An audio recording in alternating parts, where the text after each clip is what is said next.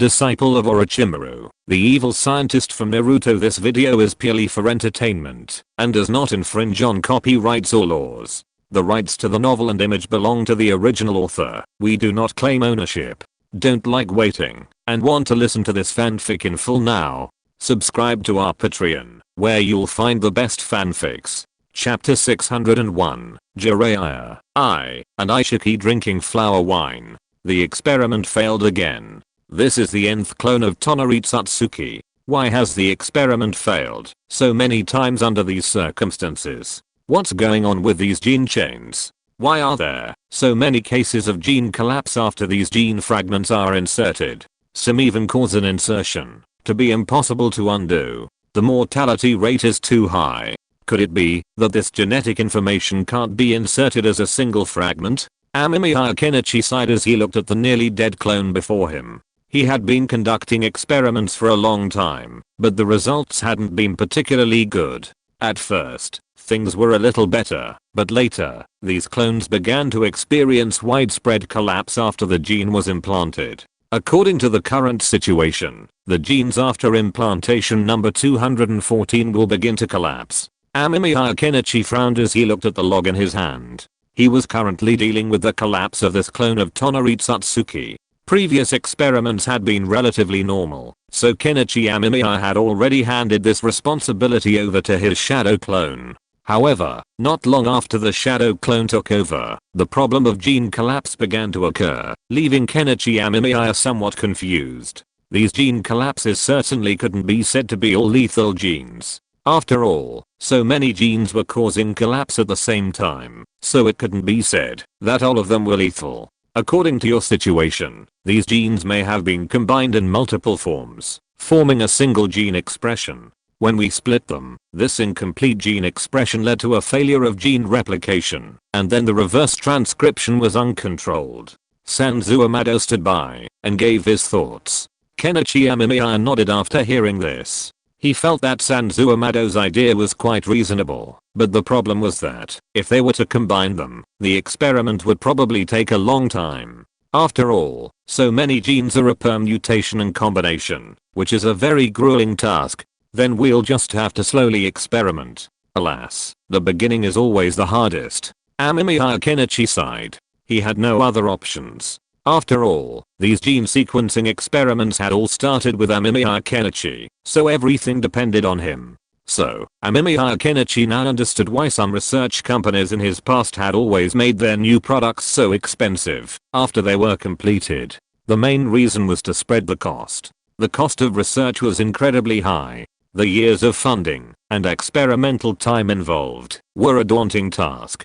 Furthermore, this funding could only come from the product itself. However, Amemiya Kenichi's current research project, as a means of enhancing his abilities, required him to shoulder the costs himself. Fortunately, the entire ninja world was now working together, so the costs for Amemiya Kenichi were significantly reduced. All Amemiya Kenichi needed to spend was some basic material costs and some time costs, and Amemiya Kenichi could save more costs by handing these things over to his shadow clones. Thinking of this, Amemiya Kenichi felt much better, but he didn't know how long it would take to study these. Looking at so many genes and thinking about their sequencing and combination, Amemiya Kenichi felt a tingling sensation on his scalp. By the way, Amemiya Kenichi, how is the progress of the experiment you are doing now? Is there any new progress? Sanzo Amado looked at Amemiya Kenichi and asked. He also knew that Amemiya Kenichi handed over the experiments to his shadow clones, so Sanzo Amado was more concerned about the problem of the time machine. If he didn't have some new experimental projects to follow up, Sanzo Amado would have wanted to come over to study that thing. Upon hearing this, Kenichi Amemiya shook his head. The principles of this time machine were more complex than he had imagined, but it wasn't all for naught.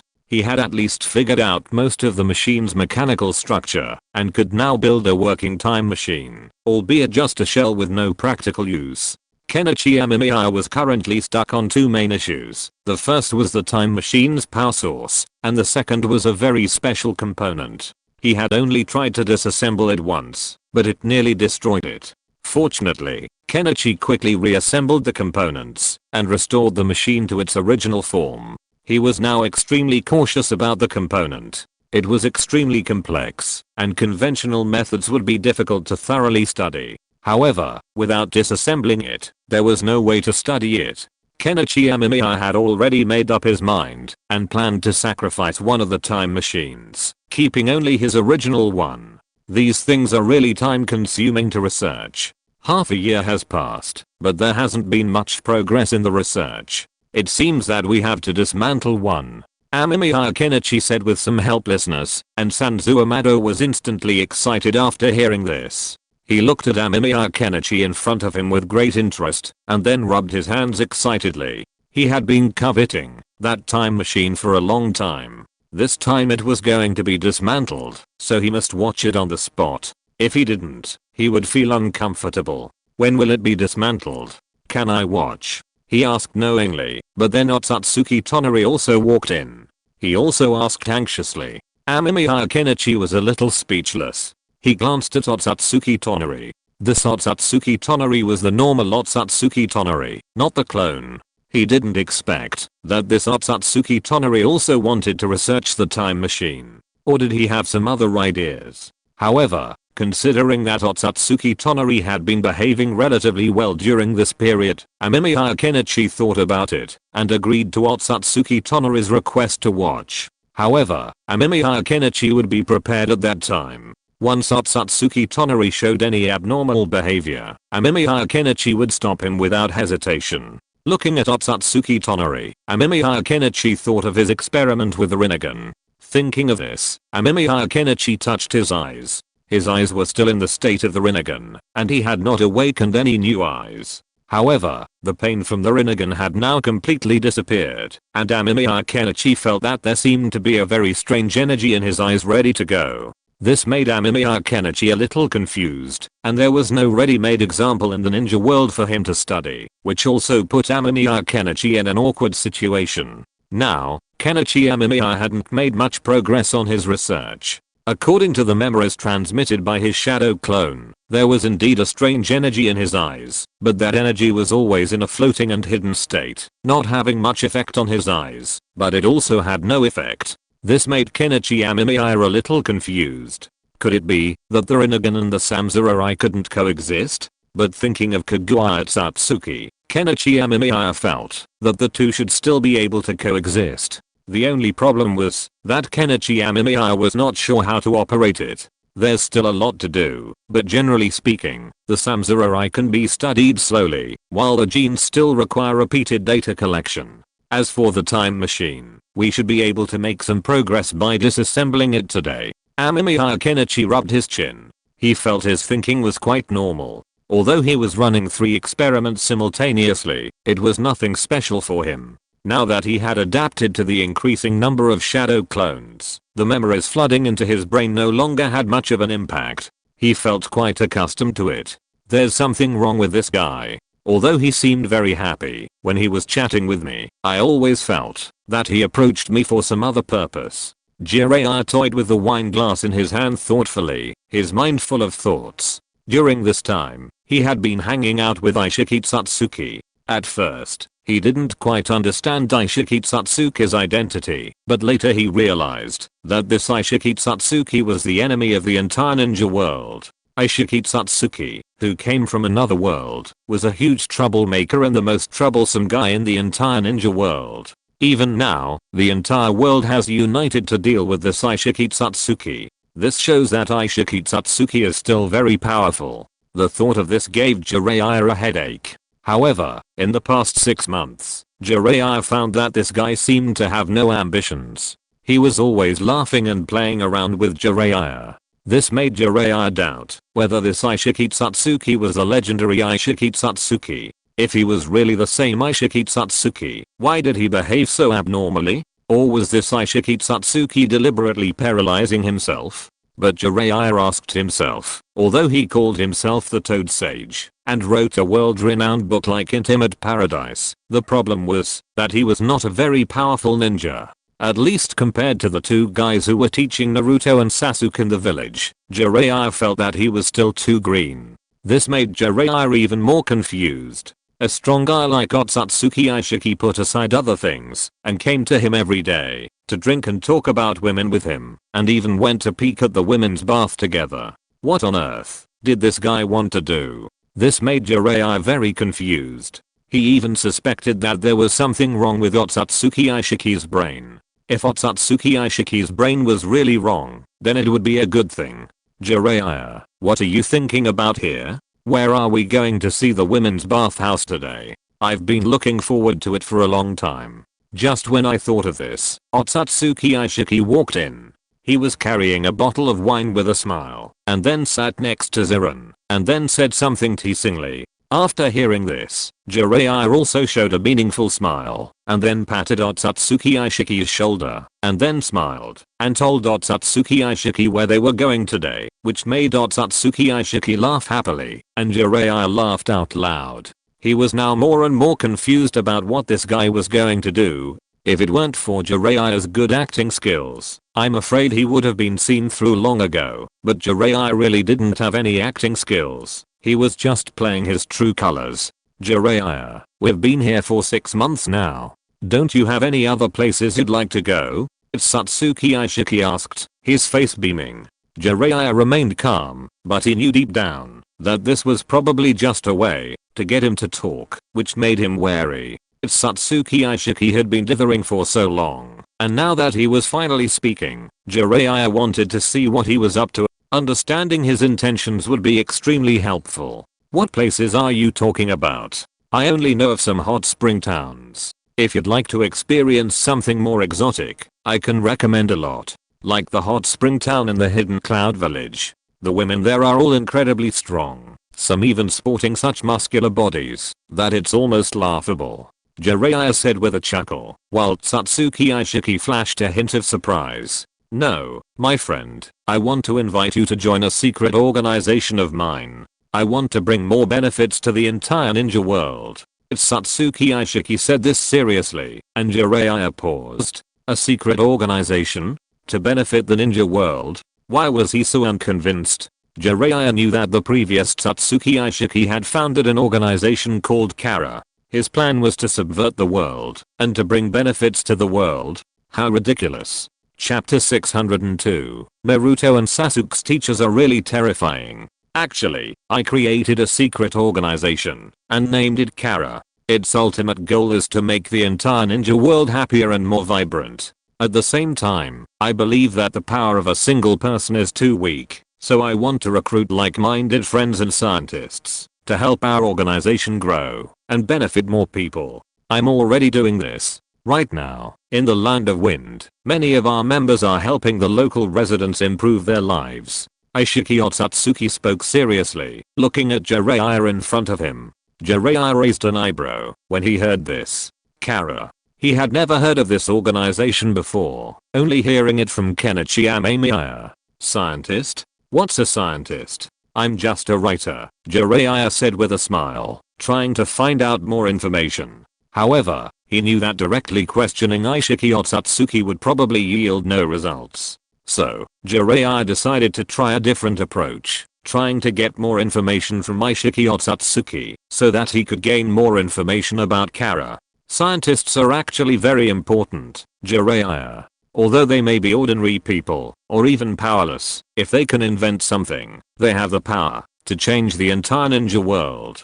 Just like electricity, can you imagine these things before? And what was life like before electricity? At this moment, Otsutsuki Aishiki had not expected that his identity had been exposed. After all, in Otsutsuki Aishiki's opinion, no one in the entire ninja world could know his identity. Not even the traitor Kagura Otsutsuki knew he was still alive. So Otsutsuki was very relieved. The current Kara organization was actually a very weak organization. Perhaps not even an organization, but a small society. But for Otsutsuki Aishiki, this was also his own organization. Every time he recruited members, or held an event, he was very cautious. Otsutsuki Aishiki did not want to expose himself to others. This time, recruiting Jiraiya was also Otsutsuki's own decision. After all, in addition to those ninja scientists, the entire Kara organization also needed some other powerful ninjas to help, so that they could better accumulate funds for the entire organization.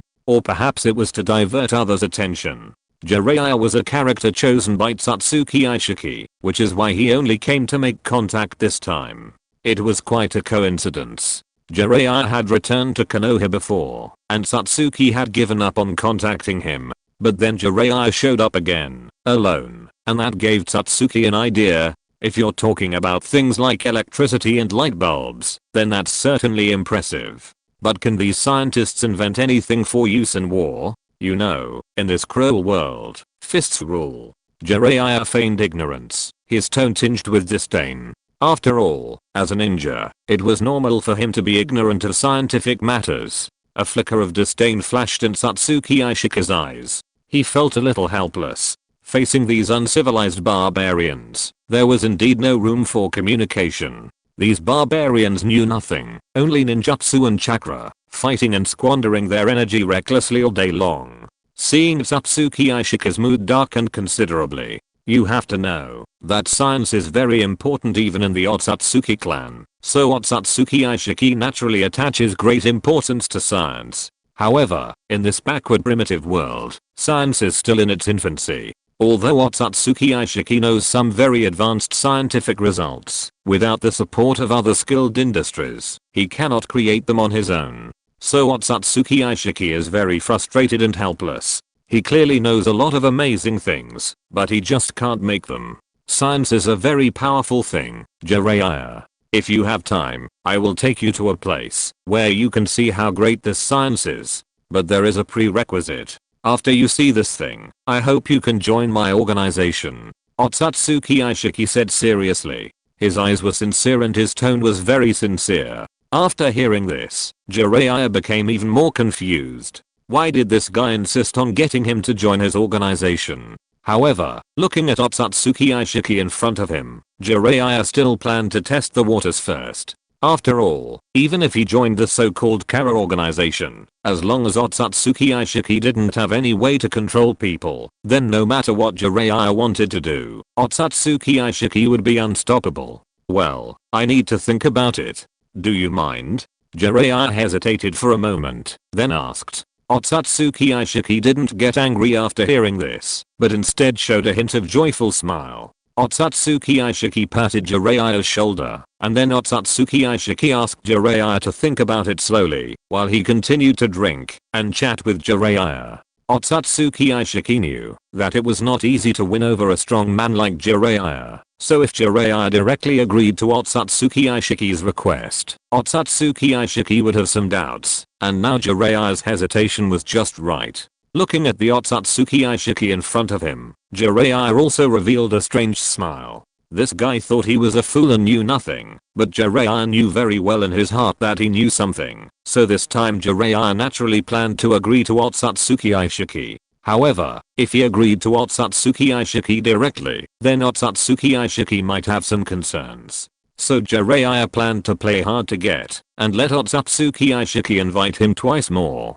The first time, he pretended to refuse with some doubts. This would make it easier for Otsutsuki Aishiki to continue inviting him later, and it would also delay more time. After all, if Otsutsuki Aishiki was here, then Otsutsuki Aishiki would not be able to go to other places to cause trouble, so that people in other places could be more fully prepared. The two guys with ulterior motives looked at each other, then revealed a sincere smile. Then they drank wine with their arms around each other, and then agreed to go to the women's bathhouse together later to watch the excitement. Jiraiya actually started chatting with Aishiki Satsuki, and they even decided to drink and visit the women's bathhouse together. When Kenichi Amemiya got this information, he was a little confused.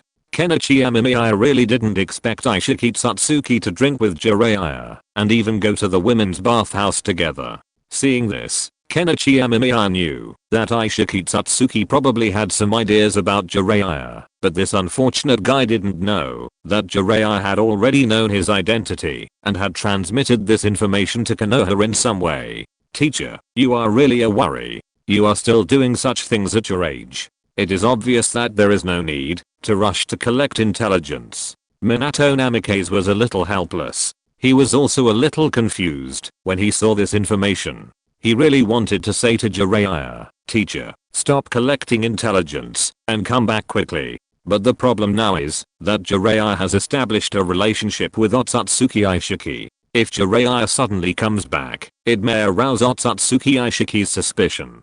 So now Minato Namikaze is also very troubled by this problem, while Kenichi Amemiya doesn't care much. He certainly knows the character of Jiraiya. After all, in the original plot, Jiraiya died at the hands of his disciple Nagato because he stubbornly wanted to collect more information about the Akatsuki organization. During this period, Jiraiya also had some opportunities to leave that place and return to Konoha, but Jiraiya did not do so. He still stubbornly chose to stay there to continue collecting information, which eventually led to Jiraiya's death.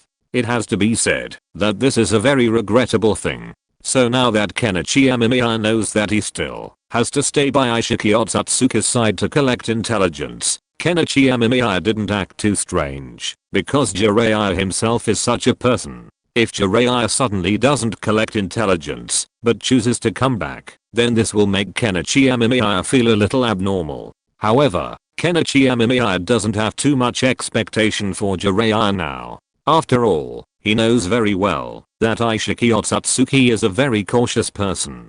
Before he can confirm Jiraiya's loyalty, I'm afraid Aishiki Otsutsuki will not let Jiraiya get in touch with too many secrets. So to some extent, Jiraiya still has the possibility of turning over, but thinking of the Kara organization, Kenichi Amemiya feels that Aishiki Otsutsuki should not have too many ways to control people. After all, although he has not watched the ANBU, Kenichi Amemiya also knows that Mr. Sanzu Amado defected from the Kara organization and came to Konoha. And even if Jiraiya died, it didn't matter to Kenichi Amemiya. After Jiraiya died, Kenichi Amemiya could still continue to deal with Aishiki Otsutsuki. After killing Aishiki Otsutsuki, Kenichi Amemiya could revive Jiraiya again. Now, isn't Minato Namikaze standing in front of him a proof of this? By the way, Kenichi Amemiya, I have a question. Should Naruto and the others continue their training? Minato Namikaze looked at Kenichi Amemiya and asked. Although Aishiki Otsutsuki's matter was very important, what was more important to Minato Namikaze was his son's matter. His son was also a force to deal with Aishiki Otsutsuki. This made Minato Namikaze feel a little nervous. After all, if something happened to his son, it would be very troublesome. Although Minato Namikaze also knew that Aishiki Otsutsuki wouldn't be able to make any waves with Kenichi Amemiya around, it's better to be safe than sorry. Of course you have to continue training, there is no doubt about that. Why do you suddenly want to ask this? Amemiya Kenichi looked at Namikaze Minato with some doubts. The teachers he arranged for Naruto were the first, second, third, and Jiraiya. Although Jiraiya was not here now, Amemiya Kenichi felt that Jiraiya had nothing to teach Naruto. What's more, he himself would teach Naruto from time to time. Whether Jiraiya came or not was actually a very irrelevant matter, and Naruto's teaching would naturally continue for a very long time. Recently, I found that the first generation master's method of teaching Naruto was a bit peculiar, so I'm a little worried. Namikaze Minato said worriedly. After hearing this, Amemiya Kenichi's mouth twitched. The first generation? Well, if it is the first generation, then such a situation is not so strange. After all, the first generation has a carefree personality, and his teaching method may have some problems. However, the strength of the first generation is there, and it can strengthen Naruto's mastery of the new fairy mode. Of course, Kenichi Amemiya also knows that the most important thing for Naruto is to establish a close cooperative relationship with the Kurama in his body. Although Kenichi Amemiya had previously forced the Kurama to recognize the points, Kenichi Amemiya also knew that it was Naruto who cooperated with Kurama after all, so it still required Naruto himself to impress Kurama. As for this point, Kenichi Amemiya was very confident.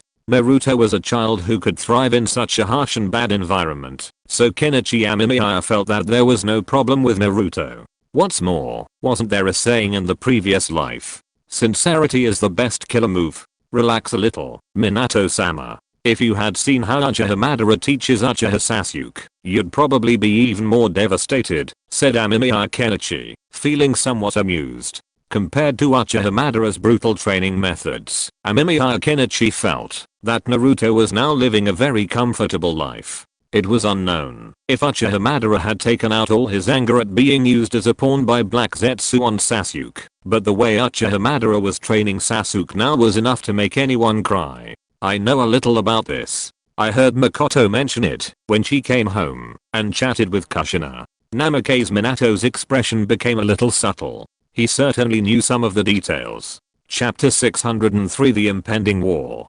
Fugaku, are you sure it's okay to let this elder lead Sasuke? I've noticed that Sasuke looks very tired after coming back recently, and he even has some wounds on his body. Uchiha Makoto asked worriedly while looking at her husband. Uchiha Fugaku looked a little embarrassed after hearing this. He wanted to say something, but when facing an ancestor like Uchiha Madara, he really couldn't say anything. The other party only said, "Hey, isn't this the guy who caused the Uchiha clan to be exterminated?" Uchiha Fugaku couldn't say anything, and he even lost his confidence. He could only stand there aggrieved. Even if we don't talk about the other party's identity, the other party's strength is terrifying. When facing Uchiha Madara, Uchiha Fugaku felt like a mere student entering a ninja school. He could even be considered inferior to a student. After all, a student might be able to fight back and forth against a teacher, but when facing Uchiha Madara, Uchiha Fugaku was basically pinned to the ground after only 2 or 3 moves. This made Uchiha Fugaku feel completely powerless against Uchiha Madara. Now, watching Uchiha Madara constantly tormenting his son, Uchiha Fugaku was helpless. After all, this was the master's request. If facing Uchiha Madara was a disadvantage in terms of status and strength, then facing Mr. Amemiya Kenichi, Uchiha Fugaku was truly speechless. After all, he and his wife were resurrected because of Amemiya Kenichi. Amemiya Kenichi was also very powerful and held an extremely high position in Konoha. With just a word from him, the Uchiha clan could live a normal life in Konoha. This was truly outrageous for Uchiha Fugaku. After all, he had led the Uchiha clan to seek a normal status in the village for a long time. He had this opportunity at the beginning. After all, the 4th Hokage Minato Namikaze did not have any great ill will towards their Uchiha clan. This also allowed Uchiha Fugaku to find a way to revive the Uchiha clan. But the problem was that Minato Namikaze died too early, and many of his policies were not continued, which led to the Uchiha clan being forced into a desperate situation. Ahem. This is what Lord Amemiya Kenichi instructed. Since it was that lord who instructed me, I think what he said must make sense, so I shouldn't worry about it. Uchiha Fugaku coughed awkwardly. He looked at his wife and said embarrassedly. Uchiha Makoto also fell silent after hearing Amemiya Kenichi's name. Of course, she knew Amemiya Kenichi's identity and his strength, and she also knew that her youngest son had a good relationship with Amemiya Kenichi. So after thinking about it, Uchiha Makoto didn't say anything. Although it was really hard to do such training, the growth of strength was visible to the naked eye. Mom and Dad, I'm back. Just as they were talking about Sasuke, Sasuke just happened to come back. Uchiha Makoto and Uchiha Fugaku exchanged a glance, then hurried out. They glanced at Sasuke and found that he was less injured today than yesterday, but he looked more tired. This made Uchiha Makoto feel distressed. After all, Sasuke was her youngest son, so Uchiha Makoto still cared about him very much. Sasuke, are you okay? Do you want some medicine? Or should I treat you first? Makoto looked at her son with tears in her eyes. Uchiha Fugaku said nothing after seeing this. Such training was very common in the Uchiha clan, so Uchiha Fugaku didn't think there was anything wrong with it. However, the training method of the ancestor Uchiha Madara was really cruel. It was almost like the training method in the Warring States period. Ah, yes, Uchiha Madara had survived that chaotic era, so thinking of this made sense to Uchiha Fugaku. However, looking at his son and Fugaku, he felt a certain internal struggle. He didn't understand why that gentleman had said his son would be one of the 2 most powerful people in the future. After all, Sasuke now looked like a jonin. This was even after Madara's training. While Fugaku was pleased with Sasuke's rapid growth, He felt a sense of conflict when he thought about the price of his rapid progress. He wondered if his silence was good for Sasuke or not.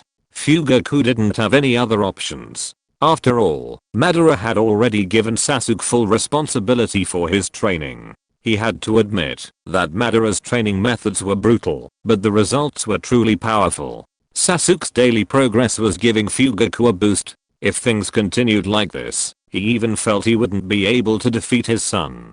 Sasuke, have you met any girls you've been attracted to lately? Uchiha Makoto asked, smiling at her son. Sasuke's face sank with despair. He didn't understand why his mother was so eager for him to find a future partner. It was too soon for Sasuke. While he wasn't thinking about revenge or anything else right now, he had some thoughts about pursuing it, but he hadn't yet come up with a plan. Watching Naruto and Hinata's sweet interactions daily made Sasuke feel a bit uncomfortable. He couldn't imagine himself ending up like this, so he felt a slight resistance to the idea. He felt that instead of discussing such matters now, he should focus on strengthening himself first, so that he could better fulfill the requirements of his teacher, Kenichi Amemiya. Sasuke had great respect for Kenichi Amemiya. After all, without Kenichi Amemiya, his parents wouldn't be resurrected, and his brother would suffer greatly from the disease, perhaps even die in front of him. The thought of this filled Sasuke with fear. That's enough, Makoto. Sasuke is still so young. Now is not the time to talk about marriage. Even if you want to discuss it, you should at least wait until Sasuke is almost grown up. Uchiha Fugaku received his son's pleading eyes and quickly stepped forward to speak for his son. After all, Uchiha Fugaku also felt that it was too early for Sasuke to discuss the issue of future marriage partners. Moreover, the current ninja world was not particularly peaceful. Thinking of the powerful Otsutsuki Aishiki, Uchiha Fugaku felt a little nervous. That person was someone who needed the strength of the entire ninja world to deal with. Who knew what would happen after this war? Who would win? What would happen if they lost? If they won, how many people would die? Is the war coming soon? Kushina Uzumaki asked worriedly, while she and Minato Namikaze were having dinner. Minato was stunned when he heard it. If he calculated the time carefully, it was indeed almost the same time when Amemiya-ken was sure to recover. In a while, the ninja world would begin to attack Satsuki Aishiki. This attack would also determine the future order of the ninja world, so Minato Namikaze was still a little nervous. However, this kind of thing was unavoidable, so Minato Namikaze reached out and touched his wife's nose, revealing a reassuring smile. Don't worry, I'm here. Minato Namikaze's smile made Kushina Uzumaki smile as well. By the way, have you made any progress on the sealing technique that Master Amemiya Kenichi asked you to research? Minato Namikaze asked, looking at his wife. Uzumaki Kushina smiled smugly at this, and seeing this smile, Minato knew his wife must be making good progress. After all, they had been married for so long, and even had Naruto, so he was quite familiar with her little habits. I've made some progress, but if I want to meet Master Amemiya Kenichi's standards, I still need some refinement. I can work on it, and I have a general idea of what's going on. It just takes more attempts. Uzumaki Kushina playfully stuck out her tongue, and Minato Namikaze smiled as well. But as he turned to look out the window at the bustling Konoha village, a hint of worry crept into his heart. A war, especially one against a powerful opponent, and he didn't know how it would play out.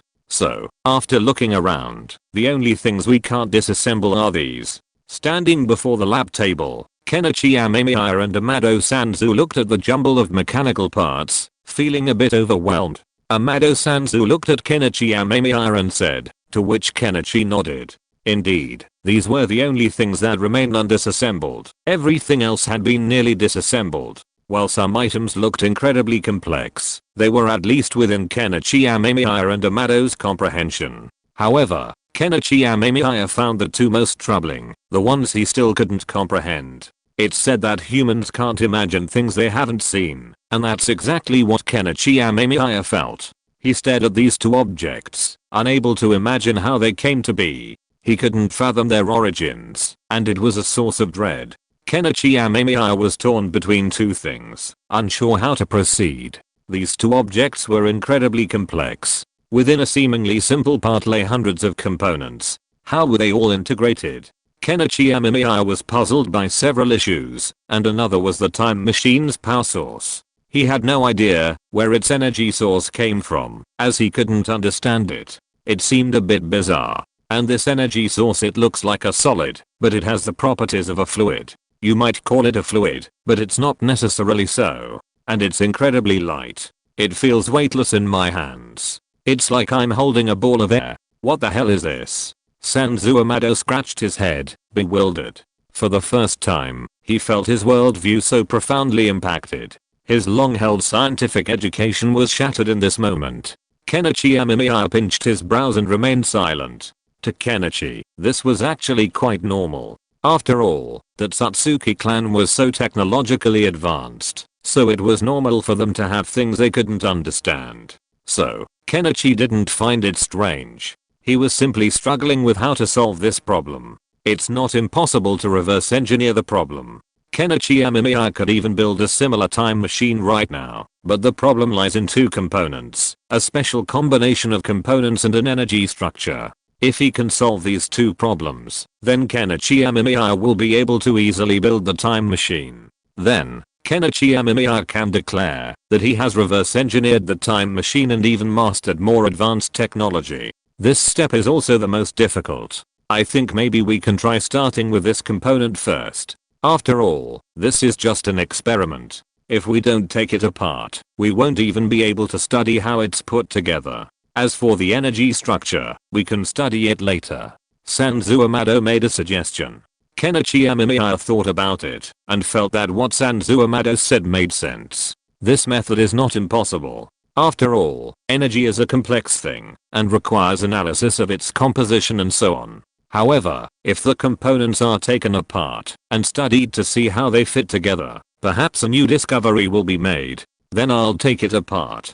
Kenichi Amemiya took a deep breath, and then as the analysis of the Rinnegan in his eyes was activated, soon the secret of this component disappeared in front of him. The next second, the entire component instantly disintegrated into more than 100 scattered parts. Chapter 604 High Precision Parts and Kaguya's Consciousness. Although I've been mentally prepared, I have to admit that when I saw these over 100 parts, I was still a little surprised. How on earth could they be combined into such a small part?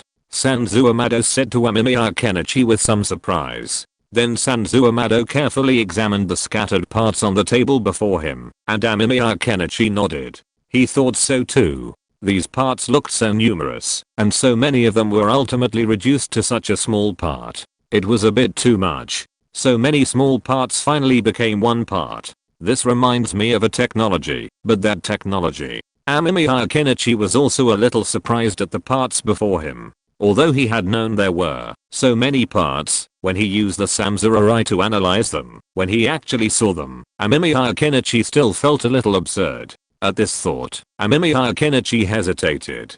He looked at the parts before him, and fell into deep thought, as he thought of a technology. High precision technology is a technique used in parts processing, parts production, and component manufacturing. Rather than calling it a technology, it's more like a standard of measurement. This standard of measurement is also very unique. It generally refers to making the error between a certain type of parts extremely small, perhaps even much smaller than a hair. In his previous life, Kenichi Amemiya had seen some videos in which someone picked up a part and then placed another part, and instantly the parts looked like they had merged into one. However, such high precision technology itself represents a very high level of industrial production. It can even be said that this is a standard that most industrial production will need to achieve in the future. According to the current level of the ninja world. No, if it is based on the technological level of the Otsutsuki clan, then such a thing is really possible. After all, for the Otsutsuki clan, since they can even make a time machine, it is not surprising that they want to make high precision parts. Amemiya Kenichi shook his head.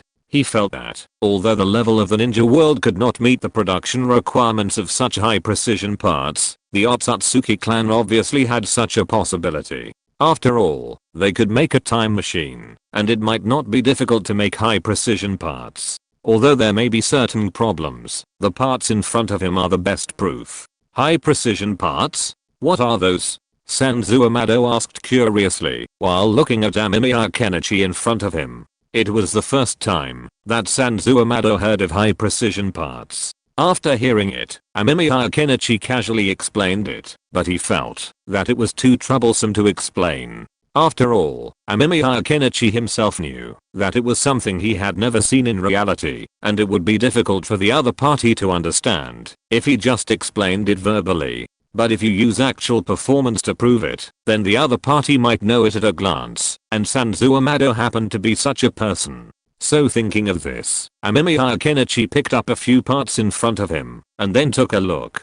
Then he found two parts that fit together, and put them together. Sure enough, in an instant, the small part disappeared into the big part. The big part also looked more complete, and you couldn't see where the small part was at all. But after such a combination of parts, there is almost no evidence of the existence of any parts. This is called high precision parts. Kenichi Amemiya explained casually. Although he knew that such an explanation was a bit too outrageous, it was also the only way.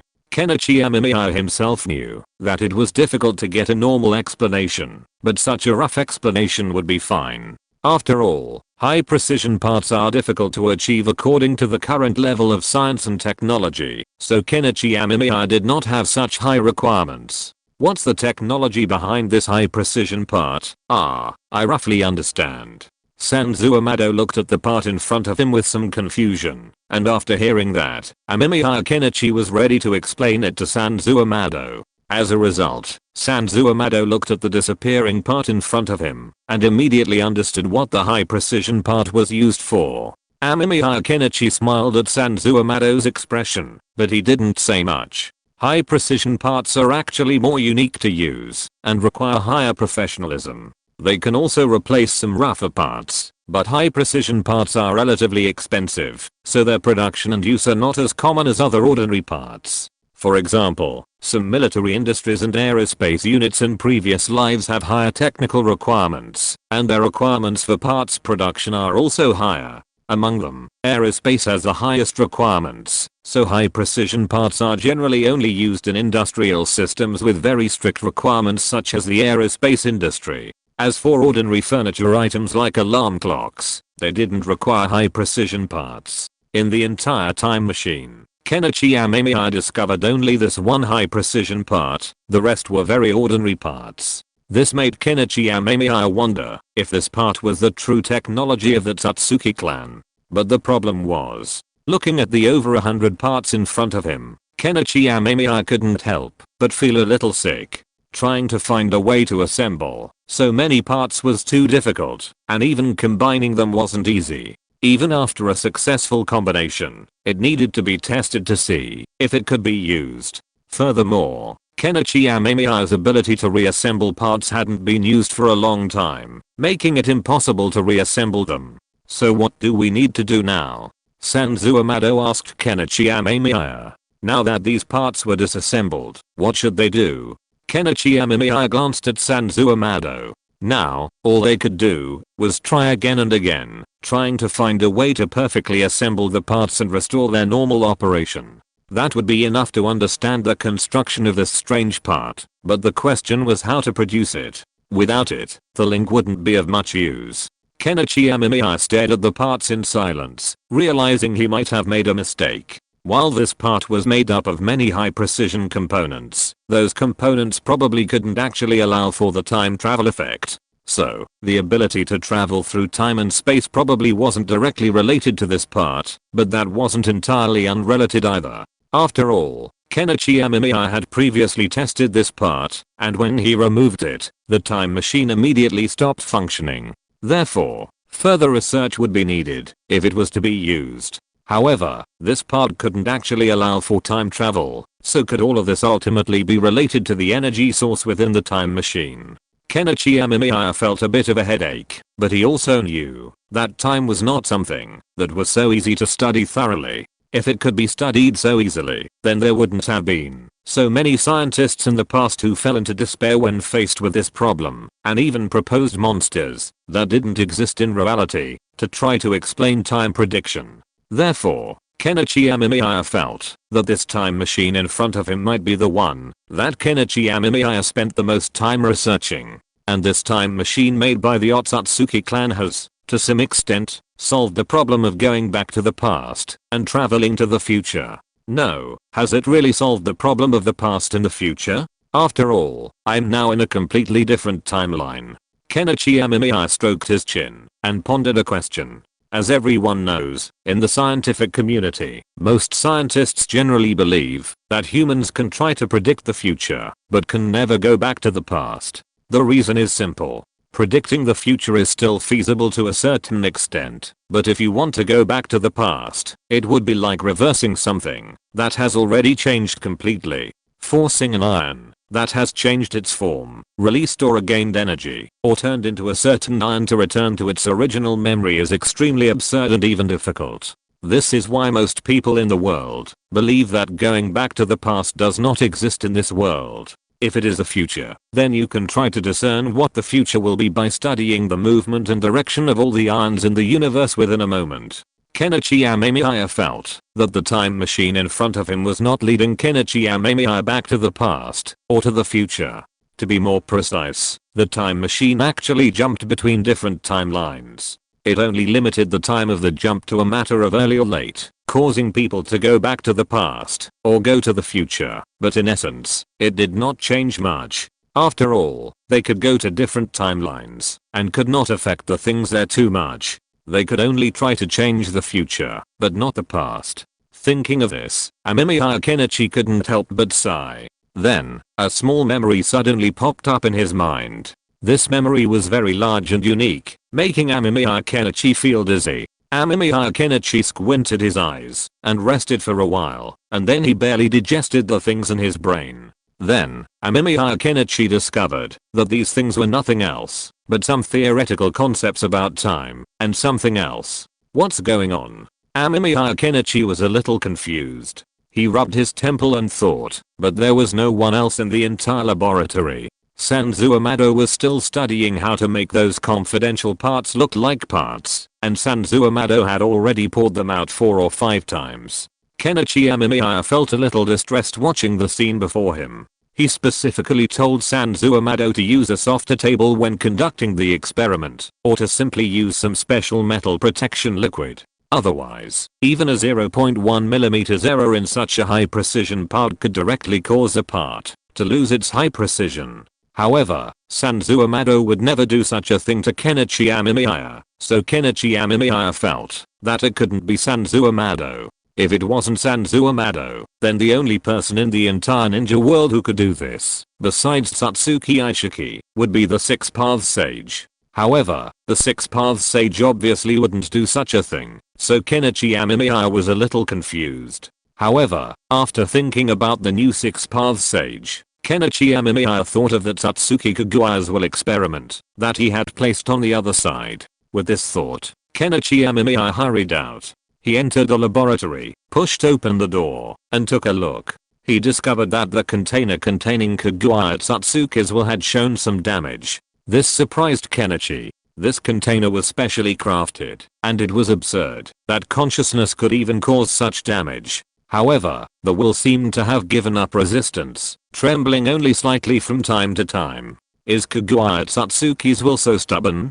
But now it seems to have given up resistance. This way, we can see if the research is complete. No, this is still not a good idea. After all, she's Kagawa at Satsuki, so it's hard to say if other problems might arise.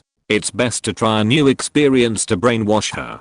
Kenichi Amemiya decided to play it safe. Then, Kenichi Amemiya left the laboratory and found the provider of the consciousness from before, and once again used illusion to control her.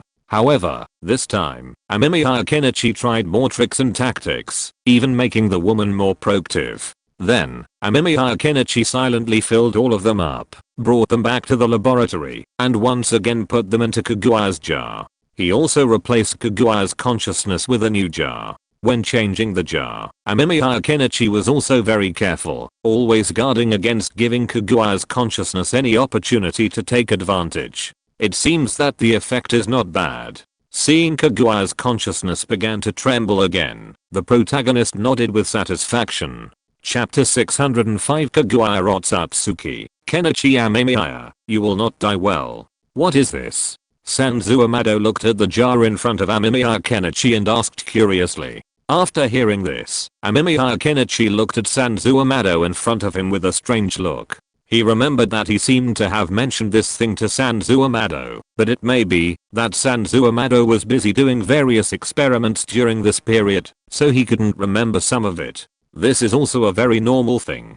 Thinking of this, Amemiya Kenichi still explained it briefly, but Amemiya Kenichi did not say more news about Otsutsuki Kaguya. After all, Otsutsuki Kaguya is a special guy, and Amemiya Kenichi needs to be cautious. Looking at the jar in his hand, a smile crossed his face. He had been torturing Kaguya Otsutsuki's consciousness for a long time, but up to this point, he couldn't say he could truly influence her completely. She was incredibly powerful, and even that little bit of her will held a power unimaginable to ordinary people. Therefore, he remained extremely cautious, not daring to release the control of Kaguya Otsutsuki's will directly. However, considering he would eventually have to release it, he decided to wait a while before releasing this part of her consciousness to see if there were any issues. If Kaguya Otsutsuki's will didn't continue to resist, then that would be the best option for him. However, if it still showed signs of resistance, then he would likely have no choice but to simply erase it. Otherwise, once it was returned to Kaguya's main consciousness, it would be hard to say whether Kaguya Otsutsuki would choose to pursue him or Ishiki Otsutsuki after it was released. By the way, those materials, have you figured out how to combine them? Amemiya Kenichi thought of the high precision parts from earlier. He'd handed it to Sanzu Amado to assemble, having him try it multiple times using his shadow clones. As for Amemiya Kenichi, he was currently planning to research the energy conveyor belt for the time machine. By studying that, he felt he might uncover the secret of how the Otsutsuki clan used it for time travel. No, I haven't done any research yet. After all, according to what you've said, it's incredibly expensive and possesses some properties that can't be replicated. So, I plan to first find something that can directly make it less susceptible to wear and tear, and then try that. Sanzu Amado shook his head. He wasn't sure about researching that. After all, according to Amemiya Kenichi, something like that was incredibly difficult to produce. At the current level of the ninja world, it wasn't possible. So, until he found something that could make it less susceptible to wear and tear, he really didn't dare to experiment with it. Amemiya Kenichi didn't take it too seriously. He supported Sanzu Amado's idea. After all, this was the only component in a time machine that was the most complex and difficult to reassemble, so caution was naturally required with such high precision parts. Mr. Sanzu, what do you think the energy source for this thing is? Amemiya Kenichi asked Sanzu Amado, who fell into deep thought. Sanzu Amado had some ideas about researching this thing, but so far, he hadn't made much progress. It's hard to say. I don't think it's a single material. After all, this kind of thing has never been seen in the ninja world. But my biggest concern is whether this thing came from outer space. If the raw materials for this thing were obtained from somewhere else in outer space, then wouldn't we ever be able to figure out its exact composition? Sanzu Amado expressed some concern. Upon hearing this, Kenichi Amemiya fell silent. That was true, but after attempting to analyze it with his Rinnegan, he discovered that the energy was composed of 3 unique energies, unconventional ones. One of them was natural energy. While Kenichi had analyzed some of the other 2, his understanding of their composition hadn't been discovered in the ninja world. He wondered if these energies had been found in outer space. If so, that would be a serious problem. However, Kenichi had other thoughts. He looked at the energy tank of the time machine before him, which contained the subject of his current research. Mr. Sanzu, do you know that everything in this world is made up of atoms, invisible to the naked eye? Kenichi Amemiya said calmly. Sanzu Amado nodded. He knew this, having conducted some microscopic observations. But how did this relate to these energies? At this moment, Kenichi Amemiya had a strange idea. Mercury, also known as quicksilver, is a toxic substance. However, the only difference between mercury and gold is a single proton. If this proton could be removed by bombardment, the altered mercury could be transformed into gold. The price difference between the two is enormous. A kilogram of mercury is relatively cheap, but a kilogram of gold is almost as much as a down payment on a house. In smaller cities, it could even be purchased outright. Gold is also worth dozens of times more than ordinary mercury, so there's a lot of profit to be made. But the question remains, how do you remove this proton? This is a crucial question.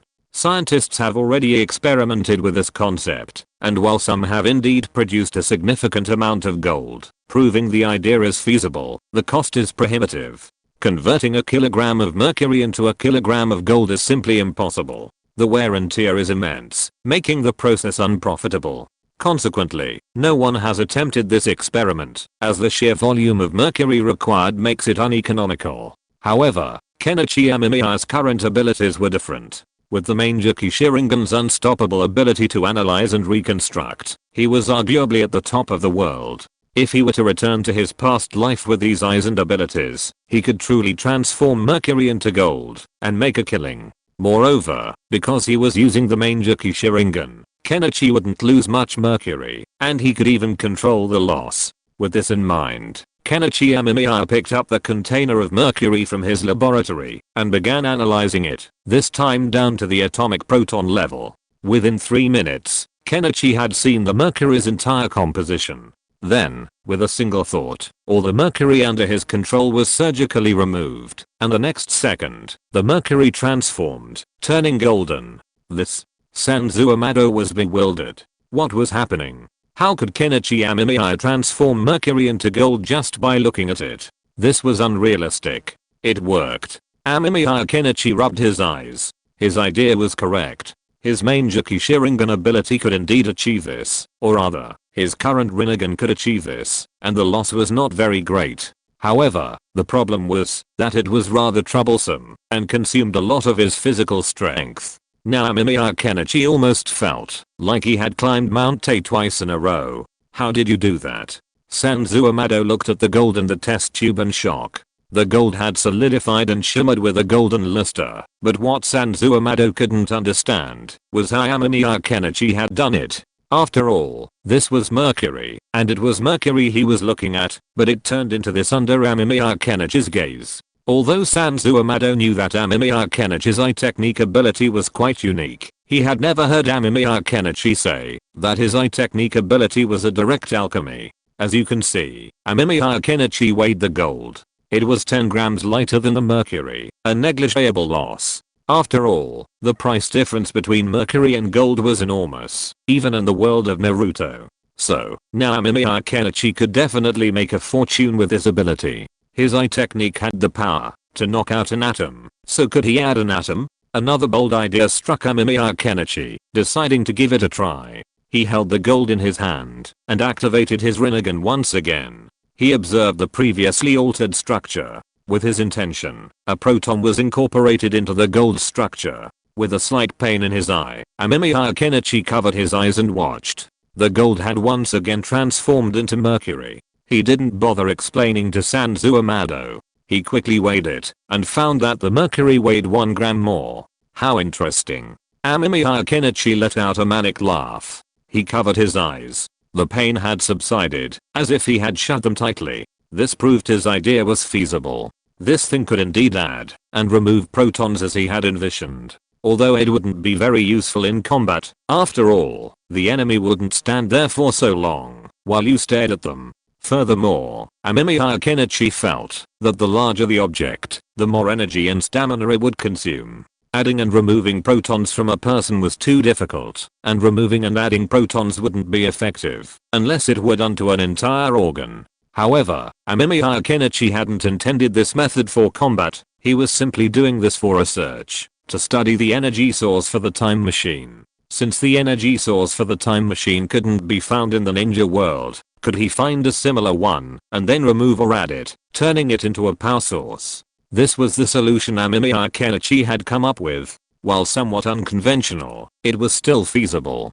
Mr. Santu, I think I've found a solution. Amemiya Kenichi said excitedly. He hadn't really considered this aspect before. Meanwhile, in the sealed area, Kaguya Satsuki felt a surge of heat all over her body. She gritted her teeth in anger. A strand of her will had been released. Although it was that unfilial son who had done it, the cunning Kaguya Satsuki had also made some backup plans. She could sense some of that will's conditions, occasionally transmitting back some feelings and memories. What surprised Kaguya the most was Aishiki Satsuki. The man who had once wanted to sacrifice her was still alive. Upon hearing this news, Kaguya Satsuki was completely devastated. She even wanted to rush out and kill Aishiki Satsuki. However, after realizing that the unfilial son Satsuki Hashirama actually intended to release her, Kaguya calmed down. She had to pretend she didn't know. That was the only way, and now she was almost transforming into the shape of the man named Amemiya Kenichi. The memories that were now being transmitted back by that will were all about her, and that man named Amemiya Kenichi falling in love, getting married, and discussing life and her ideals. How could Kaguya Satsuki tolerate this? After all, she was a member of the almighty Satsuki clan. Even those two unfilial sons, Hashirama and Hamura, were born by Kaguya Satsuki herself through some internal Satsuki clan method, not through intermarriage with the indigenous humans of this world. Could humans possibly even consider gorillas? It seemed as if some might actually do. The proud Kaguya Satsuki wouldn't allow herself to have anything to do with such backward and inferior beings. But now, Kaguya Satsuki had experienced a whole life, a life of being manipulated by this man named Amemiya Kenichi. She struggled and resisted, but to no avail.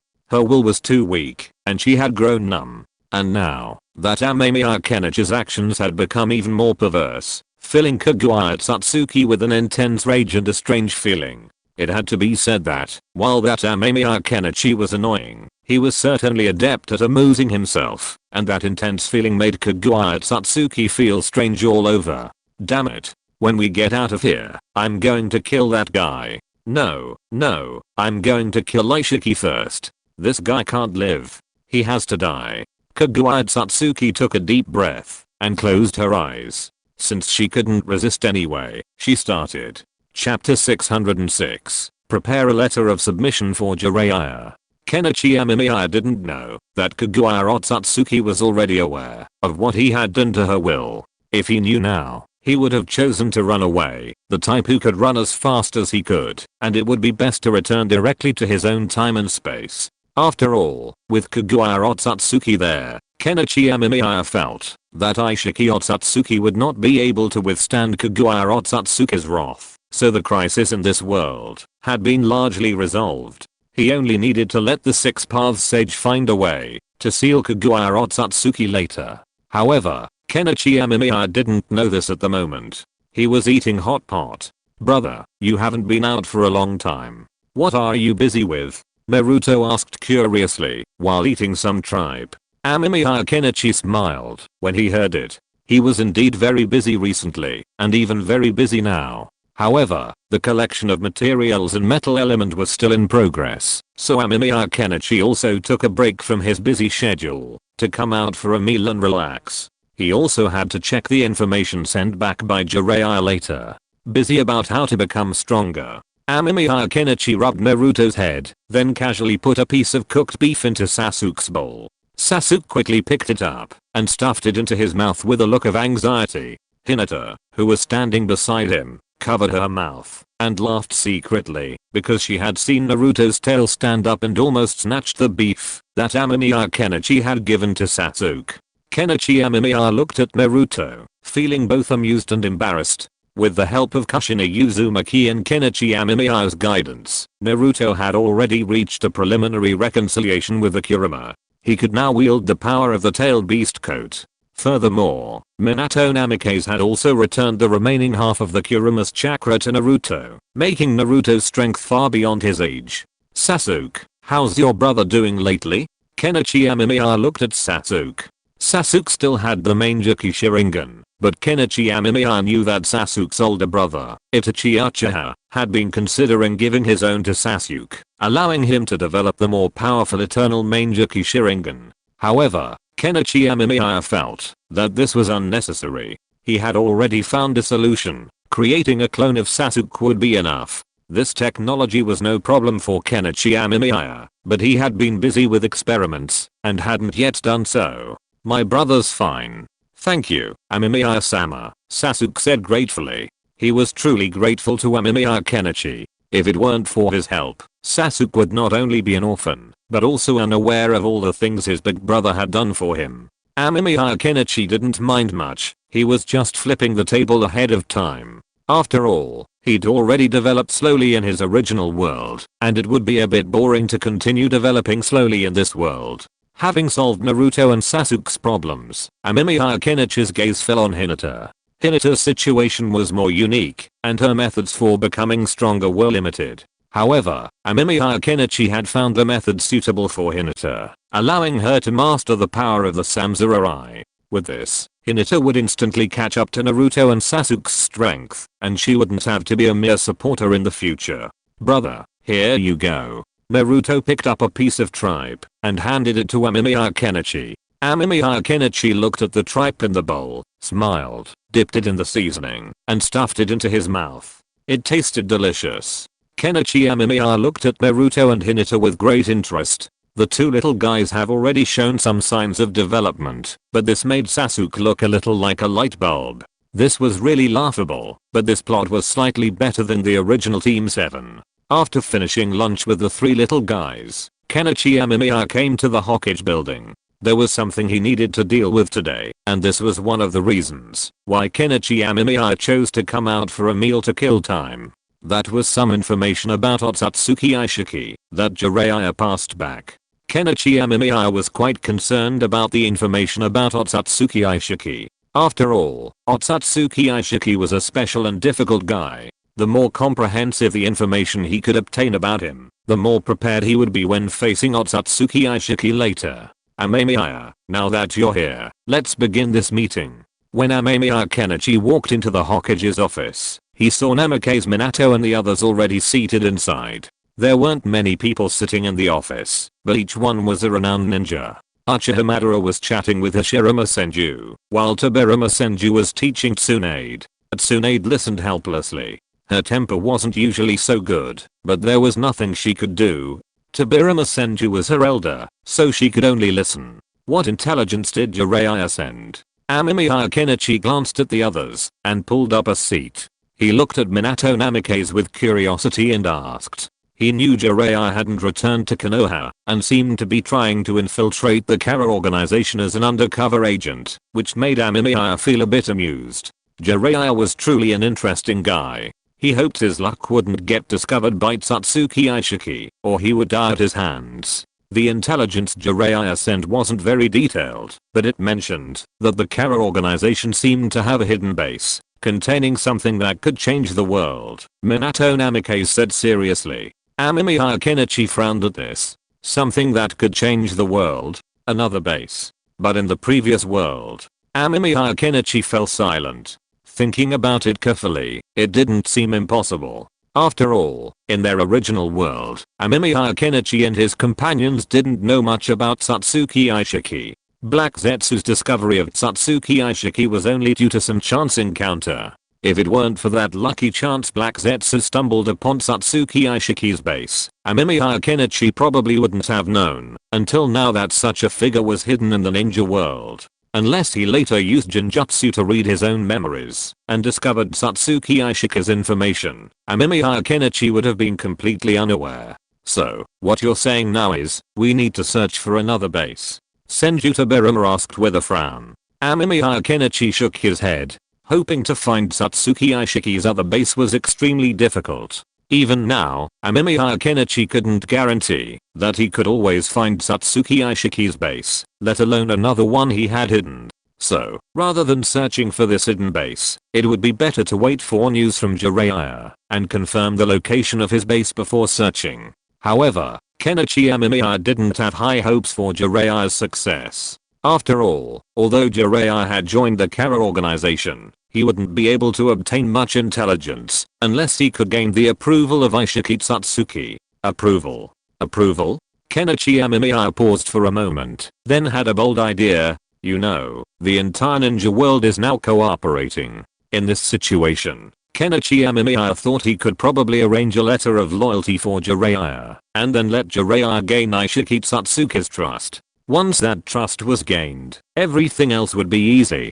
Kenichi Amemiya thought about it, and felt that his idea was not impossible. After all, it only required some cooperation to achieve this. But what kind of letter of loyalty would Jiraiya have to provide in order to gain Ishiki Satsuki's trust? This was still a problem. After all, Ishiki Satsuki's situation was rather special. I think we could arrange a token of loyalty for Jiraiya, so that he could gain Ishiki Satsuki's trust, Amemiya Kenichi said. Uchiha Madara remained silent. He had little interest in such subterfuge, preferring to overwhelm his opponent with sheer strength. Minato Namikaze, on the other hand, had some ideas. Although he wasn't very familiar with this area, it didn't matter. Each village had dedicated tactical advisors and trusted high-ranking officials, such as the head of the Nara clan.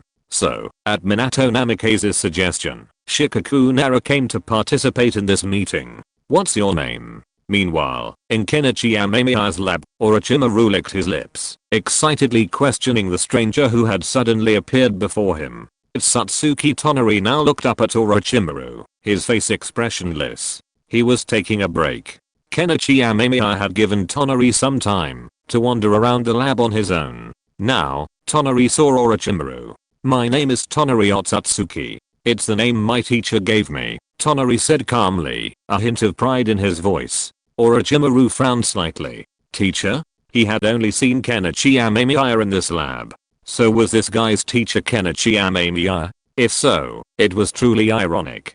In another world, I was Kenichi Amemiya's teacher, and now Kenichi Amemiya is this person's teacher. I wonder if... Orochimaru sneered. But whether it would work or not still needed to be observed. With this thought, Orochimaru calmed down. "My name is Orochimaru. Do you know Kenichi Amemiya? He's my student, or rather, my student from another world." Orochimaru spoke slowly, observing Satsuki Tonari. He noticed that, when he mentioned Kenichi Amemiya, the man's pupils constricted, but soon his expression calmed down, as if he had no idea. This puzzled Orochimaru. Surely, hearing that one's teacher might be from another world would be somewhat surprising. Why wasn't he surprised? Was it because Kenichi Amemiya had already told him about him? "Aren't you curious why your teacher knows me from another world?" Orochimaru couldn't help asking. He was a little confused why the Otsutsuki Tonari in front of him was not interested in this matter. After hearing this, Otsutsuki Tonari glanced at Orochimaru, then silently closed the door. Although he was a little curious, he also knew that this guy suddenly said this to him, probably because he had some other ideas, so Otsutsuki Tonari chose not to contact Orochimaru. Orochimaru was silent for a while. He didn't know much now, so even if he wanted to let the other party come down, he couldn't do it. After all, he didn't know what the other party was interested in.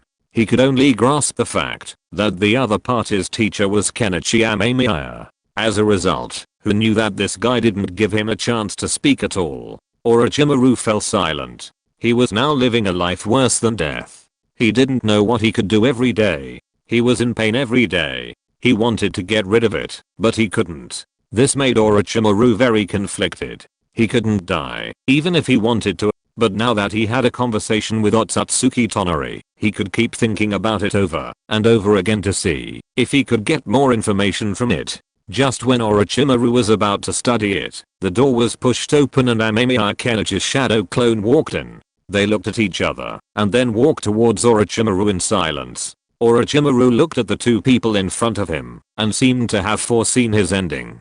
Dead. Amemiya Kenichi frowned slightly. Orochimaru was dead, but he quickly put the matter out of his mind. After all, to him, such matters were insignificant. Whether Orochimaru was dead or alive was a matter of insignificance.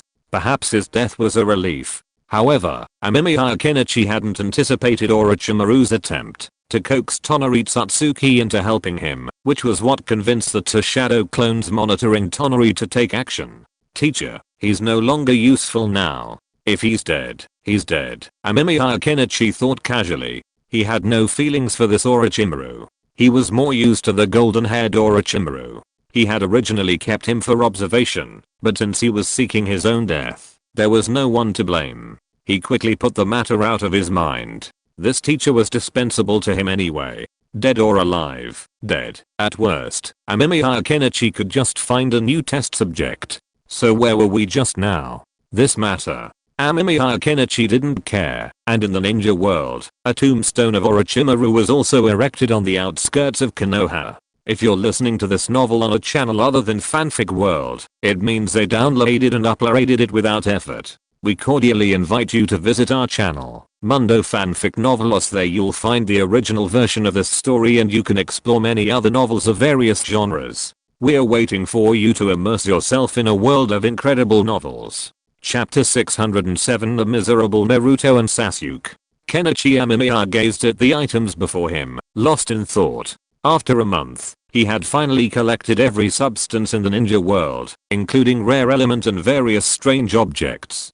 Basically, everything currently available in the ninja world had been found. He could have done it faster, but there was no way around it. To avoid Satsuki Aishiki noticing any problems and ultimately ruining the entire plan, the ninja world's collection efficiency was slow. Furthermore, some items were inherently difficult to find, which was why it took so long. So many items need to be analyzed. While using shadow clones can speed things up, the problem is that the fatigue increases. But if I just analyze, it shouldn't be a problem. Kenichi Amemiya stroked his chin. While his Rinnegan could continue analyzing, it would be more tiring. Furthermore, the more shadow clones he created, the more fatigue he accumulated, and the greater the drain on his brain cells. However, Kenichi Amemiya wasn't without a solution. He had already devised a way to deal with the fatigue caused by the accumulation of multiple shadow clones. This utilizes Atsutsuki clan's primordial chakra to protect brain cells, allowing them to withstand more electrical signals and other forces. This allows them to withstand the immense fatigue inflicted by multiple shadow clones.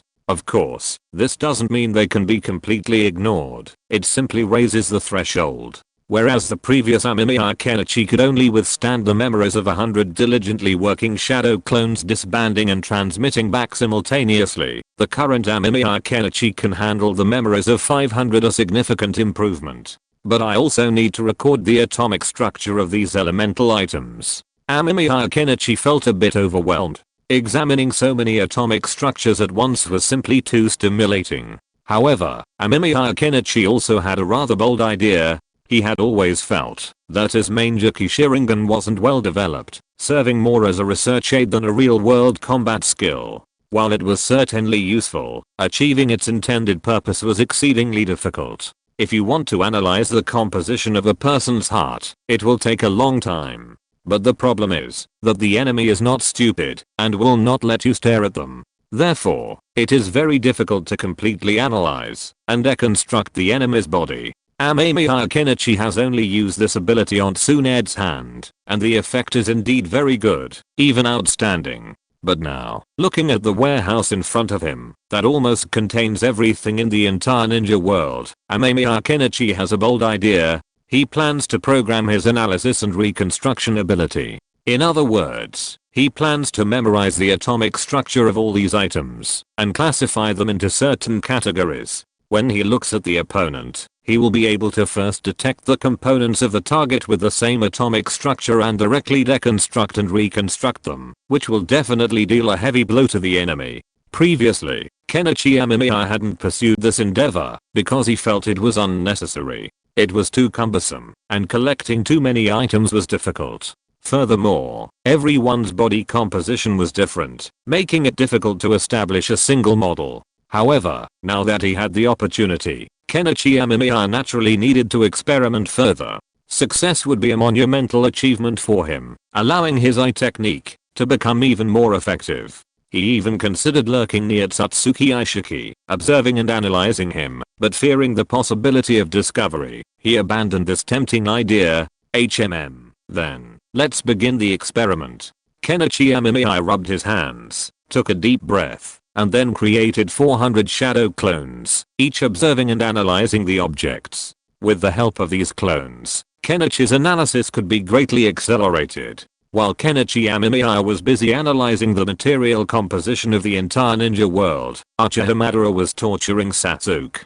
Sasuke, is this all the hatred you have in your heart? All your people died before you, and this is all you can do?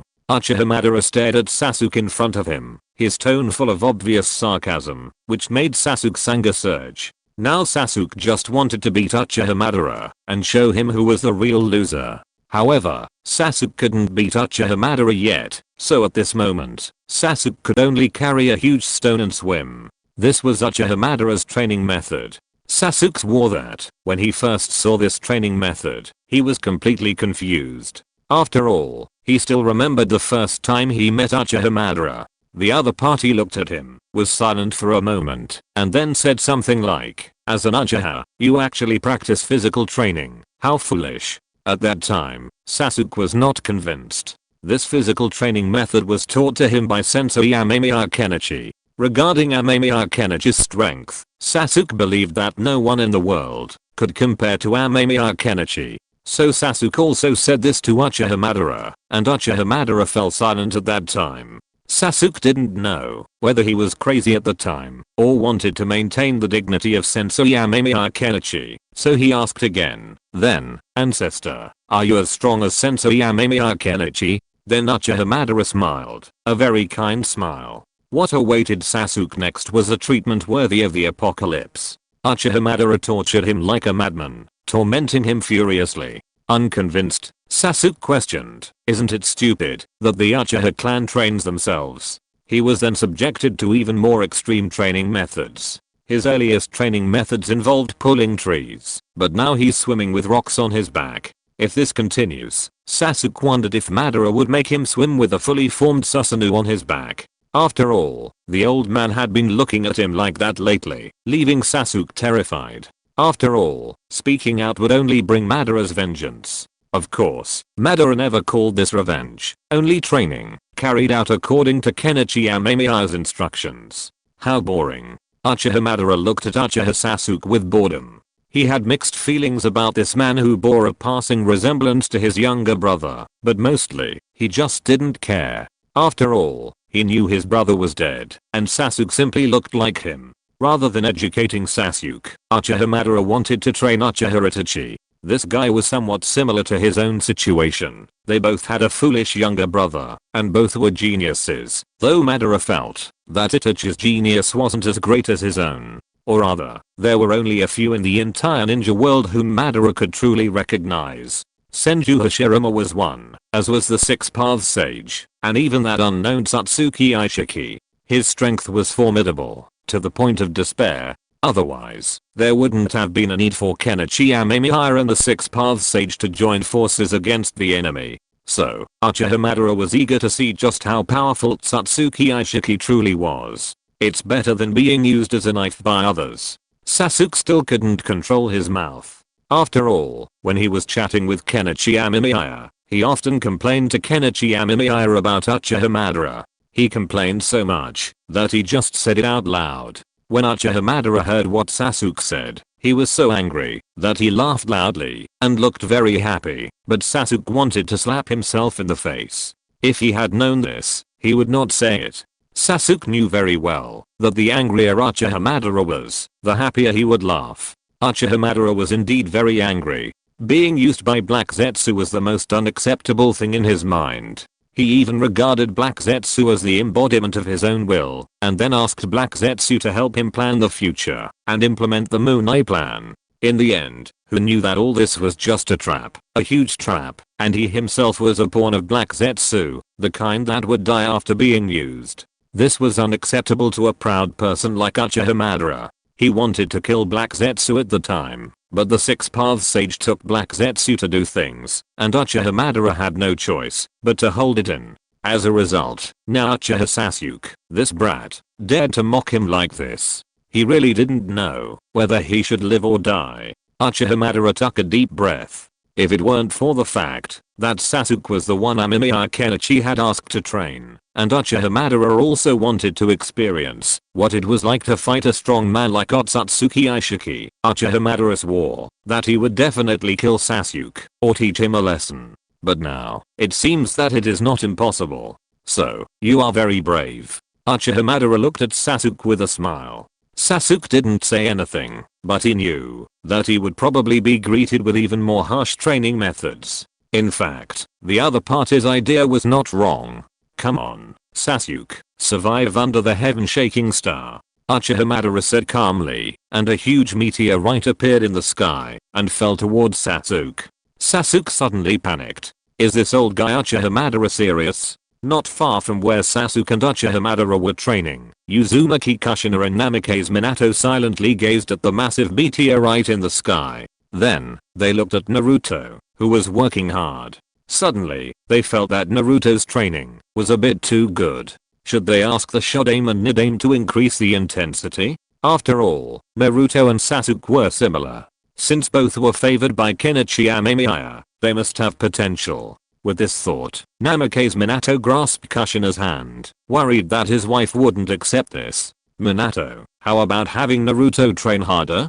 Kushina asked, looking at her husband. Hearing this, Minato smiled with surprise. It turned out his wife had the same idea as him. This would make things much easier. With Minato and Kushina agreeing, Naruto suddenly found his training intensity increasing to a terrifying level. This is probably what family love is all about. The Sandaime side, having witnessed everything. Sarutobi Asuma, standing beside him, gave Hiruzen a strange look.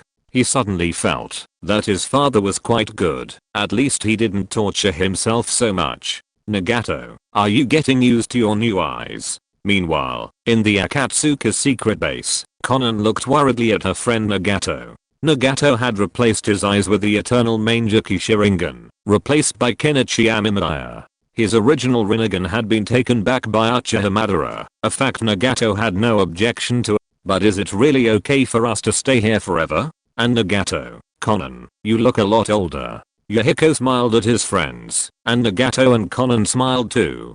Kenichi Amemiya had done this for them. Although they didn't understand why this inexplicably powerful man was so kind to them, they had to admit that seeing their fallen friends resurrected filled them with excitement. Not for now. The Akatsuki organization is just like this, and I've taken some precautions. Nagato shook his head. If the Akatsuki organization moved away hastily, it would be more likely to cause problems, so it would be better to maintain the status quo. However, to avoid some problems, Amemiya Kenichi also made some preparations, although he didn't think someone as proud as Satsuki Aishiki would be in the mood to pay attention to Nagato's affairs. After all, although Nagato has the Rinnegan, Satsuki Aishiki wouldn't be too interested in the Rinnegan unless it was about Satsuki Kaguya. Moreover, during the Fourth Shinobi World War, Satsuki Aishiki didn't make any moves at all. It can be imagined that this guy is very hidden and won't cause trouble easily until he is sure that he can truly control everything. Satsuki Aishiki will act like Voldemort. But at this moment, Satsuki Aishiki has been exposed. He is now the unlucky one being targeted by Voldemort. It's really magical that he can actually resurrect people. There was a hint of thought in Yahiko's eyes. Nagato glanced at his friend. He knew that his friend was a little idealistic, and he had to persuade him. The strong man named Amemiya Kenichi was not someone who would listen to what others said casually. Chapter 608. Kenichi Amemiya is tired. Let's destroy it. Honestly, I've even been wondering if I'm going to die lately. Sasuke lazily slumped in a chair at a Konoha barbecue restaurant, while Naruto lay beside him. Hinata quietly helped Naruto and Sasuke flip the barbecue, watching Naruto as she did. She wasn't assigned the same training as Naruto and Sasuke, but Minato Namikaze and Kushina Uzumaki often gave their future daughter-in-law special treatment, so Hinata's own strength had actually improved somewhat. However, Hinata was even more curious about what Kenichi Amemiya had told her before, about how the experiments had dramatically improved her strength. My teacher has suddenly become much stricter lately, for some reason. I feel like I'm about to ascend to heaven, and every day I have to practice coordinated ninjutsu with Kurama when I get home. Naruto looked completely lost. He was confused. Why, despite working so hard, his teacher suddenly told him he wasn't working hard enough, and then followed up with a brutal training session that left Naruto, a naturally optimistic and cheerful person, completely speechless. Moreover, this training would continue for a very long time, which made Naruto and Sasuke feel as if their lives would have lost their color. However, the thought of Kenichi Amemiya's expectations for them gave them a slight boost of motivation. Kenichi Amemiya was a very special person to Naruto and Sasuke right now. Without Kenichi Amemiya, their lives might have taken completely different paths. Therefore, Naruto and Sasuke felt very attached to Kenichi Amemiya and did not want to disappoint him. But Naruto, do you feel stronger now? Uchiha Sasuke took a deep breath and then sat up with difficulty, looking at his friend across from him and asked. After hearing Sasuke's question, Naruto was silent for a moment, then pinched his arm, and a set of tail beast chakra clothes flashed across his body. Naruto nodded seriously. Although their training was extremely difficult, the benefits were also very significant. It could even be said that they were completely transformed compared to before. Naruto also understood Sasuke's meaning. Since this could indeed make them stronger, why not continue to work hard? Meanwhile, Kenichi Amemiya, who was being muttered to by Sasuke and Naruto, stood in the laboratory, looking at the objects before him, lost in thought. He had already used the shadow clone technique to find an atomic formula for these objects, but even with their atomic structures, solving them was still not easy. This gave Kenichi a headache. Although he had found the atomic structures of many materials and metal element, most of these formulas were not what he needed. He pinched his brows at the thought. It seemed that processing all these objects would not be easy, even with so many shadow clone techniques. Searching together with his pupil technique, finding a suitable or even similar atomic structure would be extremely difficult. The atomic structures of these objects were extremely complex. Finding the atomic formula for the energy source used in the time machine was no simple task. This gave Kenichi a headache, but he had no real solution. He could only take it one step at a time. Although Kenichi Amemiya hadn't found the atomic formula he was looking for, it wasn't completely fruitless. At the very least, he discovered that what he was trying to do had a chance of success. After analyzing basic element like soil and iron, he had already mastered their atomic formulas. Now, Kenichi could quickly find and identify these things, and through a method of deconstruction, he attempted to process them. As a result, Kenichi Amemiya was quite satisfied with the current situation. If he continued to explain, he believed that he would gradually discover the patterns between these things, and thus be able to change the entire battlefield situation with a single glance. Kenichi Amemiya, how are your research going? I have a new discovery. Would you like to hear about it?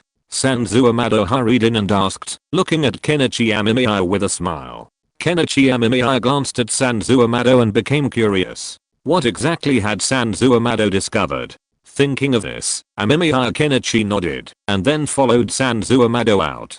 I discovered a very interesting phenomenon. I think you should come and see it. This thing is quite amazing. I have done so much research, but so far I have only discovered this once. Sanzu Amado's voice was a little excited. After hearing this, Amemiya Kenichi became even more curious. So, what exactly did Sanzu Amado discover? Then, after following Sanzu Amado for a while, Amemiya Kenichi realized that the location where Sanzu Amado was walking was facing the location of the cloning laboratory. Seeing this, Amemiya Kenichi had a little guess in his mind.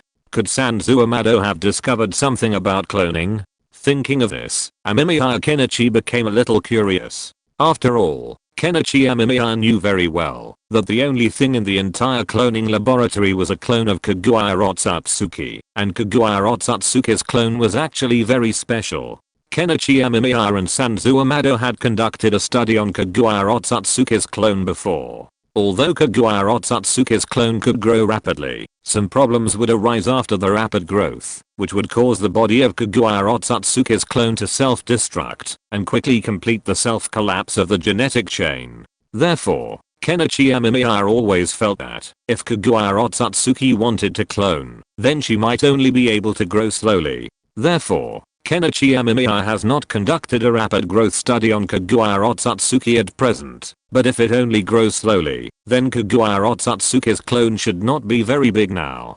Could it be that something went wrong with Kaguya Otsutsuki's clone? Amemiya Kenichi asked curiously, looking at Sanzu Amado in front of him. After hearing Amemiya Kenichi's question, Sanzu Amado also revealed a meaningful smile, which made Amemiya Kenichi even more curious about what Sanzu Amado had discovered.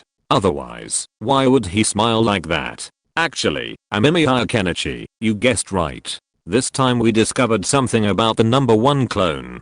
Didn't we discover an emergency situation with Kagura Otsutsuki before? It's a possible genetic collapse. Sanzu Amado said excitedly. After hearing this, Amemiya Kenichi nodded. This was indeed something they discovered together, so could it be that they found some unexpected gains in the fast clone? I found one this time.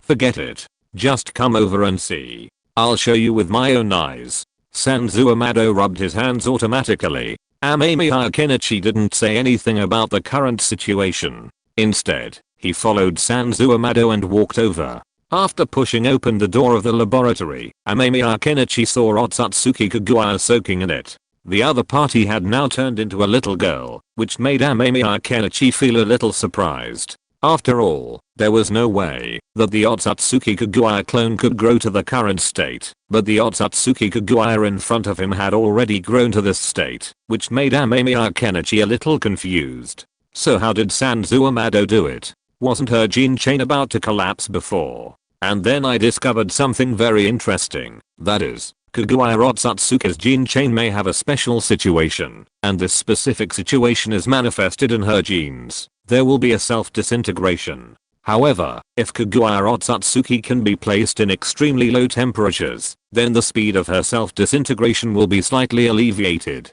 Sanzu Amado said excitedly, and after hearing this, Amemiya Kenichi fell into deep thought. He really hadn't thought of doing this before. After all, this matter was a bit outrageous to him. But now, Sanzu Amado's operation was successful, and this miniature version of Kagura Otsutsuki in front of him was the best evidence. Does this mean that Kagura Otsutsuki's growth environment may be relatively special, or that Kagura Otsutsuki's genes are relatively slow to respond to low temperatures? Or is it that the genes of the sacred tree fruit will have such a situation when facing extremely low temperatures? Kenichi Amemiya felt it was difficult to explain. After all, the genetic information of the current Kagura Otsutsuki was very unique. Not only did she have the genes of the Otsutsuki clan, but she also had a genetic mutation caused by the sacred tree. Therefore, solving this problem of Kagura Otsutsuki would be a complicated and troublesome matter. Apart from this, are there any other discoveries? Kenichi Amemiya asked, looking at Sanzu Amado. If it was just this one discovery, although it was a bit surprising, Kenichi Amemiya felt that given Sanzu Amado's personality, he probably wouldn't have such a big reaction. So Kenichi Amemiya was still quite curious if Sanzu Amado had made some other discoveries. Otherwise, it would be hard to explain why Sanzu Amado was so excited. Indeed, there are some discoveries. I found that this clone of Kagura Otsutsuki has some rather peculiar features. Sometimes, this clone will have some very violent reactions, which I find very interesting. Sanzu Amado had a strange smile on his face. After hearing this, Kenichi Amemiya became even more curious. Normally, a clone would basically have no consciousness before being released, because the instrument itself would suppress the consciousness of the clone, making it impossible for the clone's consciousness to react. Only after being released would the other party develop consciousness and become able to live like a normal person. But now, according to Sanzu Amado, the clone in front of him has its own consciousness. Oh, so what kind of violent reaction can surprise someone like Mr. Sanzu Amado? Kenichi Amemiya asked curiously, looking at Sanzu Amado in front of him. I've noticed some strange reactions happening to this clone lately. They're like the reactions of a man and a woman discussing the origins of their souls. They're incredibly intense, with flushing and even some unusual bodily reactions. This is incredibly surprising, considering she's a clone and has been trapped here forever. This shouldn't be happening, Sanzu Amado said with a chuckle, and Amemiya Kenichi nodded. He agreed, thinking it was indeed a bit unusual, even a bit surprising. But then, a pause struck him. He suddenly thought of Kagura Otsutsuki's situation. Given her unique circumstances, would the original person react in the same way? A terrifying possibility struck Amemiya. Could the same situation as Kagura Otsutsuki's return? The thought of this possibility sent a shiver down his spine. If his thought were true, it would be a very troublesome situation.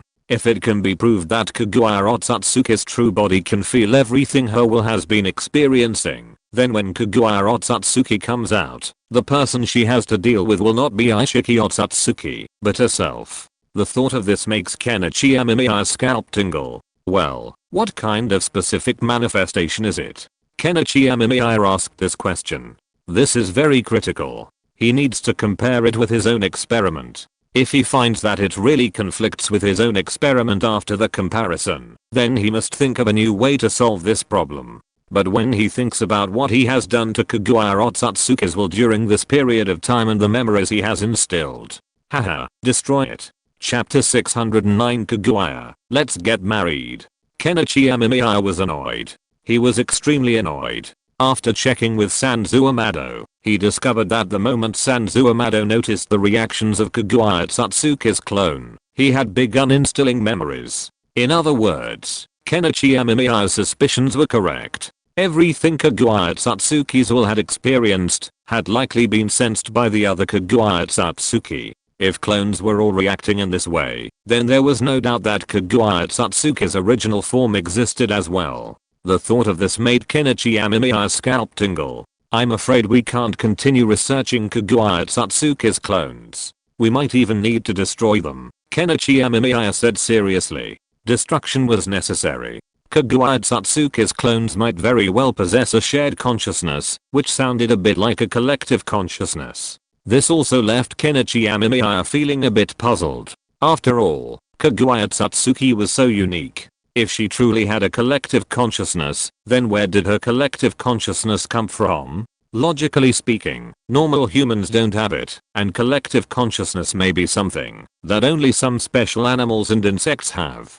But when he thought about the fact that Kaguya Otsutsuki herself was not a normal human being, Kenichi Amemiya felt that, even if the other party really had such collective consciousness, it seemed not impossible. Thinking of this, Kenichi Amemiya fell into deep thought. If his idea was correct, then if he attacked Kaguya Otsutsuki in front of him now, it should make Kaguya Otsutsuki feel even stronger. Kenichi Amemiya seemed to be thinking about something, but looking at the still very young Kaguya Otsutsuki in front of him, Kenichi Amemiya silently repeated in his mind, starting from 3 years and the maximum death penalty, and then gave up the idea. This idea was too crazy. Kenichi Amemiya felt that once he really did this, something very bad might happen, so Kenichi Amemiya gave up the idea. He planned to destroy Kaguya Otsutsuki's clone to prevent Kaguya Otsutsuki's clone from becoming the carrier of Kaguya Otsutsuki's unseal. Destroy it? But Sanzo Amado was a little reluctant. This was a very difficult experimental subject to obtain. It was different from other people in the ninja world. Many times, Sanzo Amado suspected that Amemiya Kenichi had captured an alien from outer space. After all, the experimental subject in front of him was too special. The more Sanzo Amado studied it, the more interesting it became. It must be destroyed. This guy is very powerful. I suspect her original body can sense the situation of her other clones. Amemiya Kenichi said seriously. He had to go back and find a way to deal with Kaguya Otsutsuki's will. Hearing Amemiya Kenichi's words, Sanzo Amado shuddered and looked at Amemiya Kenichi with some horror. If what Amemiya Kenichi said was true, then this matter would be very interesting. After studying Kaguya Otsutsuki's clones for a period of time, Sanzo Amado had some understanding of them. In Sanzo Amado's opinion, these clones themselves might be an even more difficult existence to guess. If the other party could truly sense it, wouldn't Sanzo Amado be doomed? Can we disconnect her from sensing her will? For example, by damaging her brain nerves, applying some kind of isolation material, or something?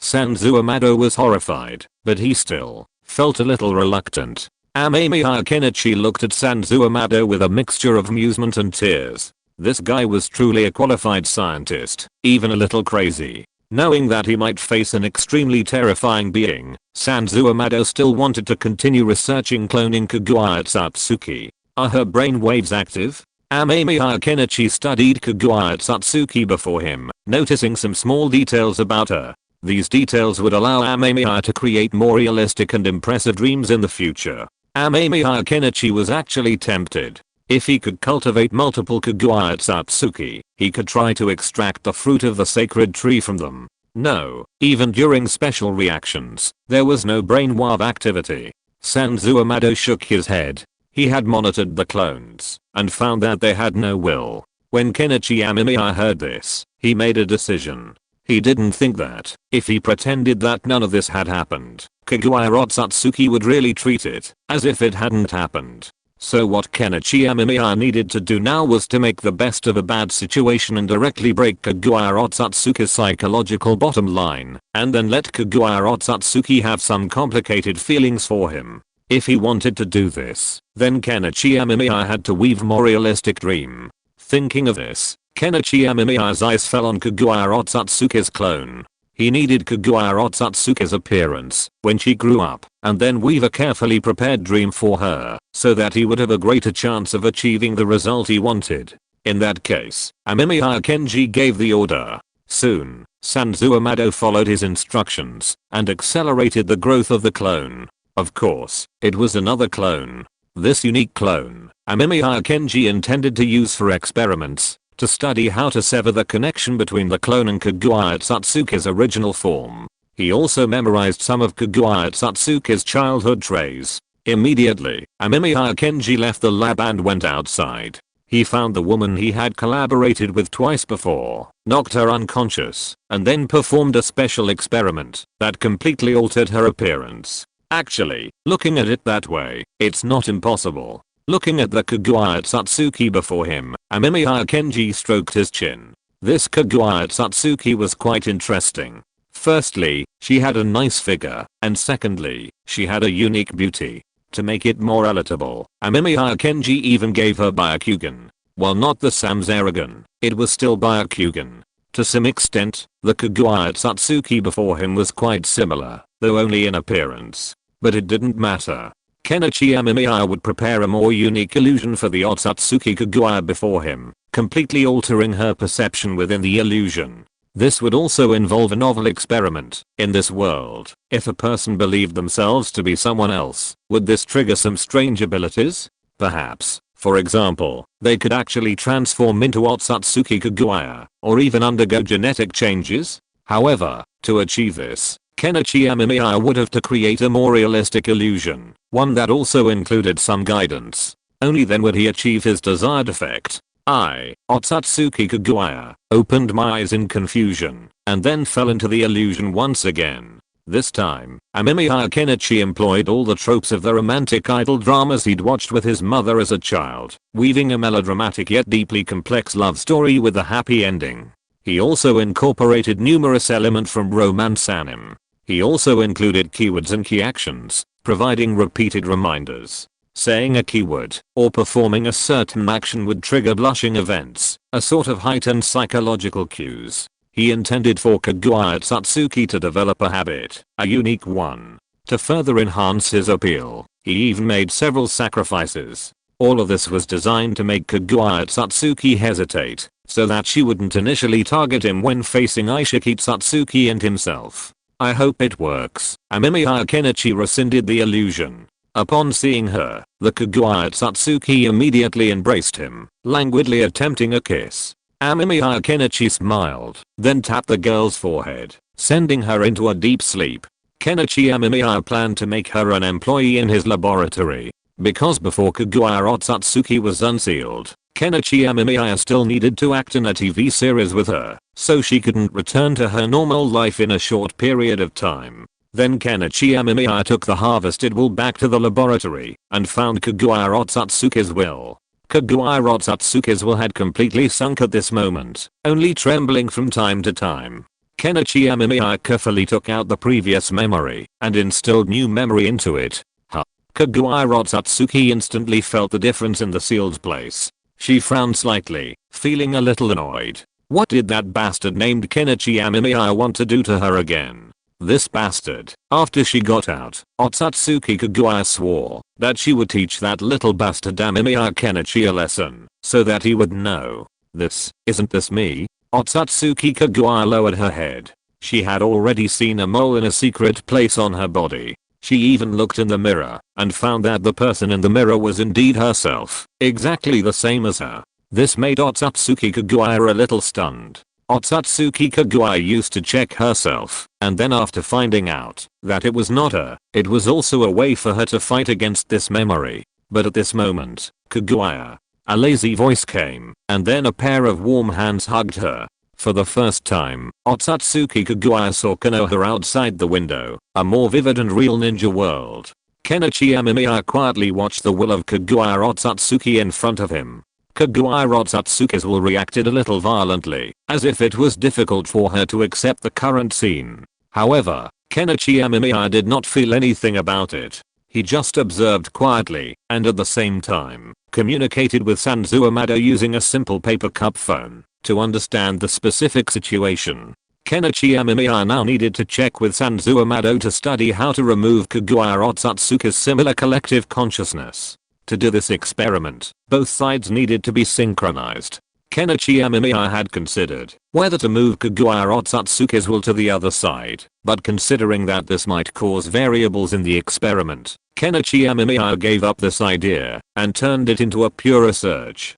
Kenichi Amemiya wanted to see if such a research was feasible. If it was feasible, then the perception between them could be cut off, which might be helpful for future research on the Otsutsuki clan. Mr. Sanzo Amado, how are things going on your side? Kenichi Amemiya looked at the will of Kaguya Otsutsuki in front of him. The other party's will was in fierce resistance. Kenichi Amemiya needed to pay attention all the time. He had to make sure that in the end the other party could do nothing and could only accept the reality in vain. Only in this way could Kenichi Amemiya truly control the will of Otsutsuki. Of course, this time would not last long. After a while, it would be the time agreed by Kenichi Amemiya, and then he would launch a battle against Ishiki Otsutsuki. It's still under experimentation. Although the clone has already shown a dramatic physiological reaction, I haven't found a way to block it out yet. Sanzo Amado's voice was a little distorted, but Amemiya Kenichi could still hear it. Hearing this, Amemiya Kenichi fell into deep thought. Normally, there are many ways for the ninja world to communicate and share consciousness, but if these things are simply explained scientifically, they are actually just pheromones, an exchange of brain waves. However, Kaguya Otsutsuki's real body is in a certain position. Amemiya Kenichi glanced at the ceiling.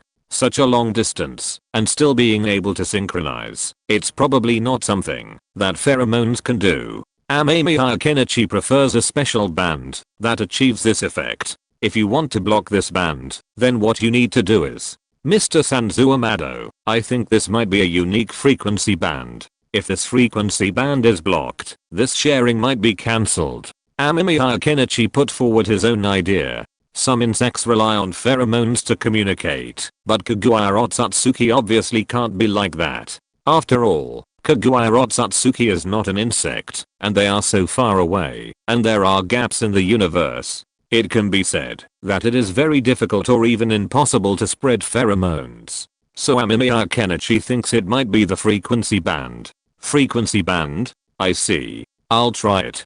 Sanzo Amado understood what Amemiya Kenichi meant. He hurried to do the experiment, and Amemiya Kenichi also waited patiently. There are materials for isolating the frequency band, but considering the special nature of Kaguya Otsutsuki, a lot of them might be needed. These materials need to be collected. However, looking at Kaguya Otsutsuki's determination, he felt that she should be able to toss for a long time. Chapter 610. The idea of mass-producing Kaguya. What can block communication signals like radio waves? In fact, most concrete walls can do this, but compared to these concrete walls, Kenichi Amemiya feels that using metal would be more convenient. After all, concrete needs to be very thick to block radio waves, while metal does not need to be particularly thick to do so. Therefore, blocking bands is not a very profound knowledge. For example, in real life, when Kenichi Amemiya uses Wi-Fi at home, the farther away from the Wi-Fi signal and the more walls there are, the worse the Wi-Fi signal becomes. To some extent, this is actually a band. The band emitted by radio signals is blocked for this reason, resulting in a deterioration of the signal. Mr. Sanzuamado, have you gained anything? The situation on my side may not be very good. Kenichi Amemiya looked at the will of Kagura Otsutsuki in front of him. The other party's will was struggling desperately, and the struggle was very fierce. This made Kenichi Amemiya a little worried. With such a large struggle, something bad might happen. Moreover, the container could no longer hold on. This made Kenichi Amemiya realize that after he changed the appearance of Kenichi Amemiya in Kagura Otsutsuki's memory, Kagura Otsutsuki had a more realistic feeling, and at the same time, it made Kagura Otsutsuki resist more fiercely. To some extent, this is both a good thing and a bad thing. The good thing is that through this method, Kenichi Amemiya can be sure that Kagura Otsutsuki's body is in a situation that it can no longer bear. On this basis, the opponents will make a lapse faster, allowing Kenichi Amemiya to gain Kagura Otsutsuki's basic trust more quickly. This is good for Kenichi Amemiya, but relatively speaking, if Kagura Otsutsuki does not submit to him, the consequences will be very unbearable. After all, Kagura Otsutsuki will attack him like crazy, and then some very embarrassing things may happen. I might not be resisting anymore. Oh, damn, how did it come to this? This is truly shocking. I didn't expect something like this to happen. Amemiya Kenichi, something might be wrong here. Can you pause time on your end? I need you to come over here urgently. Sanzuamado's voice was a little hurried, but then it turned into shock and disbelief. Amemiya Kenichi was a little surprised to hear this. So, what exactly happened to cause Sanzuamado to be in this state? Amemiya Kenichi was a little confused, but after taking a look at the will-containing tank in front of him, he hesitated for a moment and did not terminate the experiment. Instead, he installed the suppression tank in a more secure tank, leaving this shadow clone to guard it. Then Amemiya Kenichi hurried away. Mr. Sanzuamado, what happened? Amemiya Kenichi hurried to Sanzuamado's laboratory and took a look. The situation inside Sanzuamado's laboratory was not particularly good, and it could even be said to be a little terrible. The glass container was shattered by the explosion, leaving debris and pink dust all over the ground. This made Amemiya Kenichi puzzled. What had happened? Why did it become like this? This puzzled Amemiya Kenichi, looking at the scene before him, fell into deep thought.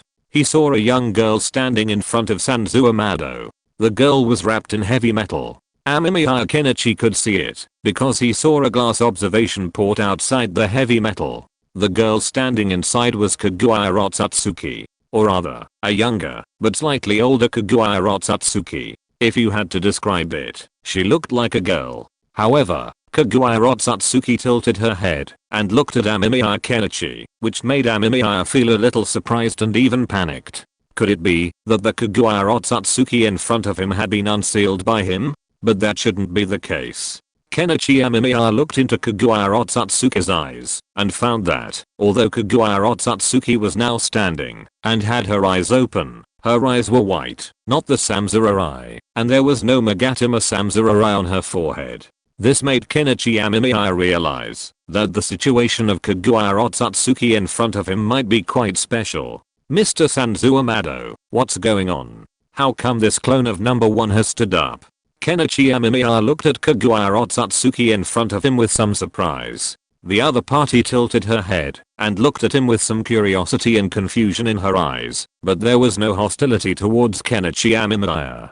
This made Kenichi Amemiya realize that the situation of Kagura Otsutsuki in front of him might be quite special. It was not Kagura Otsutsuki herself, or the clone of Kagura Otsutsuki in front of her. It was a brand new Kagura Otsutsuki, an Otsutsuki Kagura who did not inherit Kagura Otsutsuki's memories.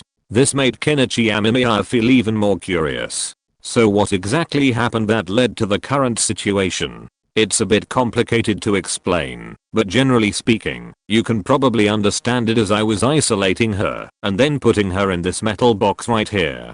After observing her, I noticed that Kagura Otsutsuki's body suddenly stopped shaking, and she opened her eyes and looked at me quietly. This surprised me, and her body also accelerated to its current stage of growth.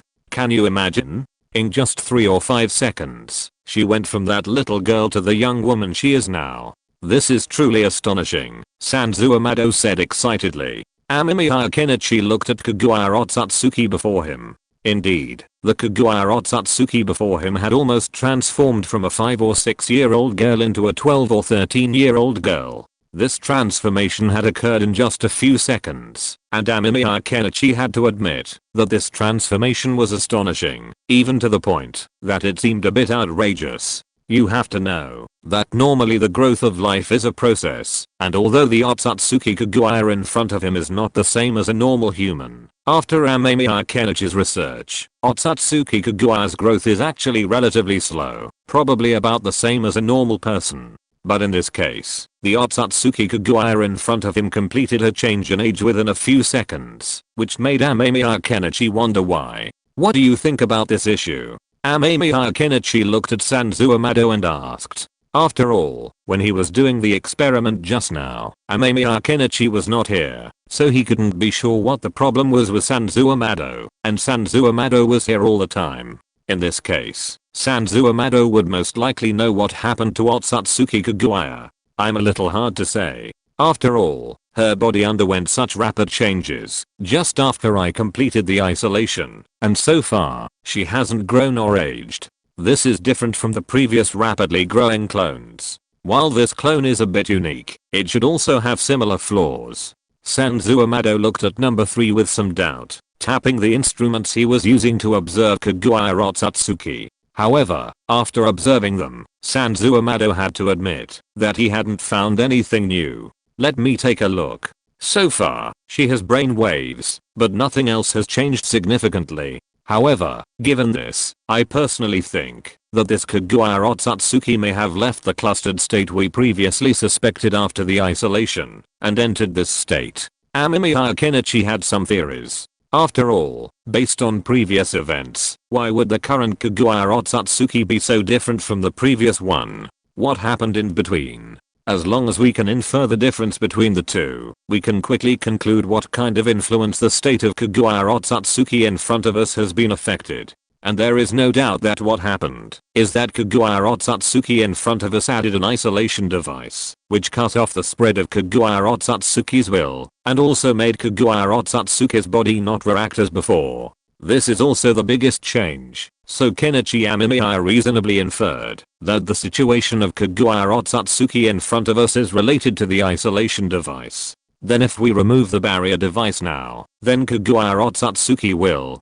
Sanzu Amado looked at Kenichi Amemiya with some excitement, and then asked excitedly. After hearing this, Kenichi Amemiya's mouth twitched. He was not very optimistic about Sanzu Amado's idea, because this idea was really dangerous, and such a situation would likely lead to some very serious problems. Then have you considered that, if we remove the barrier and Kagura Otsutsuki's will is revived directly from the Kagura Otsutsuki in front of us, what should we do then? Amemiya Kenichi said with some annoyance. Although he could understand Sanzu Amado's excitement, after all, Amemiya Kenichi himself also wanted to try to study it, but looking at Sanzu Amado in front of him, Amemiya Kenichi felt that this idea was too dangerous. If Kagura Otsutsuki was unsealed and ran out now, then there would be no doubt that he would be the first to die, because Amemiya Kenichi himself knew very well what kind of existence he was in the eyes of Kagura Otsutsuki. Before he said nothing,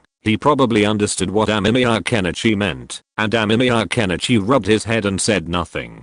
He could understand Sanzu Amado's feelings, but he had to say that this was too dangerous.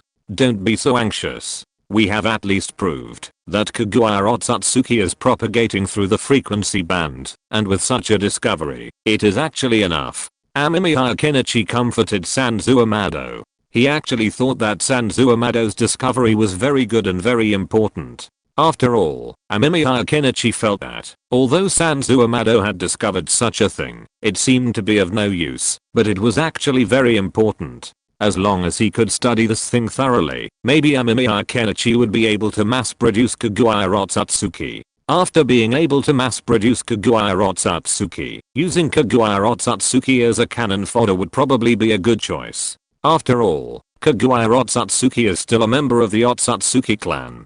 Compared with the humans in this world, she is very trainable in terms of both physique and talent, so Amemiya Kenichi was still very happy. As long as I can measure Kaguya Otsutsuki and control her will and enable her to activate her clan's own abilities, then even if the Otsutsuki really come, I won't be so afraid. Kenichi Amemiya thought excitedly as he looked at Kaguya Otsutsuki in front of him. He has been struggling with how to face the Otsutsuki clan in the future. But if Kaguya Otsutsuki can be mass produced, can he also mass produce other members of the Otsutsuki clan?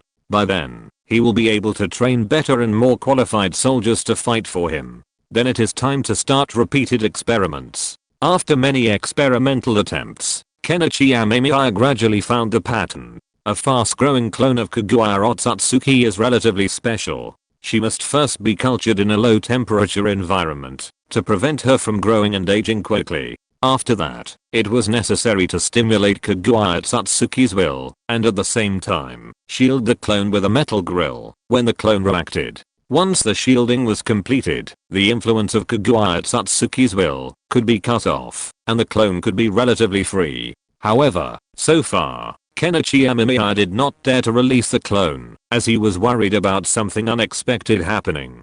Kenichi Amemiya, how are your preparations going? Your plan is about to begin. The Sage of Six Paths hurried over and asked Kenichi Amemiya. After hearing this, Kenichi Amemiya realized that so much time had passed, and after this time, Kenichi Amemiya would soon face a decisive battle with Ishiki Tsutsuki. Chapter 611 Celestial Sealing Technique. Is there anything unusual happening on Otsutsuki Ishiki's side? Although I'm almost ready, I still have to see the situation on the other side before I can determine whether this war can go smoothly. How are your preparations? And Black Zetsu, how did you deal with it? Kenichi Amemiya asked the Six Paths Sage in front of him, and the Six Paths Sage showed a worried look after hearing it. Before dealing with Otsutsuki Ishiki, neither Kenichi Amemiya nor the Six Paths Sage dared to take it lightly. After all, Otsutsuki Ishiki was too special. If they ignored him, they would definitely suffer a big loss. I don't actually have anything prepared on my side. I have also done some things. On the Pure Land level, whether to unseal my mother to some extent can be a last option. If there is really no other way to choose, I can still demonstrate it myself. But if the two of us can solve this crisis, then it is better not to unseal her for the time being. The Sage of Six Paths said seriously. He still had some concerns about whether his mother didn't understand that much, so he thought about not releasing his mother before confirming Kaguya Otsutsuki's thoughts. Although this sounds a bit strange, it is also the only way. Okay, I don't have any objection. As long as you are sure that you can do it, then I can do it too. So how is your research on sealing techniques going? There are so many members of the Uzumaki clan in the Pure Land, and they have done some research on sealing techniques. I think you can let them have a try. Amemiya Kenichi suggested sincerely. He felt that it would be best to let the Uzumaki clan study the sealing technique. Didn't you see that even the not so favored Uzumaki Kushina has done some research on sealing techniques and even submitted a unique seal to him? Although Amemiya Kenichi found that this sealing technique did not have the effect he wanted after trying it, it must be said that Uzumaki Kushina is also very talented. I have thought about what you said, and then I also tried to let the Uzumaki clan you mentioned do some research. They did research some things at that time, but there are still some differences from what I want. After all, these Uzumaki clan are usually just at the level of a Jonin, and they can't reach our level at all. The Six Paths Sage shook his head helplessly. He also tried to let the Uzumaki clan in the Pure Land conduct a research on sealing techniques according to Kenichi Amemiya's statement, but so far, although they have submitted some good sealing techniques, those sealing techniques are far from the requirements of the Six Paths Sage. This made the Six Paths Sage a little disappointed, but Kenichi Amemiya became interested after hearing it. Although these Uzumaki clan did not research a seal based on Otsutsuki chakra, their idea can be used as a reference. As long as the reference is effective, it can be used. So, if these sealing techniques utilize this unique chakra, could they achieve the same effect? After all, they don't have chakra right now, but we do. Could we possibly experiment with this? Amemiya Kenichi excitedly asked, and the Six Paths Sage, upon hearing this, became interested. While the Six Paths Sage found Amemiya Kenichi's idea a bit strange, it wasn't impossible to try. The Six Paths Sage nodded and decided to experiment with Amemiya Kenichi to see if these sealing techniques could be used. Like this current sealing technique, it's based on a change in chakra properties, blocking the opponent's chakra properties. This means that, after using this sealing technique, the opponent's available chakra properties will be reduced. However, we need to know the opponent's chakra properties before we can use it. The Six Paths Sage described a sealing technique, and Amemiya Kenichi's mouth twitched. What use would such a sealing technique be? And would a special being like Satsuki Aishiki require any changes in the opponent's chakra properties? Kenichi Amemiya didn't know. After all, for him now, conventional chakra properties were no longer applicable. He basically used whatever ninjutsu he wanted, and chakra properties weren't a very important factor. It was just that, a given for him. While this sealing technique seemed very interesting, it wasn't particularly useful to him at the moment. Listening to the Six Paths Sage's words, Kenichi Amemiya fell into deep thought. Researching this technique would be difficult, and how to proceed was also a problem. After all, he didn't know how to perform sealing techniques. The one Kushina Uzumaki had submitted earlier was even more unique, employing extreme celestial phenomena. When Kenichi saw the technique Kushina had submitted, he even wondered if he had seen it correctly. It's hard to go against the will of heaven when you know your destiny? Amemiya Kenichi asked hesitantly, looking at Uzumaki Kushina in front of him. After hearing Amemiya Kenichi's question, Uzumaki Kushina was a little confused. She didn't quite understand what Amemiya Kenichi meant by this sentence. But when Amemiya Kenichi heard this, he understood. It seems that Uzumaki Kushina was not the time traveler he imagined. But think about it, how could Uzumaki Kushina be a time traveler? It's just that this kind of ninjutsu that seals according to the changes in the celestial phenomena is too outrageous. At one point, it even made Kenichi Amemiya wonder if he had met a fellow time traveler who used to like to play around with things like thriving. However, it must be said that this woman, Kushina Uzumaki, is indeed very creative. She can think of all these things, which even Kenichi Amemiya himself finds a bit outrageous. However, among the several sealing techniques proposed by the Six Paths Sage, Kenichi Amemiya took a fancy to one of them. This seal was a bit presumptuous, but after thinking about it, Kenichi Amemiya felt that it was not impossible. It can even be said that the feasibility is very high, but this feasibility is only limited to Kenichi Amemiya himself. It is difficult for others to perform this sealing technique. This ninjutsu is quite interesting. According to what you said, it seals a person's 5 senses from a fundamental level, making it impossible for the other person's brain to send out signals. So for a person like Aishiki Otsutsuki, I think it should still be useful. Kenichi Amemiya rubbed his hands excitedly. Just now, when the Six Paths Sage talked about a sealing ninjutsu, Kenichi Amemiya realized that this sealing ninjutsu could still be used by him. Although there were some difficulties in using this sealing ninjutsu, and there were some requirements and restrictions, Kenichi Amemiya just met these requirements. So for Kenichi Amemiya in front of him, it was not impossible to perform this sealing technique. Are you talking about that? But if we want to perform that ninjutsu, we must first be able to open Otsutsuki Aishiki's brain, and then obtain the layout of the meridians inside, before we can perform it. But the problem is that, if we can open his brain, then why do we still need this ninjutsu? The Six Paths Sage asked with some doubts, and Amemiya Kenichi showed a strange smile after hearing it. Of course he knew what the Six Paths Sage meant, but the problem was that Amemiya Kenichi possessed a special deconstruction eye technique. He could just observe the brain structure of Otsutsuki Aishiki first, and make a rough observation. There was no need for a detailed analysis. As long as he could grasp the composition of some meridians in Otsutsuki Aishiki's brain, he could perform this ninjutsu. And although this would consume a lot of his pupil technique, it also depends on the size. Amemiya Kenichi knew very well that Otsutsuki Aishiki would occasionally perform a ninjutsu that would make his body smaller, and it was not impossible for him to use this pupil technique to observe him after his body became smaller.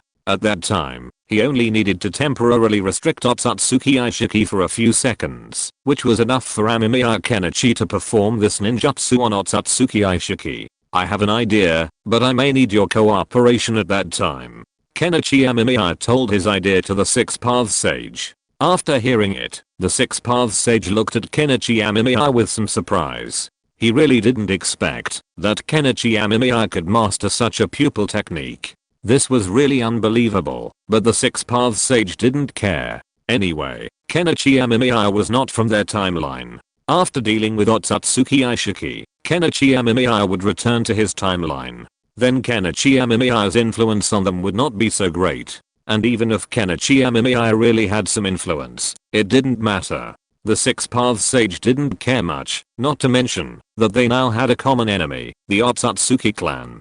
Furthermore, if the situation in the ninja world became irreversible, the Six Paths Sage still had another option, to find Kenichi Amemiya and travel to his world. Of course, if Kenichi Amemiya were defeated and fled to their side, that would also be a boon for the Six Paths Sage, as he would then have a foresight into the true power of the Otsutsuki clan and be better prepared for the battle. If it's just about restraining him, I can still do that. And if, as you say, his body will shrink, I have a ninjutsu that can specifically restrain him, the Six Paths Sage said seriously. He and Kenichi Amemiya were now on the same page, so they shared a common destiny. No matter what, the Six Paths Sage would help Kenichi Amemiya resolve this issue. So, what about Black Zetsu? Where is he now? Kenichi Amemiya asked, looking at the Six Paths Sage with some concern. As he spoke, Kenichi Amemiya led the Six Paths Sage out of the laboratory. As for Black Zetsu, I've temporarily imprisoned him and immobilized him. Do you want to see him? Or do you want to perform some experiments on him? The Six Paths Sage said nonchalantly. He didn't have any strong feelings for Black Zetsu, his mother's temporary replacement. After all, they weren't brothers, not to mention his only brother was Satsuki Hamura. Therefore, the Six Paths Sage had no feelings for Black Zetsu. If Amemiya Kenichi planned to use Black Zetsu for experiments, the Six Paths Sage wouldn't mind. Do you think there's any difference between Black Zetsu and your brother's previous bodies? If the difference isn't too significant, then it would certainly be helpful for my research. Besides, even if nothing else, then, this guy in front of me probably wants to kill Black Zetsu as well. Amemiya Kenichi said with a smile, looking at Uchiha Madara in front of him.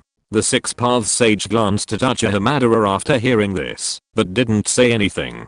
Uchiha Madara rolled his eyes after hearing what Amemiya Kenichi said, but he didn't object. After all, as Amemiya Kenichi had said, he did harbor a certain hatred for Black Zetsu. If possible, Uchiha Madara would personally kill Black Zetsu and make him pay for his past actions. More important than Black Zetsu is the situation regarding Satsuki Aishiki. I came here to inquire about your plans for Satsuki Aishiki. After all, the time for the war you mentioned is almost here, and Satsuki doesn't have any plans yet. Uchiha Madara said expressionlessly. He had been training Uchiha Sasuke many times during this period, and the results were very encouraging. Sasuke was indeed an interesting little guy. He was very strong, grew stronger very quickly, and had a strong resilience, which made Uchiha Madara somewhat delighted. However, if that's all, then Sasuke's strength is still not enough. At least, Sasuke can't defeat him in his serious state now. Of course, let Sasuke master the samurai first. Amemiya Kenichi said calmly. Sasuke and the others should also grow to their strongest state. Chapter 612. Opening the samurai for Sasuke. Sasuke, if you feel any discomfort during this experiment, you can tell me. It will be painful, Amemiya Kenichi said, looking at Sasuke. Sasuke swallowed hard, feeling a sense of pressure. After all, what he was about to do was a bit outrageous, and even his brother was a little surprised. The Rinnegan, the Uchiha clan's most powerful form, was even more powerful than the eternal Mangekyou Sharingan. Even Uchiha Itachi had never opened the Rinnegan. Although, with Amemiya Kenichi's help, Uchiha mastered the eternal Mangekyou Sharingan, and no longer had to worry about blindness. After solving this problem, Uchiha began to face a very troublesome problem, pressure to get married. For some unknown reason, Uchiha Makoto had been frantically urging Uchiha to find a marriage partner, a romantic relationship, and to expand the Uchiha clan as soon as possible. Uchiha suspected that this might be related to what Amemiya Kenichi had said to him before. I believe that if a family wants to become great again, having a large number of members is essential. Without a small number, how can it be called a family? These were the words Amemiya Kenichi spoke upon meeting Uchiha Mikoto, and it was clear that Uchiha Mikoto had taken his words to heart. Not only did she listen, but she also took them seriously. Teacher Amemiya Kenichi, is this experiment necessary? If not, can I perform it with my current vision? Sasuke asked with some concern. He felt that his strength had surpassed his previous self by many, if not countless times. Therefore, if Sasuke could avoid this experiment, it would be better. After all, he was now formidably powerful. Unconsciously, Sasuke had grown somewhat content with his stable life. However, seeing Amemiya Kenichi's serious expression, Sasuke knew that Amemiya Kenichi was absolutely insisting on him doing it, so his voice gradually trailed off. Sasuke, you have to know that the person we are facing this time is not like your brother. People like your brother are just like a primary school student in front of that guy. That's why I'm making you stronger now, and I also hope that you can survive. Amemiya Kenichi said helplessly. He looked at Sasuke in front of him, and he didn't expect that Sasuke would become like this now. You know, Sasuke used to be a persistent avenger, but now Amemiya Kenichi feels that the Sasuke in front of him has become a little weak. This may be because Sasuke now lives a happy and fulfilling life. Hatred will give people motivation, although it will also make people paranoid and crazy. People often say that people will change with the changes in the environment. Kenichi Amemiya feels that this statement is still very true. Just like the Sasuke in front of him, the current Sasuke is very different from the original Sasuke. He knew in advance why his brother chose to do that, and Sasuke's parents were also resurrected by Kenichi Amemiya. So now Sasuke has become like this. Kenichi Amemiya feels that he also played a big role. Just when Kenichi Amemiya was a little disappointed, Sasuke's eyes gradually became firm. He looked at Kenichi Amemiya and nodded seriously. Teacher Kenichi Amemiya, I understand. In order to prevent the same thing as my brother from happening again, I will work hard to become stronger. Sasuke said seriously. Looking at Sasuke's serious eyes, Kenichi Amemiya felt a lot more relieved. He felt that Kenichi Amemiya should be serious. Moreover, the thought that if he refused to become stronger, then the same thing might happen to him and his family in the future made Sasuke a little nervous. Although Uchiha Itachi had returned, his illness had been cured, and his parents had been resurrected, the night of the genocide was still fresh in Sasuke's memory, and every time he thought about it, he would feel a genuine fear. Amemiya Kenichi glanced at Sasuke, and Sasuke was indeed very serious, and had no intention of backing down. In this case, Kenichi Amemiya felt that allowing Sasuke to master the Rinnegan was a feasible possibility. In short, it was very easy for Kenichi Amemiya to help Sasuke master the Rinnegan. First, Kenichi Amemiya needed to transform Sasuke's eyes into the eternal Mangekyou Sharingan. After achieving the eternal Mangekyou Sharingan, Kenichi Amemiya repeatedly asked the Six Paths Sage to help Sasuke's eyes quickly become the Rinnegan. As for how to achieve the Rinnegan, Kenichi Amemiya believed that it required the unique chakra of the Tsutsuki clan.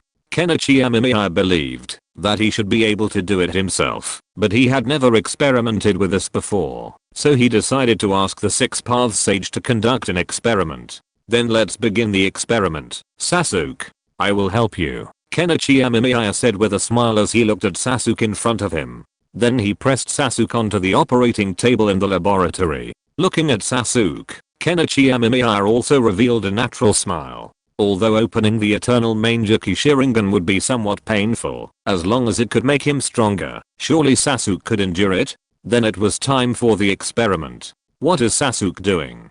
Naruto asked curiously, looking at his teacher in front of him. Upon hearing this, the first demon Senju Hashirama showed a strange expression. He certainly knew what Sasuke was doing. According to Kenichi Amemiya, Sasuke was going to open the Rinnegan, and only by opening the Rinnegan could he become the strongest. Thinking of this, Senju Hashirama looked at Naruto in front of him. Although Naruto could become as strong as Sasuke in the future, the problem was that Sasuke had opened the Rinnegan. How could Naruto improve? Senju Hashirama was very clear about the power of the Rinnegan. After all, he had sparred with his friend Uchiha Madara many times during this period. Regarding the power of the Rinnegan, Hashirama felt he had a strong opinion. The more powerful Dojutsu of this main Gekyo was indeed extremely powerful. Some of the Dojutsu abilities he possessed were beyond even his ken. Thinking of this, Hashirama began to think about how to make Naruto even stronger. After all, only if Naruto became stronger could he become as powerful as Sasuke. And that way, he wouldn't have to endure Uchiha Madara showing off in front of him every day. After learning that Sasuke would soon open his Rinnegan, Uchiha Madara had been showing off in front of him every day, showing off like crazy, constantly. Hashirama still remembered that Uchiha Madara's arrogance, and the thought of it made him feel extremely annoyed. So, Hashirama decided to solve this problem first.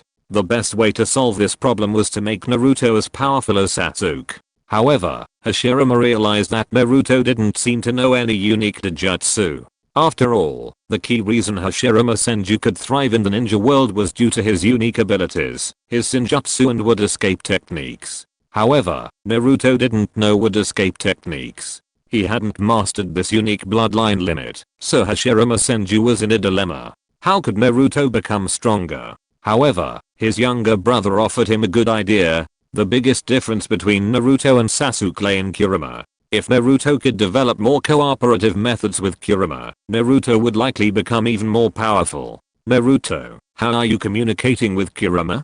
Hashirama Senju asked Naruto. Naruto, upon hearing this question, displayed a hint of pride. Then, without Naruto making any movement, several tails appeared on his body. Hashirama observed them, and recognized them as the power of the Nine Tails. He pondered, wondering if Naruto's approach to dealing with the Nine Tails was the right one. But that shouldn't be the case. Hashirama Senju had some doubts. He felt that the nine-tailed fox was just an ordinary pet and there was nothing special about it. But seeing how happy Naruto was, Hashirama Senju didn't know what to say. He just sighed helplessly. He looked at Naruto in front of him, and scratched his head. In this case, although Naruto's strength had become stronger, it had not become too much stronger. At least he was still much inferior to Hashirama Senju. I'm so worried. Hashirama Senju sighed, feeling helpless. He didn't have any idea of pushing Naruto to grow up, but that guy Uchiha Madara showed off in front of him every day, which annoyed Hashirama Senju. If nothing unexpected happened. Hashi, look, my student has mastered the Rinnegan. Ha ha ha ha ha. Hashirama Senju covered his ears helplessly. Here it comes again. Here it comes again. That guy Uchiha Madara started to show off his student Uchiha Sasuke Uchiha. Hashirama Senju took a deep breath. He really wanted to drive that guy Uchiha Madara out directly, or give him a set of real thousand hands to calm him down. However, when Naruto heard Sasuke coming, he stood up happily, and soon, Uchiha Madara's smug expression appeared in front of Hashirama Senju. Hashirama Senju looked at Uchiha Madara with empty eyes. This guy was really annoying.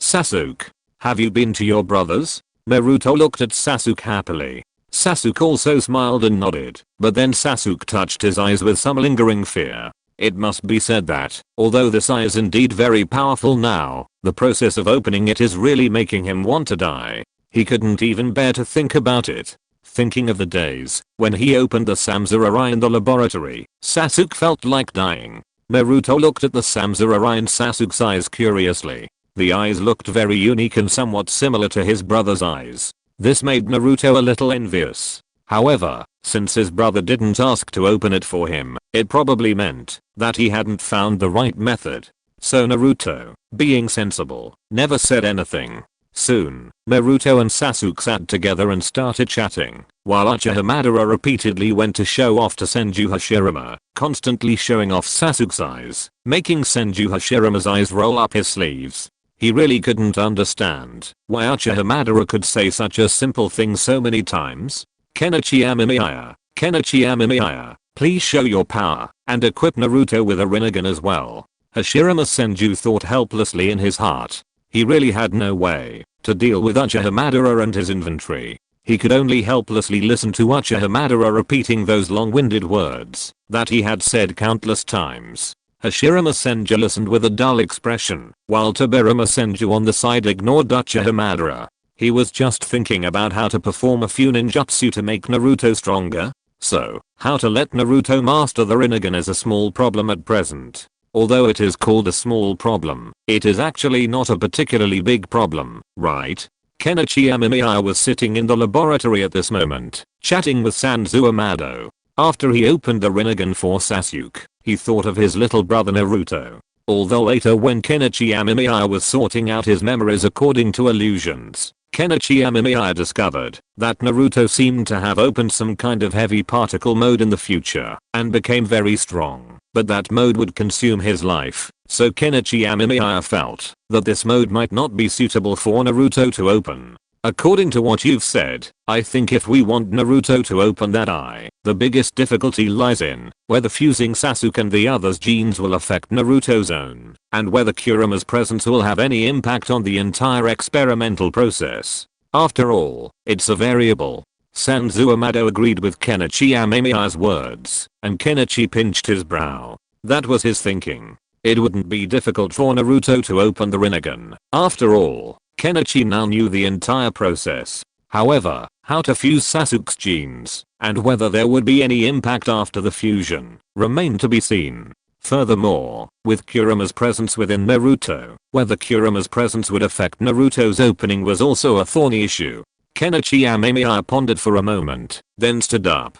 Arguing here would lead to no results. Kenichi Amemiya planned to bring Naruto here first, and have him undergo a test, to see if it worked. If so, Kenichi Amemiya was curious about how powerful Naruto would become with the Rinnegan. Chapter 613 Shadow Clone, Do Gods Bleed? Brother. Following Amemiya Kenichi's instructions, Uzumaki Naruto quickly found him. Naruto, come, have some barbecue, Amemiya Kenichi said, smiling at Naruto in front of him. He also pulled the seat in front of him away, to make room for Naruto. Naruto quickly sat down across from Amemiya Kenichi, and looked at him excitedly. It had indeed been a long time since Amemiya Kenichi left for his experiment, and Naruto missed the days he had spent with Amemiya Kenichi. After all, Amemiya Kenichi was always with him during that time. To Naruto, Amemiya Kenichi, the one who accompanied him, helped him, and took care of him, was even more important than his parents. After all, even the fact that he now had a happy and complete family was inseparable from his big brother. Every time Naruto thought of this, his heart was filled with motivation. Looking at Naruto in front of him, Amemiya Kenichi's face was filled with a smile. Naruto, how have you been getting along with Hinata lately? Amemiya Kenichi asked, smiling at Naruto. Naruto blushed a bit, a rare occurrence, and awkwardly held his chopsticks. But after a cough, he began to earnestly recount his progress with Hinata, leaving Tenshu feeling a bit amused. Why did Naruto act like he was confessing his crimes? Okay, I called you here because I have something to tell you, Amemiya Kenichi interrupted, looking at him seriously. He planned to open his brother's Rinnegan, but he wasn't entirely sure if the experiment would be successful. After all, Naruto's situation was unique.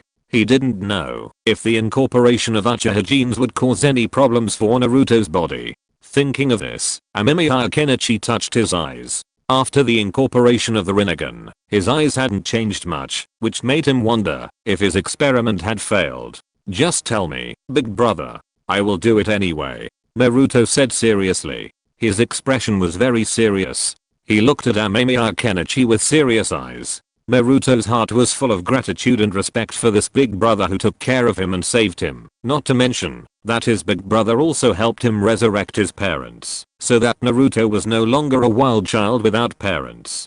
Thinking of this, Naruto decided that no matter what, as long as it was his brother's instruction, he would do it. Amemiya Kenichi smiled and touched Naruto's head. Although when watching anime, I always feel that Naruto is a little careless, and his performance in some things is not very satisfactory, not to mention that he is a person who has been looked down upon by others since childhood, and has not yet turned evil, but when he really comes to this world, you will find that Naruto's character is the best. Such a character makes people feel that making friends with Naruto will be a very comfortable thing. It's nothing, actually. Have you seen Sasuke's eyes? They are called the Rinnegan, and my plan is to give you a similar pair. Amemiya Kenichi chuckled as he handed Naruto a slice of beef, then placed another piece of raw beef on the grill. The surrounding Konoha villagers were laughing and playing, completely unaware of the impending war. This was understandable. After all, the details of Ishiki Satsuki were still a secret, and to some extent, beyond the reach of ordinary people. Even some Jounin were unaware of the situation, save for those recognized by Amemiya Kenichi, like Kei, who nearly kicked out the finale. Their strength was sufficient, but there were some problems. For example, after opening the death gate, there was a high probability of death. But with Amemiya Kenichi here, Kei wouldn't have to worry about death. Even if Kei developed a disability like in the original novel, Amemiya Kenichi could kill him and resurrect him, so he wouldn't have any broken bones. Now, the entire ninja world seems calm, but in fact, it is already surging. The strong men from various ninja villages have begun to gather in Konohagakure, and those famous Kage have been resurrected by Amemiya Kenichi. They will become the vanguard to consume Otsutsuki Ishiki, and buy more chances of survival for the surviving younger generations.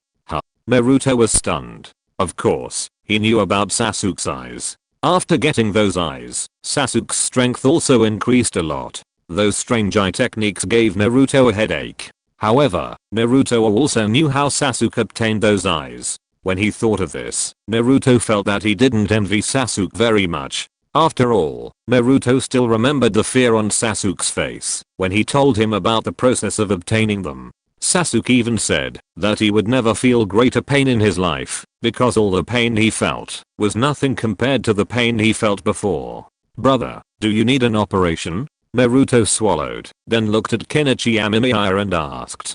Kenichi Amemiya was not surprised after hearing this. It was normal for Sasuke to tell Naruto about this. After all, Naruto and Sasuke had a very good relationship, and now that Orochimaru was dead, there would be no situation where Sasuke defected, and Naruto went to find him.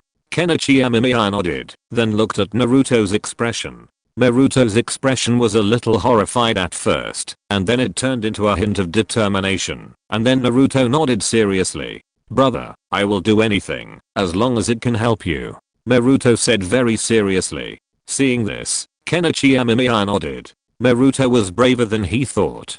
After all, most people would hesitate once they knew the level of pain. Moreover, Naruto was different from Sasuke.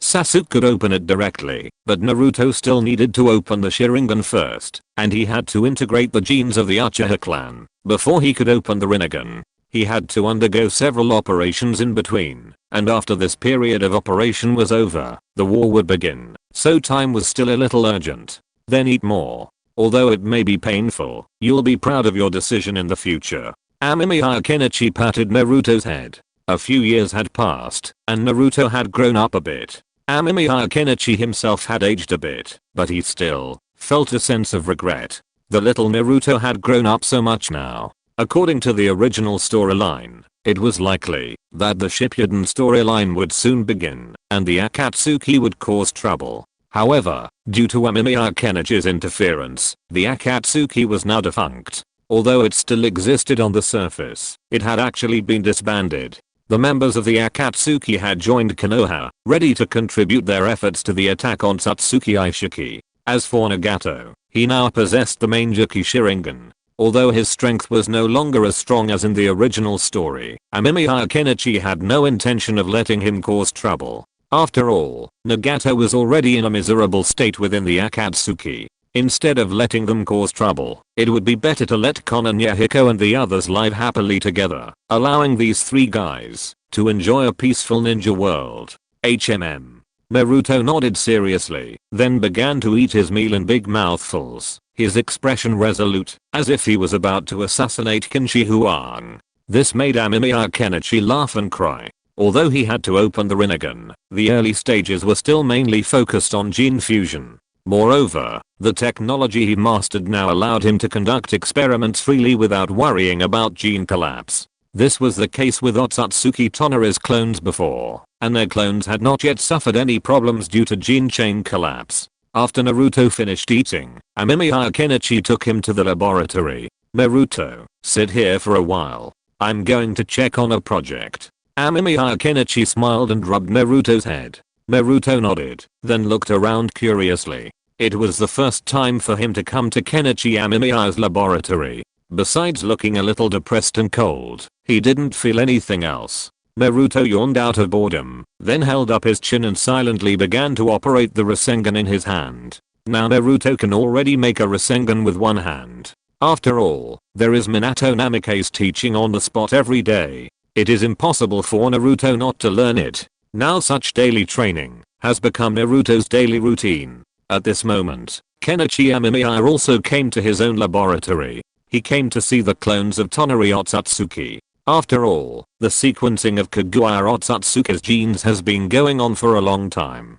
Kenichi Amemiya also wanted to see if there was anything they had researched. If there was, it was hard to say whether it could be used against Ishiki Otsutsuki. After all, they were all from the Otsutsuki clan, and it was hard to say what commonalities their genes had. How's the experiment going? Amemiya Kenichi asked, watching the busy clones before him. Upon hearing his question, one of the clones disbanded, and the memories it transmitted back made Amemiya pause for a moment before nodding. It seemed the gene sequencing was almost complete, though not much had been learned so far.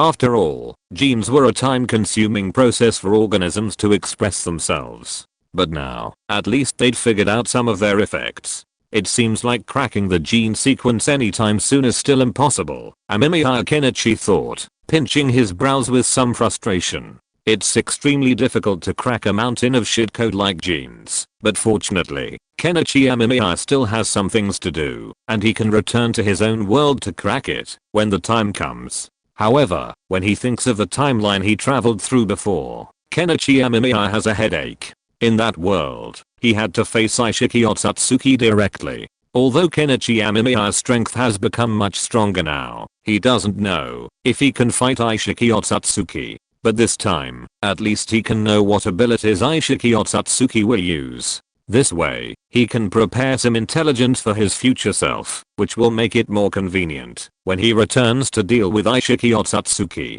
Although we have prepared a lot, I think the preparations may not be sufficient. Why don't you prepare a heavy artillery battalion? A shadow clone looked at Kenichi Amemiya and asked. Hearing this question, Kenichi Amemiya paused. Heavy artillery battalion?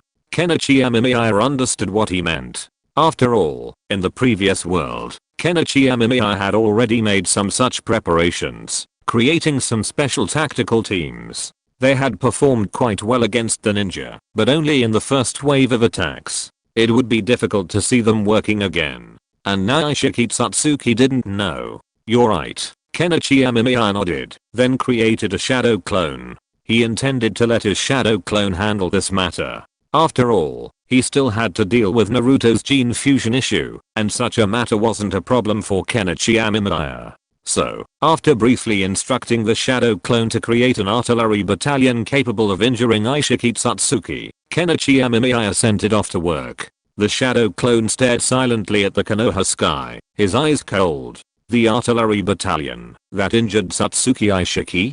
Got, you bleed too, don't you? A crazy thought crossed the shadow clone's mind. Since the entire ninja world was now working for one cause, then, with this thought in mind, the shadow clone arrived at the Hokage's building in Konoha. Minato Namikaze was sitting in the Hokage's office, working. With the war approaching, Konoha was overwhelmed with work. However, after the shadow clone arrived, Minato Namikaze still made time. After all, the affairs of the entire ninja world right now might not be as important as what Kenichi Amemiya had to tell him. Brother Minato, I need the resources of the entire ninja world to do something. There was a hint of madness in the shadow clone's eyes, but Minato Namikaze didn't notice. Anyway, this was Kenichi Amemiya's job. After Kenichi Amemiya and the Sage of Six Paths joined forces, no one in the entire ninja world could speak loudly to Kenichi Amemiya.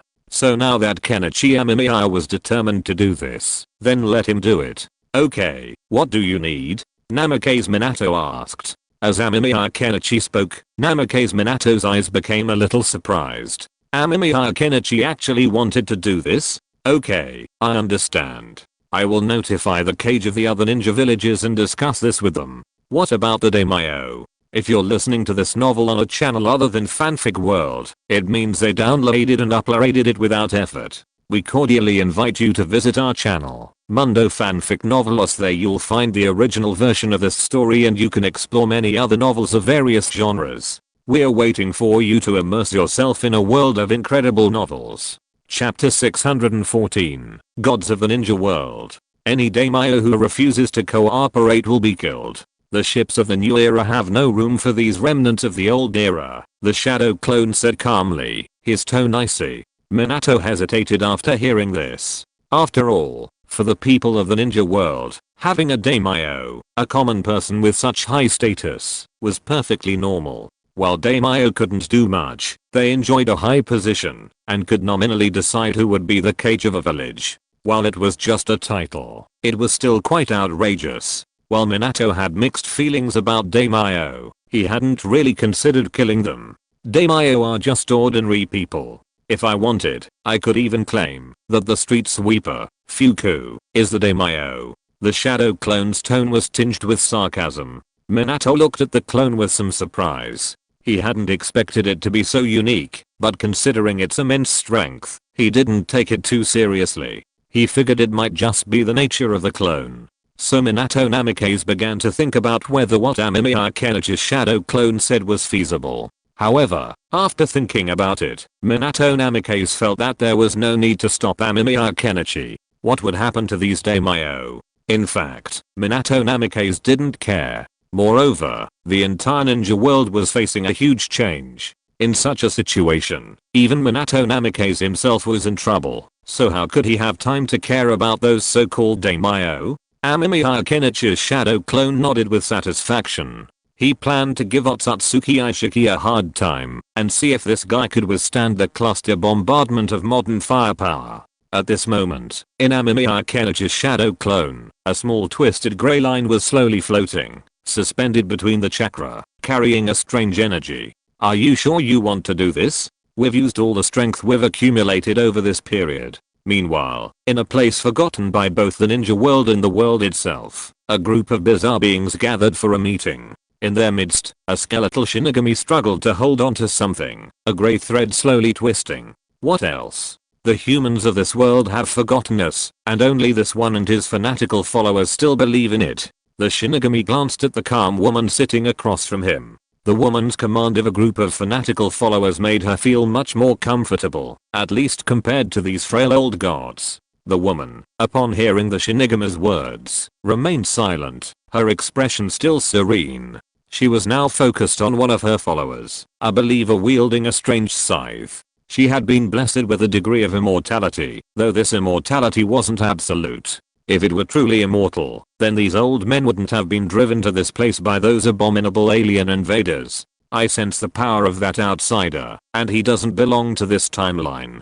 If we cooperate with him, perhaps we'll have a chance to reappear in this world. The death god fiddled with the knife in his hand. When he had met Kenichi Amemiya before, he had simply cut open his stomach and taken out the soul that fed him. But he didn't dare to confront him, as he had the power of the alien invader with him. However, the death god had an idea. Special beings like them, the less the world knew about them, the weaker they would become, and they might even die out. And this world was originally this. It was those damned aliens who had arrived from elsewhere, stolen what belonged to them, and then defeated them, leaving a large number of them decimated. Those who remained were those who had accumulated a lot of strength in the past, otherwise, they would have perished long ago at the hands of those alien bastards. Upon hearing the words of the Shinigami, the twisted figures present remained silent. They all knew the Shinigami was right, but they still felt he wouldn't help them. After all, they were too weak.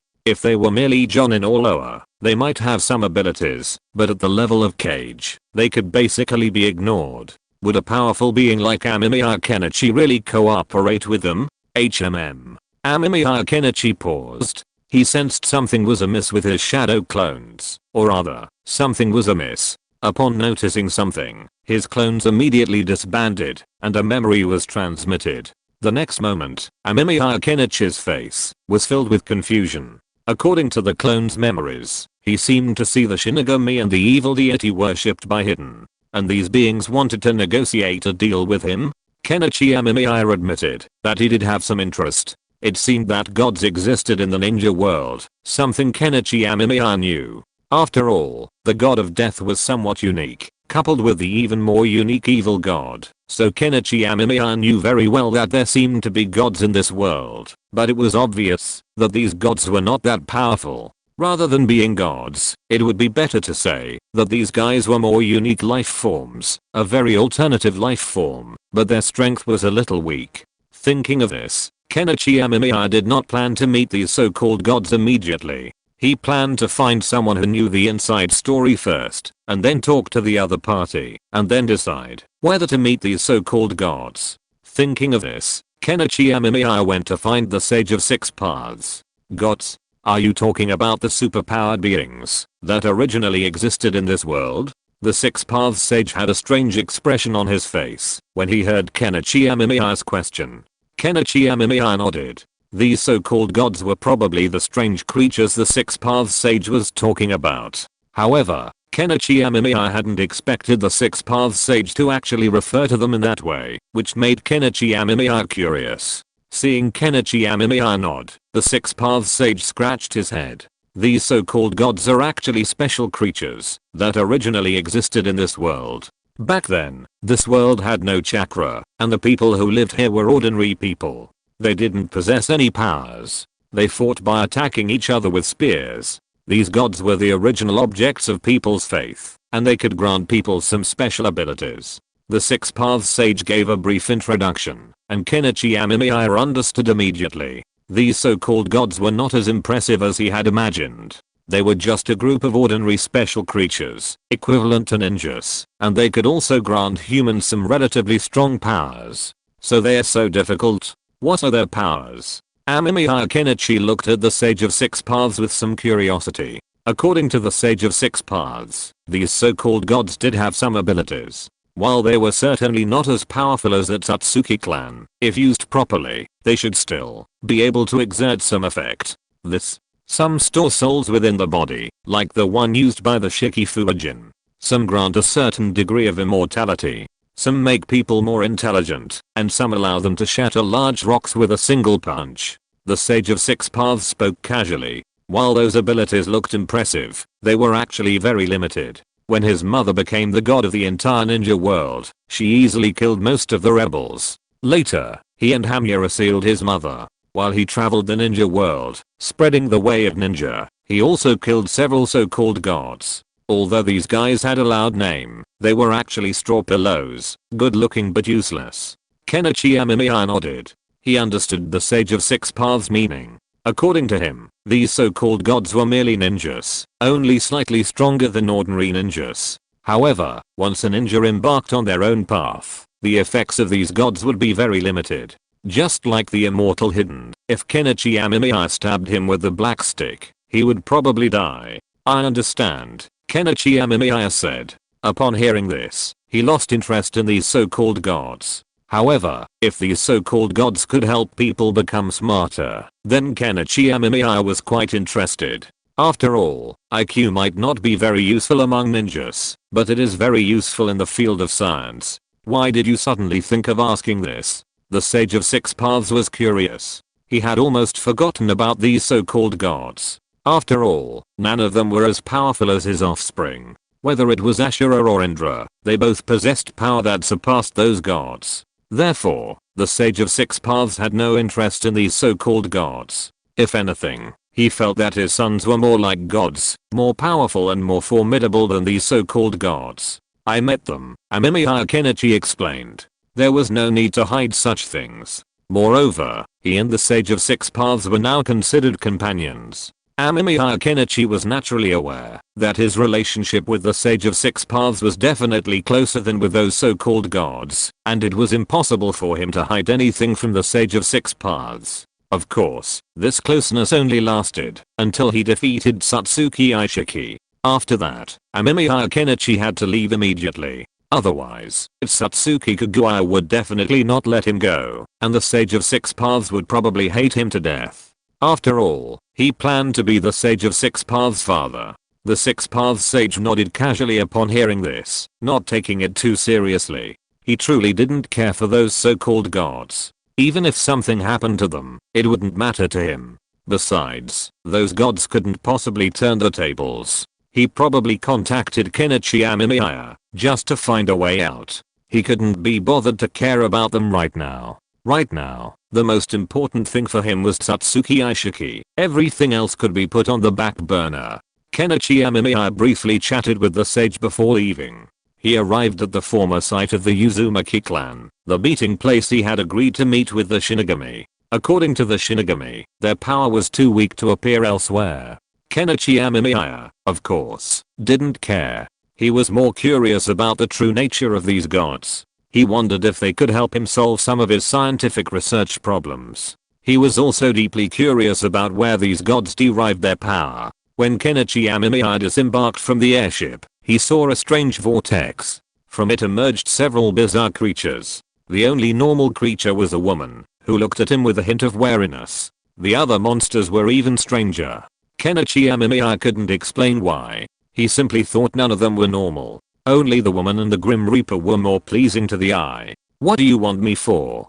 Kenichi Amemiya said, a half smile on his face as he looked at the so-called gods before him. These were likely the only gods still existing in the ninja world. If that were the case, the original ninja world might have continued to develop, becoming a world of gods, where people believed in gods, and gods granted them power, leading to a struggle for faith. However, before these unlucky creatures could grow strong enough, they encountered the Satsuki clan, who had come to plant trees. Then, they were all overwhelmed. It was truly unfortunate. "Lord Amemiya Kenichi, we need your help." The Shinigami held their breath with humility. Even in their prime, they couldn't defeat the Sage of Six Paths, let alone in their current state of dwindling survival. Kenichi Amemiya wielded the power to easily slay them, forcing them to be respectful. Kenichi Amemiya observed the Shinigami's humble demeanor and nodded. It seemed these so-called gods weren't so high and mighty, at least their attitude was still humble. But then again, someone nearly forgotten couldn't muster up any pride. "So what can you give me?" Kenichi Amemiya looked at the gods before him.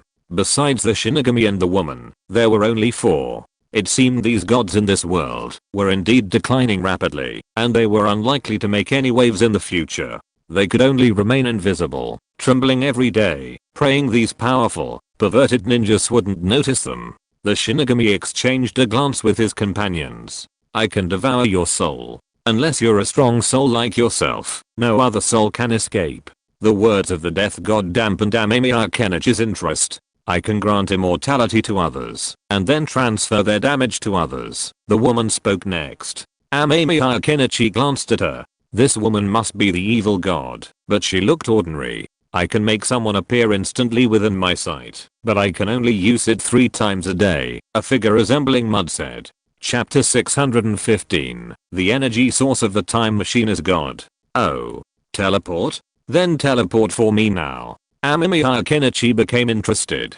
Although the guy in front of him could only teleport 3 times a day, if he could really teleport, then he still had some ability. Although there were some methods in the ninja world that could achieve similar effects, as far as Amemiya Kenichi knew, there were ninjutsu like the flickering body technique that could almost have similar effects, just like the title that Shizu had. Flickering body. Shizu obtained it through his incredible flickering body technique. Amemiya Kenichi looked at the evil god in front of him. He really didn't expect that this guy could actually have the ability to teleport, but Amemiya Kenichi felt that he still needed to verify it. After all, although they all said it was teleportation, the problem was that there was a difference between teleportation and teleportation. If it was to ignore all obstacles in the middle and go directly to another place, then this was the real teleportation. Hearing what Amemiya Kenichi said, the evil god nodded, and then began to use teleportation in front of Amemiya Kenichi, who also observed it carefully, to see whether it was teleportation or extremely fast movement.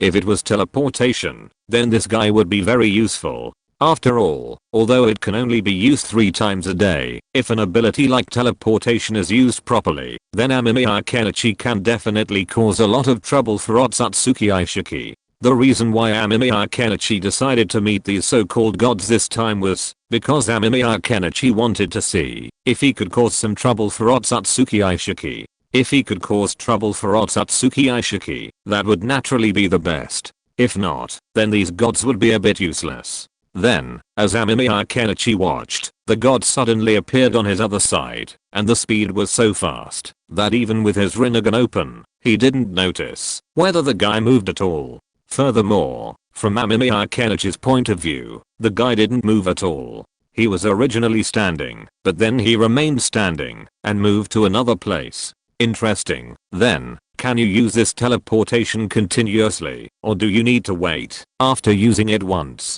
Amemiya Kenichi was a little curious. Although this ability seemed useless, it could still have a very powerful effect on a strong person like Amemiya Kenichi. After all, its effect was a bit like the Flying Thunder God ninjutsu of the 4th Hokage Minato Namikaze, except that it didn't require a mark to be planted in advance like the Flying Thunder God ninjutsu, but could be used directly. My teleportation ability can't be used continuously. I need to wait for about 5 breaths. The evil god in front of him said honestly, and Amemiya Kenichi was a little surprised after hearing it. Although it couldn't be used continuously, it could be used again after 5 breaths. To be honest, it wasn't a small number. Moreover, although such teleportation ability could only be used 3 times a day, as long as it was used, Amemiya Kenichi felt that it could still cause great trouble to Otsutsuki Aishiki. In this way, the battle between Amemiya Kenichi and Otsutsuki Aishiki would become smoother. Thinking of this, Amemiya Kenichi nodded with satisfaction. However, whether the evil god's teleportation ability could be used on him or not still needed to be verified by a later experiment. So, what are your abilities? Amemiya Kenichi looked at the other 3 gods. While they also had strange appearances, Amemiya Kenichi didn't care for their appearances at the moment. As long as their abilities could provide him with some assistance, that was enough. Of course, Amemiya Kenichi didn't expect them to be incredibly powerful. After all, if they were truly powerful, the Satsuki clan wouldn't be able to defeat them. My ability allows a person to grow taller beyond their age limit, typically by an additional 10-20 centimeters, another god said eagerly. However, Amemiya Kenichi wasn't particularly interested. This ability might be useful for ninjas who were particularly concerned about their height. In peacetime, it could bring them immense wealth and respect. After all, in his previous life, Amemiya Kenichi knew many people were deeply dissatisfied with their height. If they could painlessly, and without any side effects grow another 10-20 centimeters taller, they would surely be drawn to it. Seeing Amemiya Kenichi's lack of interest, the other party lowered his head in frustration. Even before the alien invaders arrived, this ability of his had been useless. Back then, it only made his tribe members grow taller, perhaps enabling them to more effectively attack the invaders, but it was also largely unknown. I can randomly grant special effects to others, either making them smarter, stronger, or perhaps even dumber, the 3rd god said honestly. Amemiya Kenichi frowned slightly upon hearing this. This ability was somewhat uncontrollable. If it made someone smarter, that would be great. However, if it caused them to become dumber, or have some other negative effect, then it would be completely useless. Amemiya Kenichi didn't even want to use it on Satsuki Aishiki. After all, Amemiya Kenichi didn't know what this ability would do to him. If it suddenly led to enlightenment, or made the fat Satsuki stronger, wouldn't that be asking for trouble? However, Kenichi Amemiya felt that this ability had some limitations. Otherwise, if anyone could use it freely, then Kenichi Amemiya felt that the god before him was actually quite powerful in some sense. Can it be used by everyone?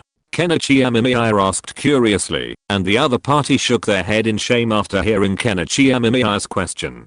Maybe it was possible in the past, but not many people know me now. So now I can only make ordinary people smarter or grant some other effects, but it won't work on ninjas. The 3rd god's words made Kenichi Amemiya even less interested. If that were the case, then the other party would be of little use to him. While he could try to study the god's power limit, if more people knew about it, what level of ninja would it correspond to? But for now, the god before him was clearly of little use. Amemiya Kenichi looked at the last god with a bit of lack of interest. He was the most ordinary looking of all the gods, not particularly ugly, nor unusual, but simply gave off a very ordinary vibe. I don't have any special abilities. My apologies, sir. I can only make a person appear ordinary to others, just like an ordinary person, easily overlooked, the last god whispered. Amemiya Kenichi was stunned when he heard it. Was that an ability? If so, it would be quite interesting. After all, if such an ability was used properly, it might be effective. Really? Then you sit now, and let me see. Kenichi Amemiya asked the god in front of him, and after hearing Kenichi Amemiya's question, the god was about to use its ability directly. The next second, Kenichi Amemiya looked at the god in front of him, and did not find anything unusual, which made Kenichi Amemiya a little confused, but then Kenichi Amemiya thought that it might be because there were too few people present. Thinking of this, Kenichi Amemiya used multiple shadow clones, and then turned all his shadow clones into various strange shapes, or characters like anime. Then, Amemiya Kenichi looked back at the area in front of him. There were now hundreds of multiple shadow clones, and these gods stood out among them, because of their bizarre appearances. However, Amemiya Kenichi realized that he hadn't spotted the unique, ordinary god at first glance. After 2 or 3 careful glances, he finally found the ordinary god in the crowd. This piqued Amemiya Kenichi's interest. As expected, this unique ability didn't have much effect. Its only effect was to make a person appear ordinary to others, a kind of passerby. While this passerby effect might seem meaningless at the moment, Amemiya Kenichi felt that if used properly, it might have some effect. These gods' abilities weren't strong, but if you think about it, it's not surprising. After all, if these gods were particularly powerful, they probably wouldn't be in their current state. However, Amemiya Kenichi was still quite satisfied. After all, the abilities of the 2 gods before him were quite useful and worth observing. Those 2 stay here, and the rest of you leave your names and draw your own portraits. We will help you promote it later. Amemiya Kenichi said indifferently. Anyway, this world is not his main world, so Amemiya Kenichi does not have any psychological burden to let these gods' names spread. He may even feel that it is not enough. If he was not worried about affecting the plan of ganging up on Otsutsuki Aishiki, Amemiya Kenichi would even want to let the entire ninja world chant the names of these gods every day to increase their strength and see if it can produce a stronger effect. However, considering that the old guy Otsutsuki Aishiki might notice something unusual, Amemiya Kenichi regretfully gave up this idea. However, Amemiya Kenichi did not give up completely. He still planned to try it on a small scale, at least to see if this teleportation and the sense of passers-by can be enhanced. What about your strength? If more and more people know you and chant your names, will your abilities grow stronger? Amemiya Kenichi asked, looking at the 2 bizarre-looking gods before him. Upon hearing this, the 2 gods' eyes lit up with joy. They weren't fools, and they naturally understood that Amemiya Kenichi's question was a sign of his intention to help them improve. I used to be able to teleport 12 times a day, and 3 times in a row. The teleport god spoke first. Amemiya Kenichi nodded. 3 times in a row was quite interesting. The effect was much stronger. So, these gods could indeed grant people some strange abilities, though the effects were not very strong. At my strongest, I can only make people become more ordinary. The ordinary god was not very confident. Its ability was not particularly useful. While it was effective when there were many people, it would not work if the enemy had a very clear target. Kenichi Amemiya nodded, but he still thought he could give it a try. This ability was good for sneak attacks. At least it could catch the enemy by surprise. For example, after forming multiple shadow clones, the real body used this ability to hide itself. As long as it was used properly, even Aishiki Otsutsuki would be in for a hard time. Do you know any dead gods? What will happen to you after you die? Kenichi Amemiya asked curiously. Arranging people to make these guys stronger was not a big problem for Kenichi Amemiya, so now Kenichi Amemiya was a little curious about the composition of these gods. At the same time, Kenichi Amemiya's samurai began to silently analyze. The teleportation god instantly felt a chill down his spine, but faced with Kenichi Amemiya's question, he could only answer honestly. One of my companions died and vanished instantly, turning to ash. Nothing remained, the teleportation god said respectfully. Amemiya Kenichi nodded, though this was a bit boring. However, Amemiya Kenichi didn't let the 2 gods go. Instead, he continued analyzing the situation. Though frightened, the two gods didn't dare leave and stayed. Soon, Amemiya Kenichi had finished. How interesting. Amemiya Kenichi looked at the two gods before him with a hint of wonder. He hadn't expected the gods' bodies to be so unique. They were more like energy creatures than flesh and blood creatures. Most intriguingly, Amemiya Kenichi discovered that some of the gods' atomic structures closely resembled the energy used by the time machine. Could the time machine be fueled by some divine power? That would be quite interesting. He just didn't know if that was the case. If so, Amemiya Kenichi smiled. Then he'd found a way to become infinitely stronger. Chapter 616 When countless parasites form a human being. Kenichi Amemiya, are you saying you found the source of the time machine's energy? Sanzu Amado asked excitedly, and Amemiya smiled and nodded. To some extent, he had indeed found it. After all, the atomic formulas were very similar, with only minor differences. While they weren't exactly the same, that was enough for Amemiya. After all, these things could be manipulated in some special ways, and Amemiya had already thought of a solution. He planned to try separating the unique energy source from these so-called gods, then inserting an atom, and attempting to alter its overall structure. Successful modification could potentially lead to a significant change in the properties of the object. This was inspired by a previous scientist's experimental experience. While the cost was a bit high, it wasn't unacceptable to Amemiya. Then what is this energy source you found? We haven't found any similar structure so far. I'm really curious about what you found.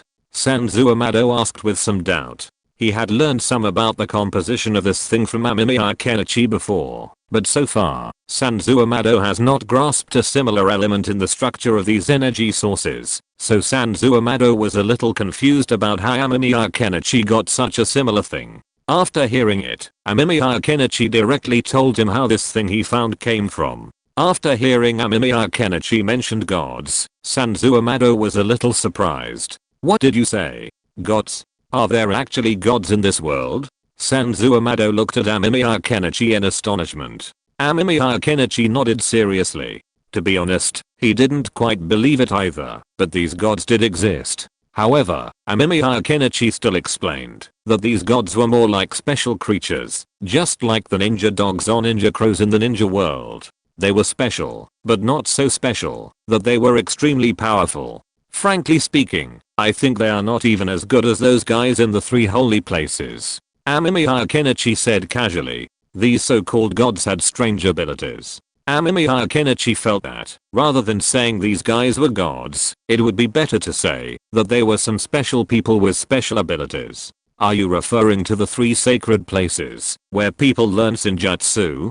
Sanzu Amado looked at Amemiya Kenichi with some curiosity. After Amemiya Kenichi's table turning, the three sacred places were no longer such a secret. At least many powerful figures in the ninja world knew about them. However, compared to these three sacred places, Amemiya Kenichi found other things more interesting. I remember a place called Maiboku-san, where there lived a great toad sage who could predict the future to a certain extent while sleeping. Amemiya Kenichi smiled playfully. He was genuinely interested in this particular topic. After all, it was a prophecy, and prophecies were normally extremely difficult to fulfill. Of course, even more difficult than prophecies was traveling back in time. After all, going back in time was simply impossible, the difficulty being immense. Predict the future? I've heard you mention this before.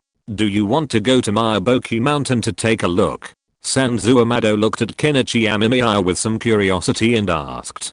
Kenichi Amemiya shook his head. Although he was indeed interested in this area, Kenichi Amemiya knew in his heart that now was not the time to go to see the Toad Sage. So Kenichi Amemiya directly brought in a god from outside. This god was the one with relatively useless abilities. Mr. Sanzu Amado, I need your help to solve a problem now. I need to study this guy. This guy's current situation is rather special. I haven't found any special features of this guy yet, and what exactly is this component in his body that is similar to the energy of the time machine? It also needs to be separated. Amemiya Kenichi looked at Sanzu Amado and said, and Sanzu Amado immediately understood what Amemiya Kenichi meant after hearing it.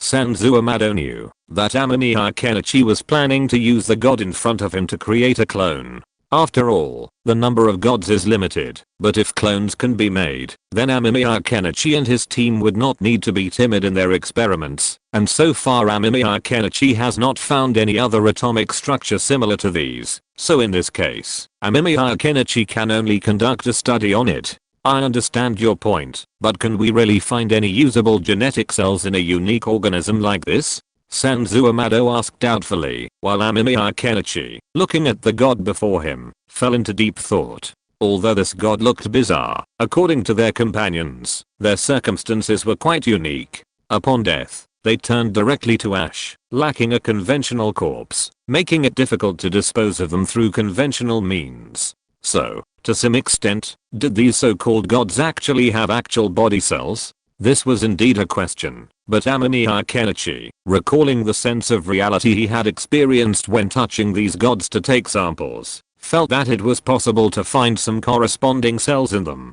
At the very least, they should be suitable for an experiment. Although they look a bit unique, they actually have physical substance. I don't think it's a big deal. Amemiya Kenichi nodded confidently. Sanzu Amado said nothing, but instead took the god for a sample, after which he observed them. Upon observing this, Sanzu Amado discovered something peculiar. While these gods looked somewhat unique, they were generally considered living beings, and thus possessed a cytoplasmic structure. However, what surprised Sanzu Amado was that this particular being before him possessed a single cell, a unique single-celled organism. In other words, his entire body was composed entirely of single cells. This unique being, composed entirely of countless single-celled organisms, was a unique characteristic of this god, and it surprised Sanzu Amado somewhat. After all, normally, most organisms are composed of countless tiny cells, which is perfectly normal, but these cells generally operate according to certain rules. However, the cells of this god before him were all single-celled, which made him feel quite outrageous. It stands to reason that so many single-celled organisms should not have any effect.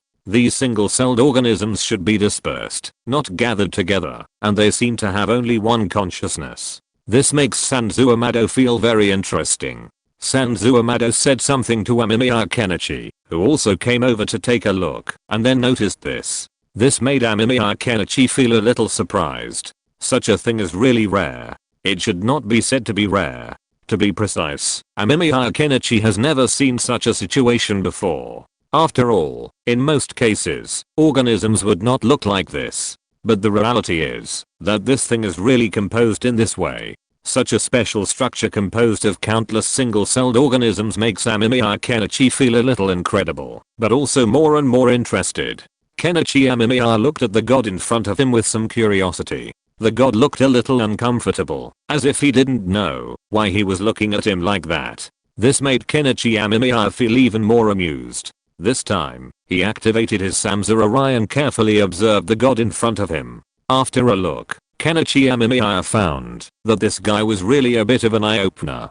Kenichi Amemiya was sure that the god's body was composed of countless single-celled organisms. However, what surprised Kenichi Amemiya was that this guy's situation was very special. His entire body, including his blood, was composed of single-celled organisms.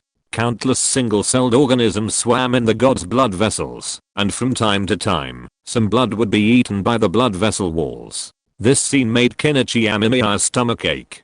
Kenichi Amemiya really didn't expect the god in front of him to be so disgusting. But in that case, what exactly was the unique energy composition? With this in mind, Amemiya Kenichi continued to observe the unique god before him. As he analyzed and deconstructed it, he discovered that the atomic formula within the god, similar to the energy source for the time machine, was actually the excrement of these single-celled organisms. This excrement would accumulate in the field formed by countless single-celled organisms. No, it seems that's not the case. Amemiya Kenichi was a little surprised. He watched with his own eyes as the excrement of countless single-celled organisms was transported to the intestines, where they were then processed again by the single-celled organisms in the stomach and intestines, and finally transformed into the unique energy source that Amemiya Kenichi needed. This made Amemiya Kenichi's mouth twitch. So, the energy source for the time machine wasn't the god, but the excrement of these unique single-celled organisms? What on earth was going on? Amemiya Kenichi was confused and speechless. For the first time, he didn't want to continue his research. After all, the scene was too shocking to watch, and it was a bit embarrassing. Kenichi Amemiya, come and see. This thing, once cut off, will automatically move on to the other person's body. Sanzo Amado said excitedly. Kenichi Amemiya rubbed his face. He didn't really want to see it, but he looked over anyway. This sight gave Kenichi Amemiya a stomachache, because he realized that what he said was right. Sanzo Amado had just cut a piece of skin from the god's body, and this piece of skin was now crawling onto the exposed flesh. In front of Kenichi Amemiya's extraordinary vision, Kenichi Amemiya could clearly see those single-celled organisms constantly moving their flagella and then crawling towards the wound. Such a scene was really unbearable to watch. Kenichi Amemiya took a deep breath and then glanced at Sanzo Amado. Sanzo Amado was still very excited and had no idea how shocking the scene before him was. Kenichi Amemiya calmed himself down and put himself into scientific research mode. Kenichi Amemiya began to think about what the composition of this energy body was. Why did such a change occur after the secondary processing of single-celled organisms? Kenichi Amemiya looked at the god before him. He had previously considered asking Sanzo Amado to clone the god, but the sheer number of single-celled organisms now thwarted his cloning efforts. After all, with so many single-celled organisms, he'd have to clone countless times to create a single god. I have to say, this guy really has given me a difficult problem, Kenichi Amemiya said, looking at the god with a hint of frustration. He hadn't considered observing the other party's cellular level before, but he didn't expect to discover such a daunting scene now. However, the protagonist was also curious. Could this god before him be a hive mind? All single-celled organisms share a single consciousness, so that's not impossible, and even very likely. Do you know how you were born? Kenichi Amemiya asked the god before him. He was curious about how this god came into being. It couldn't be a giant single-celled organism, could it? Or was it something more bizarre? Like two single-celled organisms giving birth to this monster, composed of countless single-celled organisms? But then, Kenichi Amemiya was also curious about how so many single-celled organisms could grow up. How does one maintain the number of single-celled organisms in one's body? This puzzled Amemiya Kenichi. I don't know. When I was conscious, I was standing in a huge swamp, the god said with some doubt. Amemiya Kenichi glanced at him. Swamp? Chapter 617. What does God rely on to empower us? A vast swamp, with no memory of its parent, made it impossible for Kenichi Amemiya to not speculate. He even suspected that the being before him might be another, relatively unique creature, perhaps even more unusual. This so-called god, composed of countless single-celled organisms, seemed to have no memory of its parent, making it, in some ways, quite rare. It was like the classic philosophical question, which came first, the chicken or the egg? Most living things have a mother. Even some single-celled organisms, which replicate through division, can, in some ways, function as a mother. Therefore, Kenichi Amemiya found the god before him rather outlandish. Normally, he should have a mother, yet he had no memory of her, and was composed of so many single-celled organisms. This intrigued him. Honestly, this is the first time I've seen anything like this. I've never seen such unique creatures before. So, what's going on with this guy? Amemiya Kenichi, do you have any idea? Sanzo Amado was also very curious about the so-called god before him. Amemiya Kenichi shrugged after hearing this. He certainly didn't know what was going on. After all, Amemiya Kenichi didn't know much about this matter. In fact, if Sanzo Amado hadn't discovered that this guy's body was composed of so many single-celled organisms, Amemiya Kenichi might have taken some time to realize this. After all, when he and this guy were discussing the situation and hugging each other, Amemiya Kenichi didn't feel anything unusual. But the thought that these tiny single-celled organisms on this guy might have attached themselves to him made Amemiya Kenichi feel a little uncomfortable. However, this also made Amemiya Kenichi curious. In this case, how did this person give people these strange abilities? Now show me how you give someone this unique ability of yours. Amemiya Kenichi looked at the god in front of him with some amusement. After hearing this, the god did not think much about it, but nodded obediently. but I don't have anyone in front of me to give this ability to, so who do you want me to use it on? Is it him? The god looked at Sanzuamado and asked. Amemiya Kenichi shook his head after hearing this. Although Sanzuamado was only a scientist, Sanzuamado was very trusted by Amemiya Kenichi, so Amemiya Kenichi naturally would not let Sanzuamado try such a potentially dangerous test. So Amemiya Kenichi brought a prisoner from a prison in Konoha. Although the ninja world is now free of major conflicts thanks to the collaboration between Amemiya Kenichi and the Sage of Six Paths, and even if some clandestine conflicts do occur, they are merely staged for Satsuki Aishiki's benefit. There are still some individuals sent to prison throughout Konoha. Some are imprisoned for theft, others for other reasons, some for murder. Regardless, they're all sent there, and Amemiya Kenichi doesn't feel any special pity or affection for them. Let's take this guy. Use your abilities on him. Let me see. Amemiya Kenichi casually tossed the condemned prisoner in front of the god. Sanzuamado stood nearby, assembling various instruments on the prisoner. These instruments would later be used to perform various tests, to determine what changes would occur after the god's abilities were applied to him. Alright, the god stood up, looking at the condemned prisoner before him, and slowly extended his hand. Kenichi Amemiya also stood aside and watched. He was really curious about what this guy would do. At the same time, Kenichi Amemiya's Rinnegan had already activated its analytical ability. Kenichi Amemiya intended to see if this guy was giving the other party some strange abilities by parasitizing single-celled organisms. If so, then he needed to seriously consider it. After all, Kenichi Amemiya had done some research on what would happen after being parasitized. Kenichi Amemiya knew very well that parasitism was not a good thing, and it might even lead to some very bad things. After all, these parasites have all kinds of abilities, and some of them may be relatively special.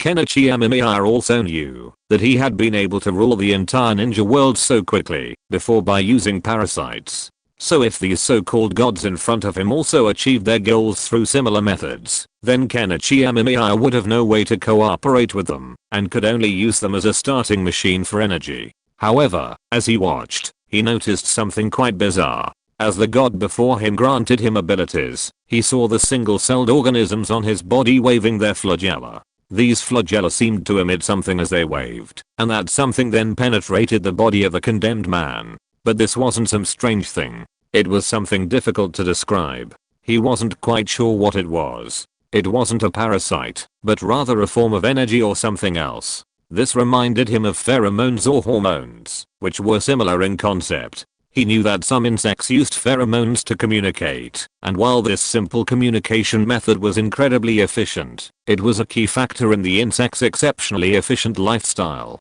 My instrument seems to have picked up something resembling pheromones. Amemiya Kenichi, have you seen any?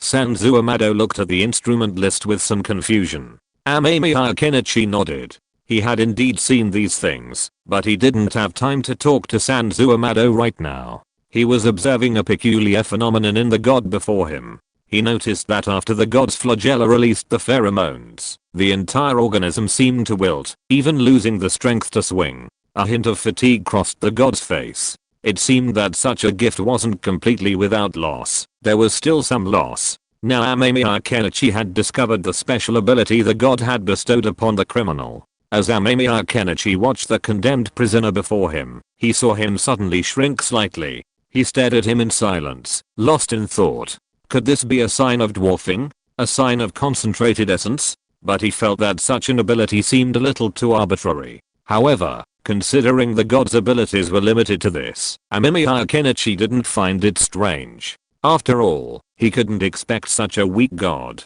to exert such a powerful effect. So Amemiya Kenichi was more concerned about the death row prisoner in front of him. How did the other party obtain the abilities bestowed upon him? Thinking of this, Amemiya Kenichi observed the young death row prisoner, but he didn't find anything unusual. Those strange pheromones seemed to have disappeared from the prisoner's body after entering. At least, from Amemiya Kenichi's perspective, he couldn't see anything unusual. How strange. This is the first time I've seen such a performance. The strangest thing here is that there is no abnormal performance on the instrument. It can only be detected that the opponent's spinal cord seems to have risen by 2 degrees for an instant, but then it returned to normal. So could it be that the changes are from the spinal cord?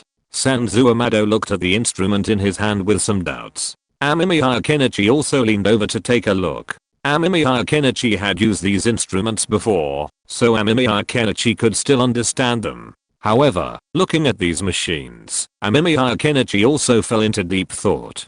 Judging from the performance in front of him, there was indeed no major abnormality in the body of the death row prisoner in front of him. The only thing worth paying attention to was the position of the opponent's spine. There was a momentary temperature rise before, but it only rose by 2 degrees and then quickly subsided without causing any abnormal performance. Let's cut it open and take a look. Amemiya Kenichi and Sanzo Amado said, and Sanzo Amado nodded after hearing it. Then Amemiya Kenichi and Sanzo Amado cut the body of the death row prisoner open and observed the condition of his spine. After cutting it open, Amemiya Kenichi found that the body of the death row prisoner in front of him was indeed very unique. The death row prisoner's spine was attached to some twisting single-celled organisms. The strange pheromones they had previously emitted had merged with this guy's spine. Amemiya Kenichi was able to see this because he found that the death row prisoner's spine was different from that of a normal person, so he noticed this. This change also made Amemiya Kenichi curious. So how did these gods achieve this? Let's sequence this genetic information to see if there have been any changes in his genes. Amemiya Kenichi was a little curious. Would these pheromones undergo any unusual changes after being integrated into the death row prisoner's body? Therefore, Kenichi Amemiya planned to conduct a comprehensive test on the condemned prisoner. He had no plans to make any other arrangements for the deity before the results came back. After all, he didn't want to take any risks before resolving the issue. Although the opponent was very weak, and Kenichi didn't believe he was a threat, the most important thing to be wary of in scientific experiments was. I think this is a point countless scientists have learned through their own lives. Therefore, ensuring safety is paramount before any experiment.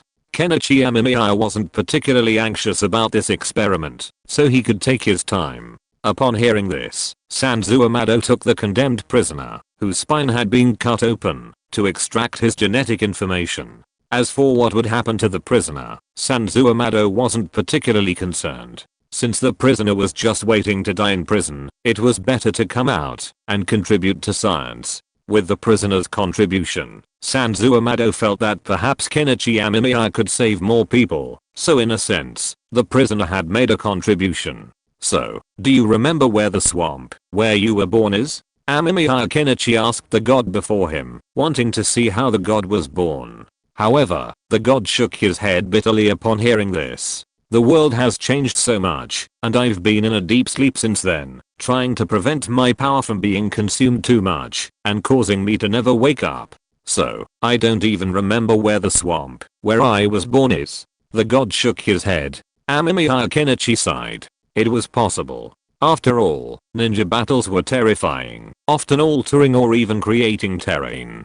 So, it was not surprising that the swamp was simply destroyed. However, Amemiya Kenichi still felt a little disappointed. After all, the birth of these gods might be linked to some very important secret. However, Amemiya Kenichi had no intention of exploring the details yet. After all, these statements were just icing on the cake. Amemiya Kenichi didn't intend to rely on these gods to truly do anything for him. If they could help, that would be great. If they couldn't, Kenichi Amemiya wouldn't feel bad.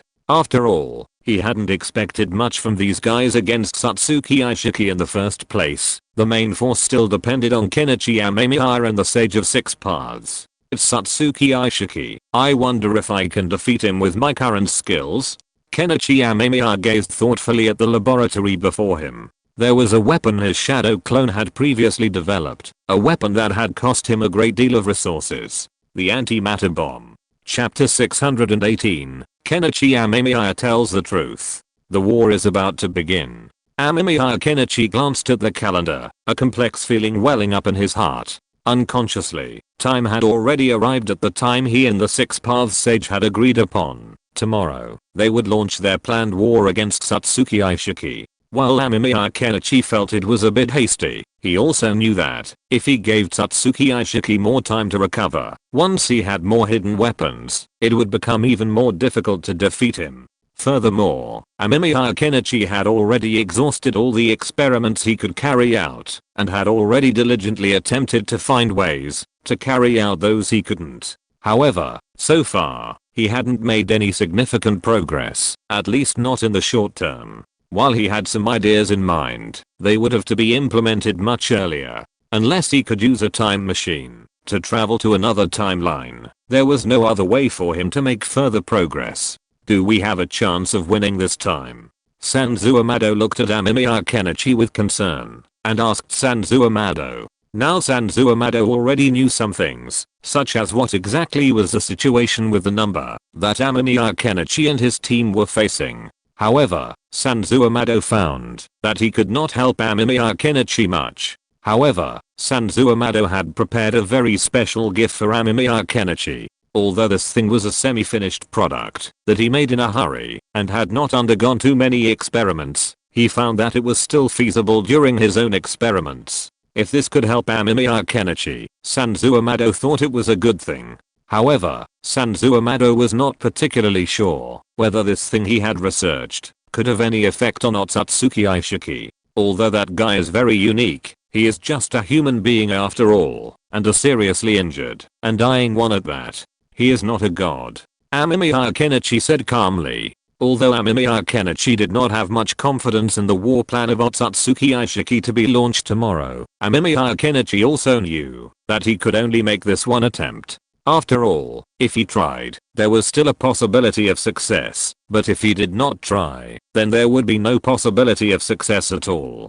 So Amemiya Kenichi was very clear about this, and he also planned to do so, to give it a try. If this could succeed, then it would naturally be the best. However, Amemiya Kenichi also had some confidence in himself. After all, after Amemiya Kenichi looked through some memories in his illusion, Amemiya Kenichi discovered that Otsutsuki Aishiki was not invincible. At least Otsutsuki Aishiki was not the main problem that Naruto and others had to face in the later period. Otsutsuki Aishiki could be defeated and killed. What's more, the time when Kenichi Amemiya and his men started such a war was much earlier than that in Boruto. Kenichi Amemiya felt that during such a long period of time, he should have more confidence to face Aishiki Otsutsuki, so Kenichi Amemiya was also more confident. After hearing what Kenichi Amemiya said, Sanzu Amado also felt a little more confident in his heart. Although for Sanzu Amado, Kenichi Amemiya and his men have failed now, and it may not have any big impact on him, but Sanzu Amado is still worried. After all, Kenichi Amemiya is his friend, and has helped him so much. His daughter was resurrected with the help of Kenichi Amemiya, but if he followed that Sanzu Amado, then whether his daughter can be resurrected now is still a question. After all, in the intelligence they have obtained from Kenichi Amemiya so far, Sanzu Amado has not seen any case of Aishiki Otsutsuki resurrecting others, but Kenichi Amemiya in front of him has, so Sanzu Amado is still more inclined to Kenichi Amemiya. By the way, Kenichi Amemiya, this is a gift from me to you. I made some adaptations to one of my previous works. After the adaptation, this ninja tool can now bear greater power. Although I don't know if it will be helpful to you, I still hope you can accept it. Sanzu Amado took out a strange weapon and gave it to Kenichi Amemiya. Kenichi Amemiya took it curiously and took a look at it, and then he roughly understood what this thing was. This was the scientific ninja tool studied by Sanzu Amado, which can rebound ninjutsu to a certain extent. However, Kenichi Amemiya had tried it before, and the ninjutsu that can be rebounded by this thing is relatively limited. If it is a particularly powerful ninjutsu, then it cannot be rebounded, but will be broken by the defense. Therefore, Kenichi Amemiya is not particularly concerned about this. But now that Sanzu Amado said that this thing has been improved, Amemiya Kenichi felt that it should still have some effect. Although he didn't know whether it would be useful when facing this guy Otsutsuki Aishiki. Looking at the sincere eyes of Sanzu Amado in front of him, Amemiya Kenichi thought about it and took the thing, and then politely said thank you to Sanzu Amado. Mr. Sanzu Amado, have you ever tested how much energy of a ninjutsu this thing of yours can carry? Amemiya Kenichi asked curiously. After hearing this, Sanzu Amado shook his head awkwardly and then said that the most powerful ninjutsu he used now could also be rebounded by his scientific ninja tool, but he didn't know if it would work for Amemiya Kenichi. After hearing this, Amemiya Kenichi had a rough understanding. Although Sanzu Amado's strength was not particularly strong, in Amemiya Kenichi's opinion, he still had the ability of an elite jonin. Coupled with some unique ninja tools, it can be said that the Sanzu Amado in front of him almost had the strength equivalent to that of a cage. It's just that the energy chakra at the elite jonin level was not a big deal for Amemiya Kenichi. However, Amemiya Kenichi was still very happy. It was hard to say whether this thing would be helpful to his other research, but Amemiya Kenichi didn't have much time now, so Amemiya Kenichi thanked Sanzu Amado and hurried out of the laboratory. He still had some other things to prepare. Alas, I can't help much. I can only hope that Amemiya Kenichi and his team's plan can succeed. Sanzu Amado sighed. However, Sanzu Amado really couldn't do much for Amemiya Kenichi's plan and the guy Otsutsuki Aishiki. All he could do now was to help Amemiya Kenichi share some of the burden of scientific research. Thinking of this, Sanzu Amado came to the cloning laboratory. He planned to take another look and see if there was any other way to cultivate the previous clone so that the other party could be used by Amemiya Kenichi. In this way, Sanzu Amado felt that he might be able to help Amemiya Kenichi a little, so Sanzu Amado hurriedly opened a clone's culture dish and planned to try it here. 6 Paths Sage, have you thought about how to treat Otsutsuki Kagura? Amemiya Kenichi was sitting on the Hokage rock at this moment, looking at the Konoha village below. Amemiya Kenichi had to admit that this had become a way for Amemiya Kenichi to relax. The Sage of 6 Paths was sitting next to Kenichi Amemiya. After hearing Kenichi Amemiya's question, the sage's eyes were a little vague. He had actually thought about it, but even though he said so, he was still a little nervous when he thought about releasing Kagura Otsutsuki. After all, the Sage of 6 Paths knew very well what his attitude was towards Kagura Otsutsuki and how much Kagura Otsutsuki disliked him, so the Sage of 6 Paths felt a little painful. After Kenichi Amemiya glanced at the Sage of 6 Paths, he felt relieved. If the Sage of 6 Paths did not intend to release Kagura Otsutsuki, then it would naturally be the best. After all, Kenichi Amemiya had previously discovered that Kagura Otsutsuki's will was not so fierce in her resistance, and even had a lifeless feeling.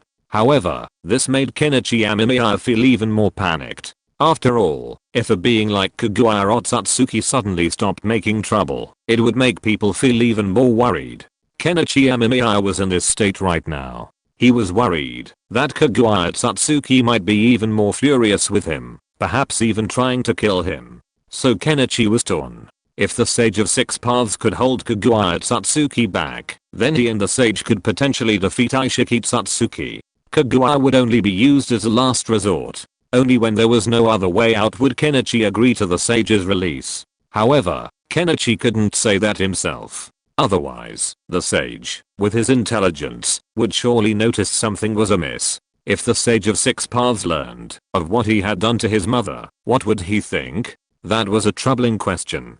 So Kenichi hesitated, deciding to test the Sage's feelings. 6 Paths Sage, you should also know that Aishiki Otsutsuki is a particularly troublesome guy. However, if you join hands with me, it is not impossible to try to defeat him. So what do you think about Kagura Otsutsuki? Should we release her? Or should we wait until it is completely irreversible before releasing Kagura Otsutsuki? Kenichi Amemiya coughed and then asked. The Sage of 6 Paths did not notice anything unusual. After all, Kenichi Amemiya had discussed the matter of Kagura Otsutsuki with him before, so when the Sage of 6 Paths heard Kenichi Amemiya's question, he did not have any thoughts. He just felt that Kenichi Amemiya seemed to be a little concerned now. However, the Sage of 6 Paths thought that it might be because Kenichi Amemiya was as nervous as he was. After all, tomorrow was the day to take action against that guy. So the Sage of 6 Paths did not think much about it. He just seriously considered whether the method Kenichi Amemiya mentioned was feasible. As for Kagura Otsutsuki, I'm certain that after she's released, she'll prioritize that guy. After all, while we have a grudge against each other, she should understand when it comes to that guy. After all, she's my mother, the Sage of Six Paths said earnestly. Kenichi Amemiya's mouth twitched upon hearing this. Before, Kenichi Amemiya wouldn't have doubted the sage's words. But after Kenichi Amemiya's transformation of Kaguya Satsuki's will, Kenichi wasn't sure what she was thinking. There was nothing he could do about it. After all, that will could only transmit, not communicate. So Kenichi Amemiya couldn't be sure of Kaguya's true feelings. If Kaguya still considered Aishiki Satsuki her greatest enemy, then that would be best. But what if not? What if, after dealing with Aishiki Satsuki, Kaguya Satsuki decided to settle the score with him? Kenichi Amemiya was not very confident in his heart. Although Kaguya Satsuki did not look that strong, he was a little worried about the Sage of Six Paths. After all, Kenichi Amemiya was not sure whether the Sage of Six Paths would join forces with Kaguya Satsuki. After all, as the Sage of Six Paths said, Kaguya Satsuki was still the Sage of Six Paths' mother. Kenichi Amemiya's actions made it seem like he was the Sage of Six Paths' stepfather. So Kenichi Amemiya was not sure whether the Sage of Six Paths would have any objections. Thinking of this, Kenichi Amemiya felt that he still needed to confess to the Sage of Six Paths. After all, there was no way to hide this matter. Even if he concealed it now, it would become a greater disadvantage when things became impossible and Kaguya Satsuki had to be released. It would be better for Kenichi Amemiya to confess to the Sage of Six Paths and see what the Sage of Six Paths would think. If the Sage of Six Paths had any objections, then Kenichi Amemiya could just use the time machine to return to his own timeline and be done with it. Ahem, I have something to say. Chapter 619, The Father of the Sage of Six Paths. So, Kenichi Amemiya, what you mean is that you did that kind of thing to my mother, Kaguya Satsuki? The Six Paths Sage looked at Kenichi Amemiya in astonishment, with a hint of surprise in his eyes. Kenichi Amemiya touched his nose a little embarrassedly, although he personally felt that he was somewhat innocent. After all, this matter was strictly speaking an accident. Kenichi Amemiya did not know that the split will of Kaguya Satsuki could actually transmit memories to other Kaguya Satsuki, so in this case, Kenichi Amemiya naturally knew nothing. Kenichi Amemiya was just doing his own experiments and then trying to find a way to control Kaguya Satsuki from it. But despite saying so, when facing the stunned look of the Six Paths Sage, Kenichi Amemiya had to admit that he still felt a little guilty. After all, Kenichi Amemiya was not a heartless person. In front of other people's children, even Kenichi Amemiya was embarrassed to admit that he had done such a thing. However, in order to avoid some disputes with the Six Paths Sage later, Kenichi Amemiya still resolutely said it. However, the consequences of this were not something Kenichi Amemiya could foresee. Strictly speaking, in fact, I originally just intended to conduct a study on Kaguya Satsuki's will, to see if I could influence Kaguya Satsuki to give up the idea of using people from the ninja world to become white Zetsu. So I instilled some memories into her, but I didn't know that Kaguya Satsuki's will could actually transmit such a feeling. Kenichi Amemiya said helplessly. He really didn't mean it. After all, this time he was just planning to do research. What bad intentions could he have? However, in order to make it easier for the Six Paths Sage to accept, Amemiya Kenichi thought about it and decided to change the statement to something that the Six Paths Sage could easily accept. So what statement would the Six Paths Sage easily accept? This is naturally to preserve the ninja world. After all, the reason why the Six Paths Sage brothers decided to be filial sons was because they disagreed with Kaguya Satsuki's idea, right? It can only be said that Kaguya was still too young, and her education may not be particularly comprehensive, so this led to such a thing. It can be said to be a case of filial piety. But of course, the Six Paths Sage brothers' approach is still very good. At least it is very good for the ninja world. Otherwise there would be no story like Naruto, and the ninja world would probably have become a bunch of white Zetsu long ago. What would it be then? An Omnic crisis? No, the white Zetsu are not Omnics, so the only way to show them is how the white Zetsu resist the tyranny of the Otsutsuki, overthrow Kaguya Otsutsuki, and then establish a free country. The Six Paths Sage looked at Kenichi Amemiya with a complicated expression. While what Kenichi said seemed to make sense, even he himself hadn't known that Kaguya Satsuki's will could share memories. Could this mean that everything they'd been doing during this time already be known to Kaguya? But even so, the Six Paths Sage felt that it wouldn't be a good idea to do nothing and say nothing.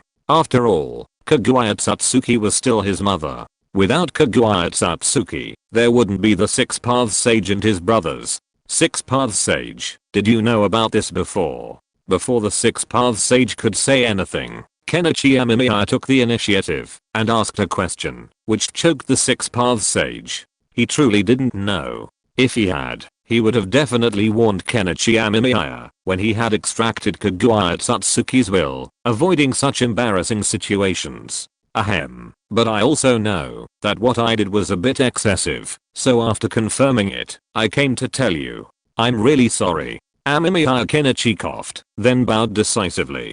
After all, no matter how you look at it, this matter is his fault. Although blindly shifting the blame to the Six Paths Sage may seem to avoid being criticized by the Six Paths Sage, it will also plant some hidden dangers. If the Six Paths Sage is upset and eventually blames him, it will be very troublesome. Therefore, Amemiya Kenichi did not want to have too many conflicts with the Six Paths Sage. Sure enough, with Amemiya Kenichi's apology, the Six Paths Sage's expression also improved slightly. If there are some things that you don't want to cause a complete quarrel, you always have to give each other a way out. Amemiya Kenichi himself knows this very well, so Amemiya Kenichi did the same. Now the Six Paths Sage's expression proves that Amemiya Kenichi's attempt was correct. At least he didn't turn against the Six Paths Sage at this critical moment. So what do you think? Should we release Kaguya Satsuki now? Because if we want to remove the seal, it's actually not an easy thing to do. And if we let Kaguya Satsuki out, she will instinctively attract some chakra from this world. The Sage of Six Paths didn't intend to argue too much with Kenichi Amemiya about this matter. After all, he and Kenichi Amemiya were still in a cooperative relationship, so he began to think about business. After hearing the Sage of Six Paths' words, Kenichi Amemiya also fell into deep thought. He was a little resistant to whether Kaguya Satsuki should come out or not. After all, the memory he instilled in Kaguya Satsuki was not very good. To a certain extent, Kaguya Satsuki had already done everything she could do in the memory infusion, and all kinds of strange postures had been developed once. Kaguya Satsuki had completely changed into the shape of Kenichi Amemiya. But those were memories trapped inside. If Kaguya Satsuki regained her freedom, it was hard to say what she would think. Will Kaguya Satsuki come out and target me, or I should keep Satsuki first? Amemiya Kenichi asked seriously. He actually saw three possibilities regarding Kaguya Satsuki. The first was that Kaguya Satsuki was completely indifferent to him, harboring no hatred or other opinions, and simply wanted to kill Ishiki Satsuki based on the facts and then exchange feelings with the Six Paths Sage. Another was that Kaguya Satsuki was eager to kill him and would come out and kill him directly. The third was that Kaguya Satsuki would kill Ishiki Satsuki and then come after him. As for whether Kaguya Satsuki would fall completely in love with him and actively drag him to do the things in his memories, Amemiya Kenichi was unsure. After all, Kaguya Satsuki was different from a normal human being, a rather unique type, so Amemiya Kenichi still needed to be cautious. Tell me first, what exactly did you do? The Six Paths Sage asked, looking at Amemiya Kenichi with a complicated expression. Amemiya Kenichi's brows jumped when he heard it, but he still gave a rough summary, using a spring and autumn style of writing. This is a common tactic used by most people, avoiding the main point when discussing something. For example, if you check your partner's phone while they're asleep at night and search for words like awesome, come, or a few times on WeChat, you might find some unsightly chat history. If you start getting angry with them at this point, they might avoid the main point or start making unreasonable demands. I just instilled in her a memory of being in love with me, getting married, and having children, Amemiya Kenichi said casually. Upon hearing this, the Six Paths Sage gave him a strange look. He felt as if he hadn't finished speaking completely, but was hiding something. But what was that secret? The Six Paths Sage couldn't figure it out. If that's the case, I'd probably be quite angry, right? After all, when my mother gave birth to Hamura and me, we didn't experience these things. We were born through some special method within the Tatsuki clan. The Six Paths Sage scratched his head, and Amemiya Kenichi fell silent. If that were the case, then there would be some trouble. Kenichi Amemiya remembered that there were actually two versions about the question of Kaguya Otsutsuki giving birth to children. Some people believed that the Six Paths Sage brothers were actually born after Kaguya Otsutsuki came to this world and fell in love with a man in this world. However, Kishimoto himself denied this statement, saying that the reason Kaguya Otsutsuki gave birth to children was because of the divine tree fruit, not because she had children with humans. Some people even thought that Kaguya Otsutsuki herself represented divinity and had no humanity, while the Six Paths Sage brothers, on the contrary, had humanity and not much divinity. They then proposed that the divine tree fruit removed the humanity from Kaguya Otsutsuki's body, and then she stayed in this world by giving birth to children. However, Kenichi Amemiya thought this point was worth considering. After all, Kaguya Otsutsuki's portrayal in the anime wasn't particularly divine, often more human. This, however, could be the fault of the anime production team. Kaguya Otsutsuki had definitely not yet merged with humans, meaning she was a being closer to divinity. Based on this, Kenichi Amemiya began to wonder what the consequences of instilling the memories into Kaguya Otsutsuki would be. Or, what would Kaguya actually think of him? This is going to be troublesome, Kenichi Amemiya sighed. However, considering the upcoming encounter with Ishiki Tsutsuki, Kenichi Amemiya felt that sending Kaguya Otsutsuki to the front was a good option. After all, the one who knows a person best is their mortal enemy. Kaguya Otsutsuki was undoubtedly well aware of Ishiki's abilities. With Kaguya Otsutsuki's presence, Kenichi Amemiya and his team's chances of subduing the Six Paths Sage would greatly increase. So, should he bring Kaguya Otsutsuki out now? Kenichi Amemiya had learned from the Six Paths Sage that unsealing Kaguya Otsutsuki wouldn't be easy. Either Black Zetsu's methods were needed, or a normal unsealing would require preparation, ideally releasing her in advance. So what should we do now? The Six Paths Sage looked at Kenichi Amemiya.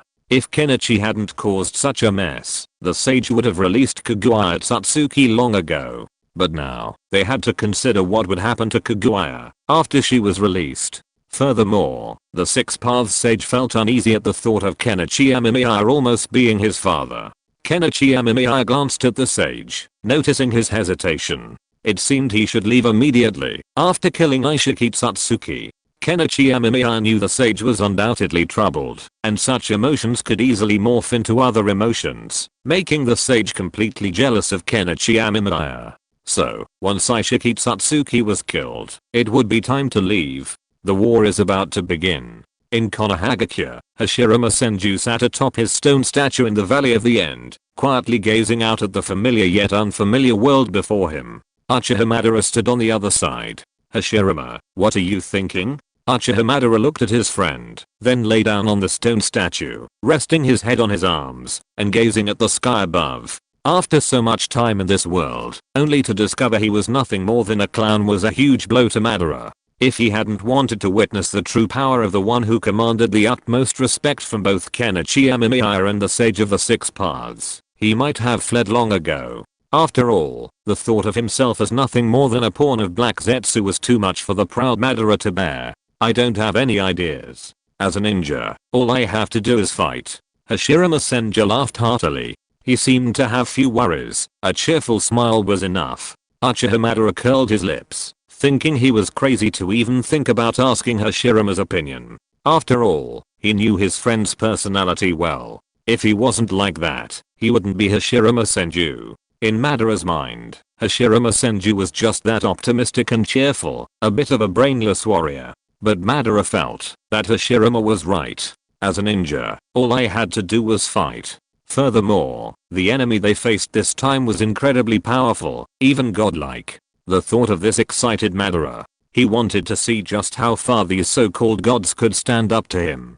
By the way, did you see Naruto's Rinnegan open? Sasuke isn't the only one with it now, Hashirama said with a grin. Uchiha Madara fell silent for a moment. I forgot to tell you, Naruto still has that fellow Ninetales. Even though that fellow isn't very good, he still helped Naruto become stronger. Senju Hashirama sighed again. Uchiha Madara rubbed his face. Where was that fellow called Eight Tails? He was going to catch him right now. Chapter 620 Kaguya, I'm sincere to you. So if we want to release Kaguya Otsutsuki, we probably need to go there now. So, should we set off now? Or do you want to wait? The Sage of Six Paths looked at Kenichi Amemiya and asked. Kenichi Amemiya's expression was a little tangled after hearing what the Sage of Six Paths said. Frankly speaking, Kenichi Amemiya didn't particularly want to release Kaguya Otsutsuki, but considering that Kaguya Otsutsuki's presence was very necessary when facing Ishiki Otsutsuki, Kenichi Amemiya felt that it would be better to release her in advance, although this might also cause some other problems. For example, there might be some other minor problems, but Kenichi Amemiya felt that it was not impossible to give it a try. After all, after Kaguya Otsutsuki was released, as long as she hadn't lost her mole, Ishiki Otsutsuki should still be her main target of attack. Then, with Kaguya Otsutsuki's help, their chances of winning when facing Ishiki Otsutsuki would be even greater. I think it's not a bad idea for you to set off now, or you can set off later.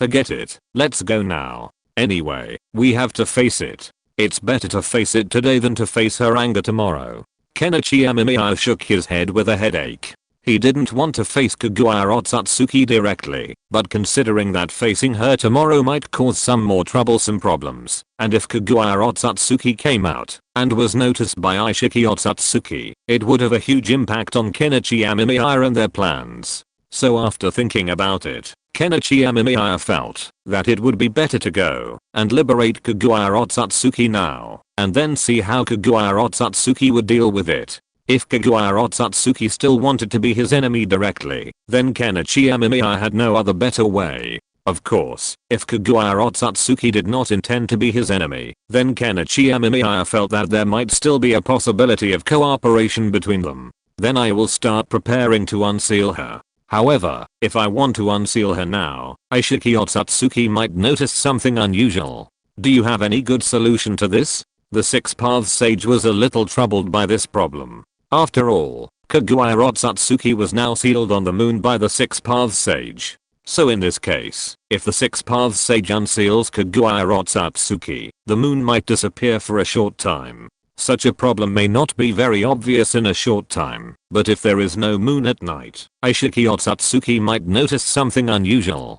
If Ishiki Otsutsuki finds something unusual, then the fact that they released Kaguya Otsutsuki would be exposed. After hearing this, Kenichi Amemiya had some other ideas, and then Kenichi Amemiya looked at the Six Paths Sage in front of him. Actually, I don't think you need to be so nervous. Although the current situation is indeed a bit troublesome, it is not without a solution. If you want to solve this problem, I think we probably just need to think of a way to make the moon reappear. For example, when you sealed Kaguya Otsutsuki, you should have used Shibaku Tensei, right? Then after you release Kaguya Otsutsuki, we can make another Shibaku Tensei and gather the moon again. Wouldn't that be enough? Kenichi Amemiya was very calm about this issue. Although the Six Paths Sage's worries were understandable, for Kenichi Amemiya, this was not a particularly serious matter. After all, Kenichi Amemiya knew very well in his heart that, if he wanted to do such a thing, it was actually very simple, at least for Kenichi Amemiya. And if he wanted to solve the problem, then some methods needed were to use a pupil technique of the Rinnegan. Shibaku Tensei could perfectly solve such a problem, but the Six Paths Sage did not expect it. Maybe the Six Paths Sage is a little anxious now. Tomorrow they will deal with Otsutsuki Ishiki. If Otsutsuki Ishiki cannot be solved, then it will be a very troublesome matter. However, as long as Otsutsuki Ishiki can successfully solve it, then all the subsequent problems can be solved for Kenichi Amemiya and others. Although there are still unknown Otsutsuki clans, at least for Kenichi Amemiya and the Six Paths Sage, the current problem has been solved. As for future matters, they can naturally only deal with them later. During this period of time, they can free up this time to study how to deal with the upcoming Otsutsuki clan. You're right. I was a little too nervous. So let's act according to the previous plan. How about it? The Six Paths Sage looked at Amemiya Kenichi and asked. After hearing this, Amemiya Kenichi nodded and said that he thought so too. Now all they need to do is release Kaguya Otsutsuki. Looking at Kaguya Amemiya Kenichi, the Six Paths Sage nodded solemnly, while Kaguya Amemiya swallowed nervously. Now, Kaguya Amemiya Kenichi was not quite sure what Kaguya Otsutsuki thought of him, but this kind of thing could not be delayed. Sooner or later, it had to be faced, so after thinking it over, Kaguya Otsutsuki was decided to release Kaguya Otsutsuki. In this way, although there might be some problems, it was not unacceptable. The Sage of Six Paths simply chanted a few spells, and then made a hand seal. The next second, no other movements were seen, but then the problem with Kaguya Otsutsuki was solved. Kenichi Amemiya felt a strange feeling, which was somewhat wonderful, but then there was no other reaction, which made Kenichi Amemiya feel relieved. Kenichi Amemiya was thinking before that, if Kaguya Otsutsuki's reaction was particularly strong, then it would be very troublesome. After all, if Kaguya Otsutsuki's reaction was too intense, then Ishiki Otsutsuki might notice it. But now it's okay. Freeing Kaguya Otsutsuki will not cause any particularly obvious abnormalities. The next second, a white woman appeared in front of Kenichi Amemiya. Kenichi Amemiya felt a chill when he saw her, and this guy was naturally the legendary Kaguya Otsutsuki. My son, I never thought that you could actually free me. How was it? Did you feel a lot of pressure when facing Ishiki Otsutsuki? Or did you not grow up at all? You are even dead now. How can I feel at ease with you like this? Are you really not going to consider that plan now? Kaguya Otsutsuki was not Kenichi Amemiya. She looked at the Sage of Six Paths in front of her coldly and said that. After hearing this, the Sage of Six Paths was silent for a moment, then shook his head firmly. The Sage of Six Paths still had the same idea in his mind. He could not accept Kaguya Otsutsuki's idea. What's the point of turning all the people in the ninja world into brainless killing machines? Moreover, those white Zetsu were not that powerful. So thinking of this, the Sage of Six Paths looked at Kaguya Otsutsuki in front of him with a very determined look. It seemed that his mother still maintained her current appearance after being sealed in the dust for so many years. If that was the case, then his plan could continue to be implemented. You're still so stubborn, but there's no point in telling you this now. Get out. Kaguya Otsutsuki sneered. The next second, the Sage of Six Paths realized that the scenery before him had changed completely. Kenichi Amemiya had simply vanished from his sight, leaving the sage feeling somewhat amused and helpless. However, he didn't say anything. After all, Kaguya Otsutsuki was just like that, and he knew the situation perfectly well. Kenichi Amemiya is in big trouble now. It's obvious that his mother is very angry, but Kenichi Amemiya's idea is really outrageous. I hope he survives. The Sage of Six Paths shook his head helplessly. He could certainly see what Kaguya Otsutsuki was up to. At this moment, Kenichi Amemiya felt a headache. He looked at the indifferent woman in front of him, and his eyelids twitched involuntarily. To be honest, Kenichi Amemiya didn't know how Kaguya Otsutsuki would treat him. After all, Kaguya Otsutsuki's will had been released by Kenichi Amemiya. Just after Kenichi Amemiya decided to release Kaguya Otsutsuki's body, Kenichi Amemiya did so. But now, looking at the silent Kaguya Otsutsuki in front of him, Kenichi Amemiya admitted that he was still a little nervous. After all, in that memory, Kenichi Amemiya had done everything, so looking at Kaguya Otsutsuki in front of him, Kenichi Amemiya couldn't help rubbing his hands.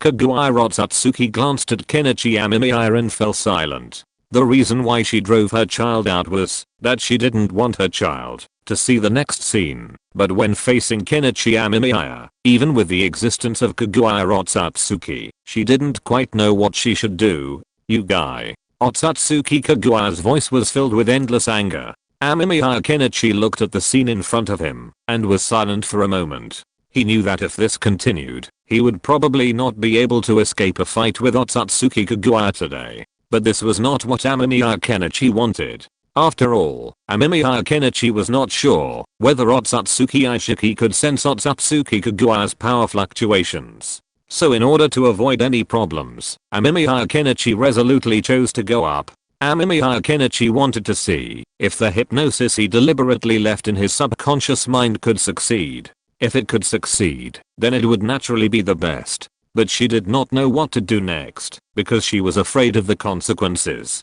She only knew that the words she said to him were true, and she did not know what to do next. She only knew that the words she said to him were true, and she did not know what to do next. She only knew that the words she said to him were true, and she did not know what to do next. Looking at the strange look in Aishiki Otsutsuki's eyes, Kenichi Amemiya knew that his conscious control had failed, but Kenichi Amemiya was not discouraged. After all, Kenichi Amemiya knew very well in his heart that it would be very difficult to control Aishiki Otsutsuki through such subconscious suggestion and make him completely submit to him. So Kenichi Amemiya did not hold much hope for this, but at least it was enough to make Aishiki Otsutsuki hesitate a little. This was enough to prove that Aishiki Otsutsuki was still affected in his heart. Thinking of this, Kenichi Amemiya felt much more relaxed. Kenichi Amemiya, what on earth do you want to do to me? Don't you know that what you have done makes me want to kill you so much now? Aishiki Otsutsuki looked at Kenichi Amemiya with a gloomy look.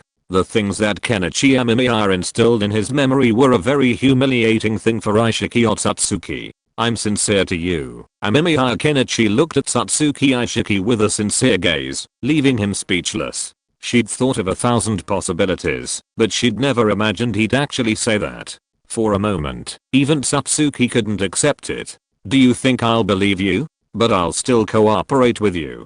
After all, I know what's going to happen if I let Satsuki Aishiki stay out there. But after we deal with Satsuki Aishiki, it'll be your turn, Satsuki said angrily, then vanished in an instant. She didn't want to see Amemiya Kenichi, and she had other things to do. Amemiya Kenichi watched silently, silent. Are you still hesitating, Kagura? I'll wait for you until you understand my feelings. I've always loved you, Amemiya Kenichi shouted. The lab fell silent, as if nothing had happened. Enough.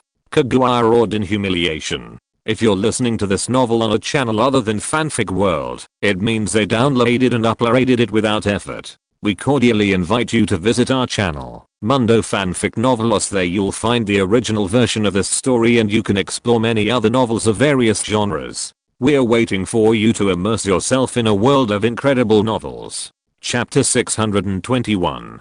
Primordial. So what did my mother tell you? The Sage of Six Paths looked at Kenichi Amemiya in front of him with some curiosity in his eyes. Kenichi Amemiya's mouth twitched after hearing this. To be honest, he didn't really want to answer the Sage of Six Paths question. But after all, Kagura Otsutsuki was always the Sage of Six Paths' mother. Kenichi Amemiya felt that it would be a bit bad if he really didn't answer. So after thinking about it, Kenichi Amemiya decided to answer the Sage of Six Paths question. But when he thought of some things Kagura Otsutsuki had done before, Kenichi Amemiya's expression was a little subtle. He really didn't expect Kagura Otsutsuki to make such a choice. This made Kenichi Amemiya feel a little surprised. Actually, your mother didn't say anything.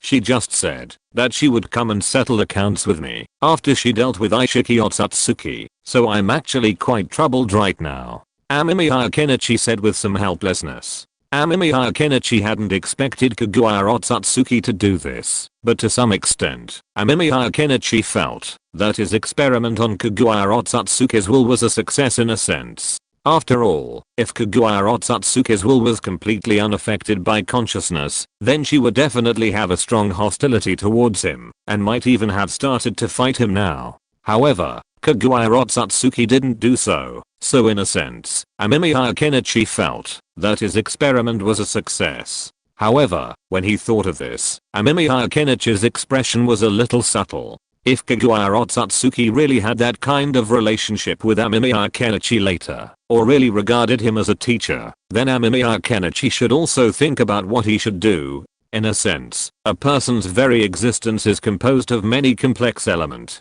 However, according to Kenichi Amemiya, if a person's memories were completely erased and replaced with the memories of a completely unrelated person, then in a sense, that person would be dead. The original person is dead, and now a completely different person is alive. However, this is completely impossible in real life. and Kenichi Amemiya is well aware of this. After all, if this method were truly effective, then those wealthy people who are desperate for immortality would have already implemented such a method long ago. In reality, such a scenario is completely impossible. After all, the human brain is a very strange entity, and it is difficult to thoroughly study it through normal means. Therefore, if you want to completely erase a person's memory, it is almost impossible to do so. To completely erase a person's memory, it means that the memory in the brain must be completely eliminated. But what exactly is the source of human memory? The question of what is stored and how it is operated is, to this day, a particularly difficult one to study. It can be said that there has been little progress on new research targets to date, so it is impossible to expect to learn more about memory through this method. Therefore, Kenichi Amemiya himself knows that such a situation can only occur in the ninja world, and what he is doing now is not completely erasing Kaguya Otsutsuki's memories. After all, he is only instilling a more chaotic memory into Kaguya Otsutsuki, a unique illusion he has carefully crafted, a Truman Show. It can be said that to a certain extent, Kaguya Otsutsuki has been included in a virtual illusion by Kenichi Amemiya, but Kenichi Amemiya himself is not very sure whether such an environment can affect Kaguya Otsutsuki. After all, in Kenichi Amemiya's opinion, Kaguya Otsutsuki herself has previous memories, but Kenichi Amemiya did not realize that she had forgotten something. That is, to a certain extent, Kaguya Otsutsuki has been sealed for many years, and during the sealing process, she cannot feel the passage of time at all. So in this case, Kaguya Otsutsuki has actually spent countless years in her heart. In this case, Kaguya Otsutsuki's situation is relatively special. What will happen if a person is in an endless seal? This is actually a very interesting thing. If a person is in an endless seal, then the other person's consciousness will gradually become blurred, and then some very subtle changes will occur, just like in that classic anime, The Perfect Creature, that came to outer space gradually gave up thinking over time. So in fact, to a certain extent, if a person is kept in an almost non-existent environment for a long time, then his mental state is very dangerous. Most normal intelligent creatures have the idea of communicating with others. Even patients with social phobia will get a sense of communicating with others by watching TV dramas and movies. Some people will even actively communicate with others on the internet. In this situation, Kenichi Amemiya did not realize that the memory he gave to Kaguya Otsutsuki has, to a certain extent, become the only thing that Kaguya Otsutsuki can feel after being sealed for so long. After I thought about it, Kenichi Amemiya felt that Kaguya Otsutsuki's idea was still too dangerous.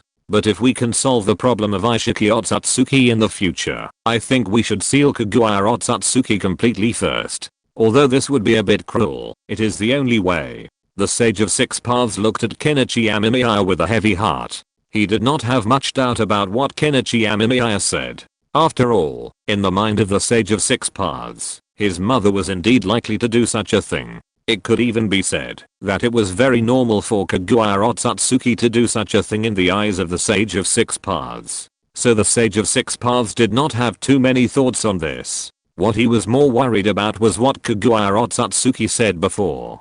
Even after she had been sealed for so long, Kaguya Otsutsuki still held such an idea. This was really hard for the Sage of Six Paths to accept. I know what you mean. Are you saying that Kaguya Otsutsuki is still thinking about turning everyone in the world into brainless war machines like White Zetsu? Kenichi Amemiya looked at the Sage of Six Paths, and he knew very well what the Sage of Six Paths was thinking. After all, Kenichi Amemiya himself also understood what the Sage of Six Paths meant. You must know that the Sage of Six Paths had sealed his own mother for the sake of the entire ninja world. So it can be seen that in the heart of the Sage of Six Paths, he still has some ideas about the entire ninja world. So Kenichi Amemiya knew very well in his heart that in such a situation, the Sage of Six Paths would definitely choose the entire ninja world instead of Kaguya Otsutsuki, even if Kaguya Otsutsuki was his mother.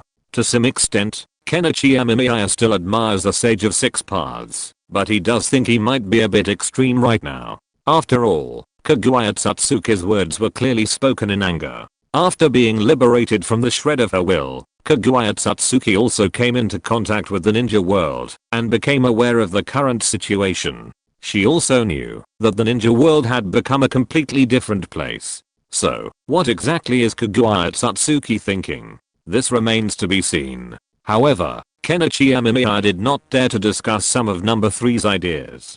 He also found number 3's plan to use white Zetsu against the Satsuki clan somewhat ridiculous. After all, Kenichi Amemiya knew very well that using these white Zetsu against the Satsuki clan, let alone the seriously injured and dying Satsuki Ishiki, would be a very difficult task. Ishiki Satsuki was gravely wounded near death, yet even these white Zetsu wouldn't last a single round against him. This demonstrates how ridiculous Kaguya Satsuki's idea was. However, this idea was based on a situation back then, when the entire ninja world didn't offer much for her to choose from. The native supernatural beings, the so-called gods, were considered trash by the Satsuki clan, while the rest of the people were mere mortals, lacking any abilities.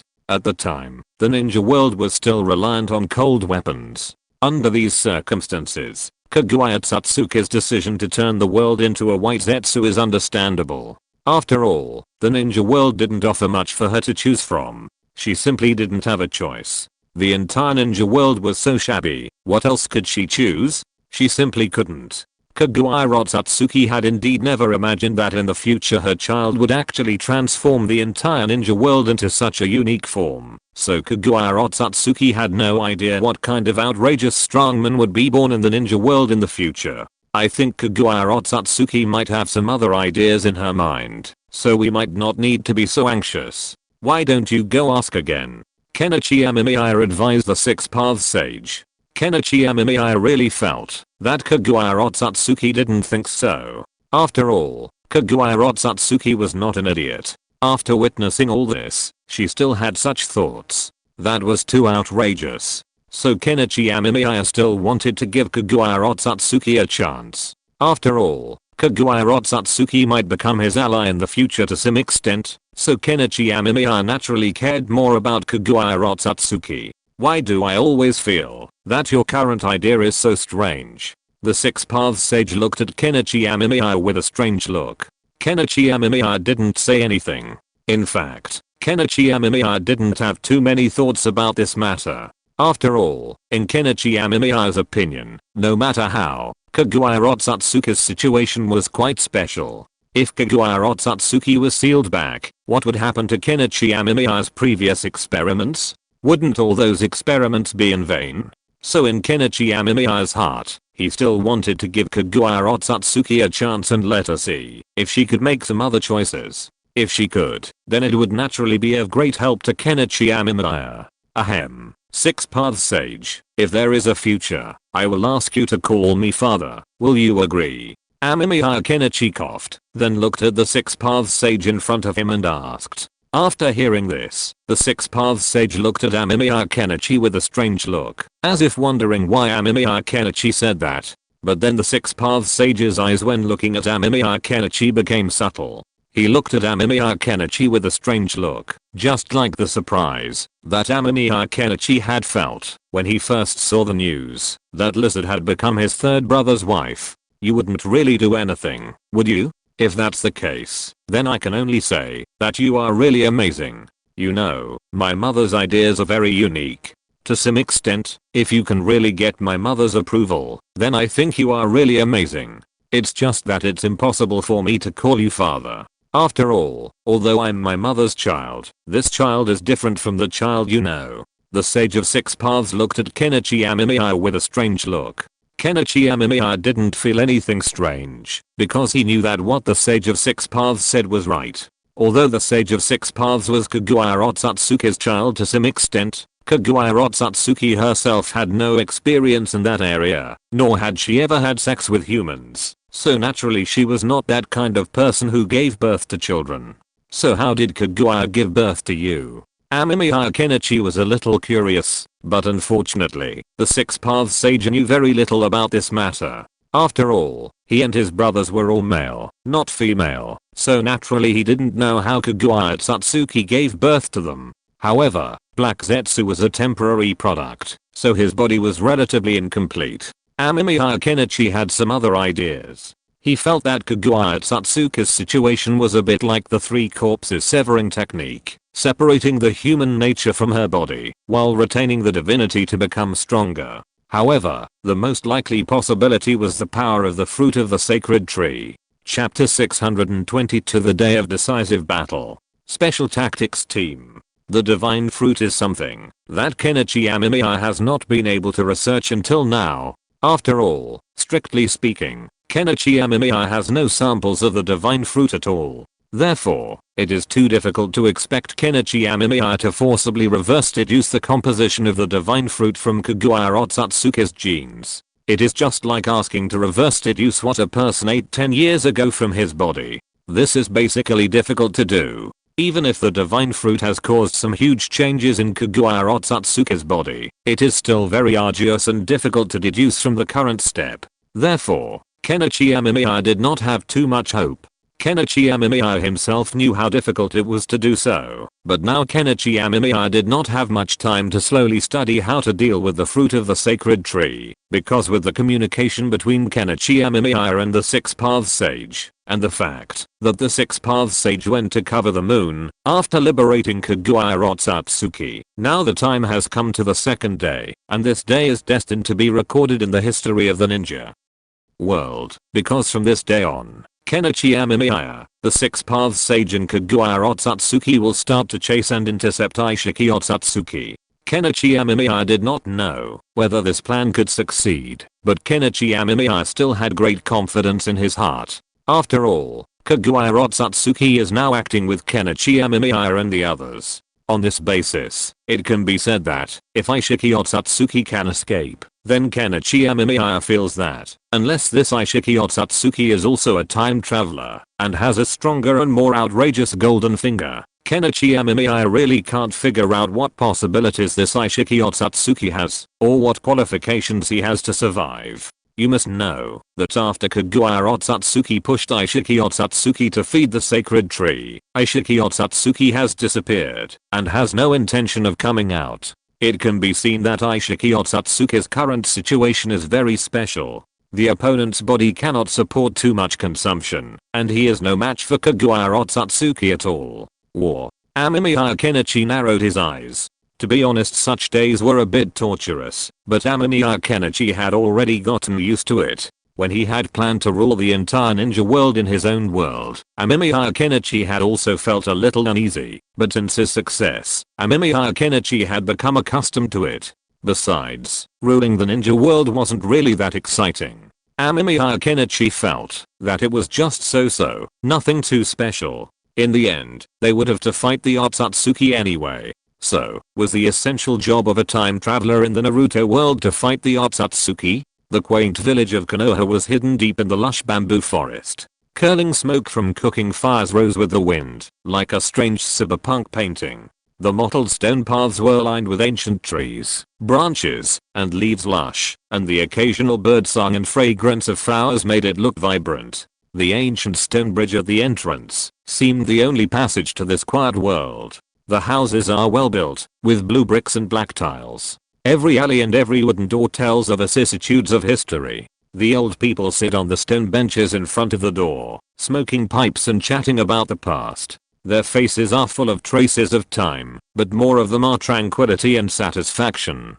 Children chase and play in the alleys, making crisp laughter, and their faces are filled with innocent smiles. How wonderful. Amemiya Kenichi sat on Hokage Rock, gazing down at Konoha below. Most of Konoha still didn't know what would happen today, while the strongest were already preparing to leave. They were going to fight for the future of this world. This was also an opportunity, a chance to unify the ninja world. After all, under Amemiya Kenichi's demands, the daimyo had been sidelined, practically rendered ineffective. The ninja had discovered that this was not a bad thing, but rather made their work and lives easier. The existence of transcendence was inherently different from that of ordinary people. For ordinary people to hold a position comparable to that of transcendence was simply impossible.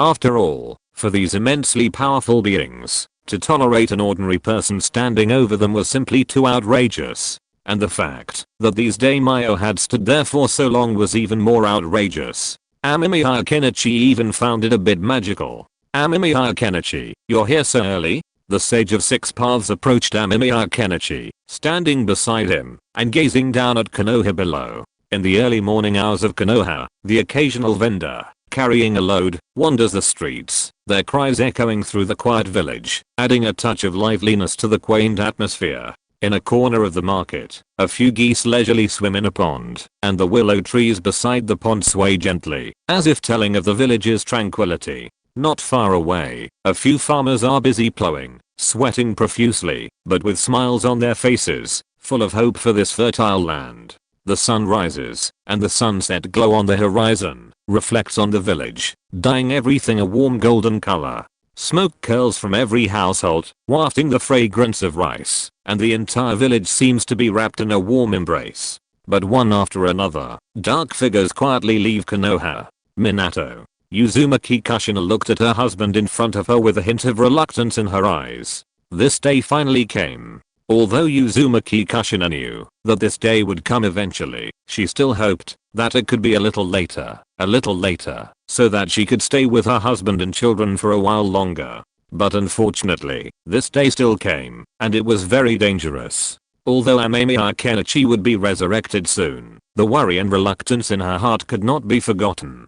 Kushina, it's okay. Naruto and I will be back soon. If we are lucky, we may be able to come back for dinner tomorrow. Namake's Minato smiled and hugged his wife, then kissed the child in Uzumaki Kushina's arms. He had a second child, a girl. He hadn't decided on a name yet, but Uzumaki Kushina decided to call her Namake's. Whatever Namake's was, they would wait for Minato to come back to decide. Mom and dad, hurry up. With brother Amemiya Kenichi here, nothing will happen. Naruto was full of confidence. His strength had grown considerably during this period, and he now possessed the same Rinnegan as Sasuke.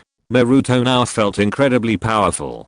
Beside him, Hinata, having successfully opened her Rinnegan, stood smiling at his side. Next to her was a yawning Sasuke, and Uchiha Madara, chatting with Hashirama Senju. Madara glanced at the boisterous Naruto and Sasuke, his expression twitching before cooling. Are you leaving? It's been so long, Madara asked calmly, while nearby, Sarutobi Hiruzen was packing his ninja tools. Originally, Sarutobi Hiruzen didn't need to come. After all, he was too old. Amemiya Kenichi suggested that he retire in Konoha, but he refused, saying his sensei was fighting on the front lines, so why shouldn't he? Hearing this reason, Amemiya Kenichi was silent for a moment, then looked at Hashirama Senju and Tobirama Senju. Although there was nothing wrong with what Sarutobi Hiruzen said, Amemiya Kenichi felt that Sarutobi Hiruzen was overestimating himself. After all, the Shodaime was at the peak of his power. How could he compare to Sarutobi Hiruzen? However, Amemiya Kenichi would not say anything, so he agreed. Once the Konoha team was ready, Amemiya Kenichi led the team on the airship and set off. The forest in the early morning is shrouded in a thin layer of mist and looks particularly quiet. The sunlight shines through the treetops and dapples on the paths in the woods.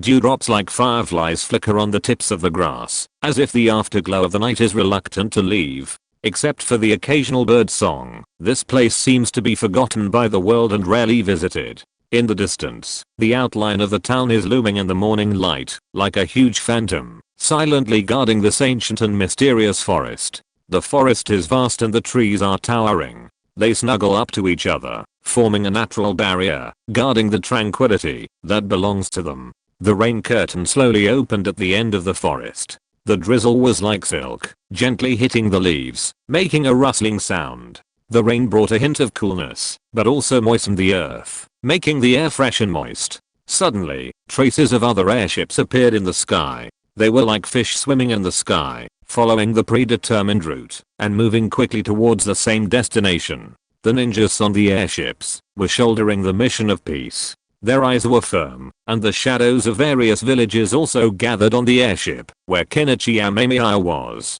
They needed to discuss the battle plan later. However, although it was called a discussion, there was actually nothing to say in the final summary. After all, the battles of the ninjas have always been quite simple and crude.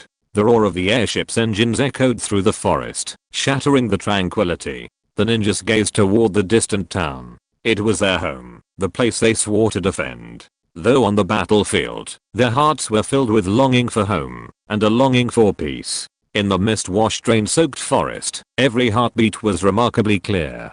The airship receded, and the ninjas' figures melted into the morning mist, leaving behind only the fading echoes and their unwavering faith for peace throughout the ninja world. Honestly, this is my first time fighting alongside the other 4 ninja villages. On the Konoha airship, Might Guy excitedly did push-ups, while Kakashi, beside him, looked at his friend with a hint of resignation. It's my first time fighting too, but Guy, you're already on the airship now, so don't move. What if it falls? Kakashi said helplessly. Might Guy paused upon hearing this. Though a keen exerciser, he clearly didn't want to cause a crisis. Kakashi glanced around and spotted the nearby Kumogakure village airship. Aboard it were several familiar figures, all elite jonin. They too noticed Kakashi, their gazes meeting, before they all retracted their gazes. After all, they were now comrades, companions, not enemies. Of course, this was only for this one battle.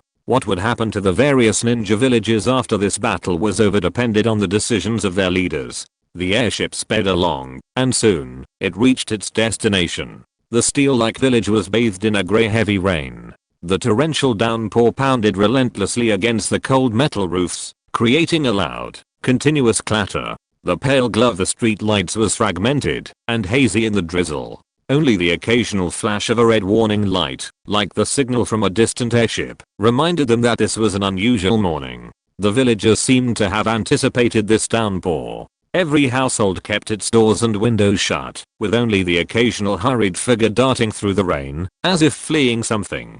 The streets, lined with towering steel buildings and densely packed electronic screens, seemed especially desolate in the rain. The coldness of modern technology intertwined with the oppressive intensity of the downpour, creating a desolate futuristic atmosphere. Outside the village, the airships that once soared through the skies now sat anchored outside the rain. Their massive forms loomed in the shrouded mist, like silent giants awaiting a command. Suddenly, the hatches of the airships opened, and a group of figures, like black ghosts, leaped from them, landing swiftly on the wet ground. Among them were Amemiya Kenichi and the Six Paths Sage, but Satsuki Kaguya remained. Satsuki Kaguya's aura is incredibly powerful and difficult to conceal, making it easy for Satsuki Aishiki to detect any abnormality. Therefore, Satsuki Kaguya must remain on standby. But I've already made arrangements. When the time comes, I'll contact my mother, and she'll come to help, the Six Paths Sage said softly, gazing at the village ahead with a hint of indifference in his eyes. In order to ensure that Aishiki or Satsuki would not notice anything wrong, these innocent people had to be sacrificed. Well, when the time comes, use my mushroom cloud as a signal and quickly launch a decapitation attack on Aishiki or Satsuki. All attempts will be terminated. High-powered ninjutsu must be used, and the sealing squad must be ready to prevent the other party from escaping. That guy can shrink. Kenichi Amemiya nodded. He took a deep breath. After waiting for so long, it was finally time to decide the outcome. Okay, but what's the matter with the airship behind you? The Sage of Six Paths couldn't help but ask. Kenichi Amemiya's mouth twitched. What could he say? What could he do? The one behind was a special tactical team prepared by Kenichi Amemiya's shadow clone, that is, a heavy weapons team. What they had to do was very simple. Use ultra-long-range weapons to continuously bombard the marked location, and then use up all the ammunition. And that ammunition could flatten several mountains. Chapter 623 The Scream of Death. Kenichi Amemiya admitted that he himself had not expected his shadow clones to be so outrageous, but Kenichi Amemiya was still quite happy. After all, the decision made by the shadow clones was a very correct one in Kenichi Amemiya's opinion. After all, doing so could reduce his workload a lot.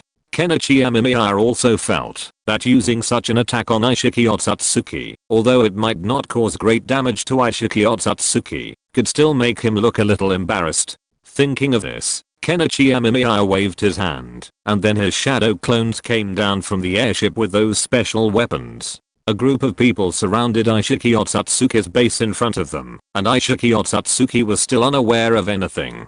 Jiraiya, what are you thinking about? At this moment, in the underground base, Aishiki Otsutsuki was looking at Jiraiya in front of him with a look of scrutiny in his eyes. Aishiki Otsutsuki is now introducing the scale and future plans of the Kara organization to Jiraiya, but these are all illusions.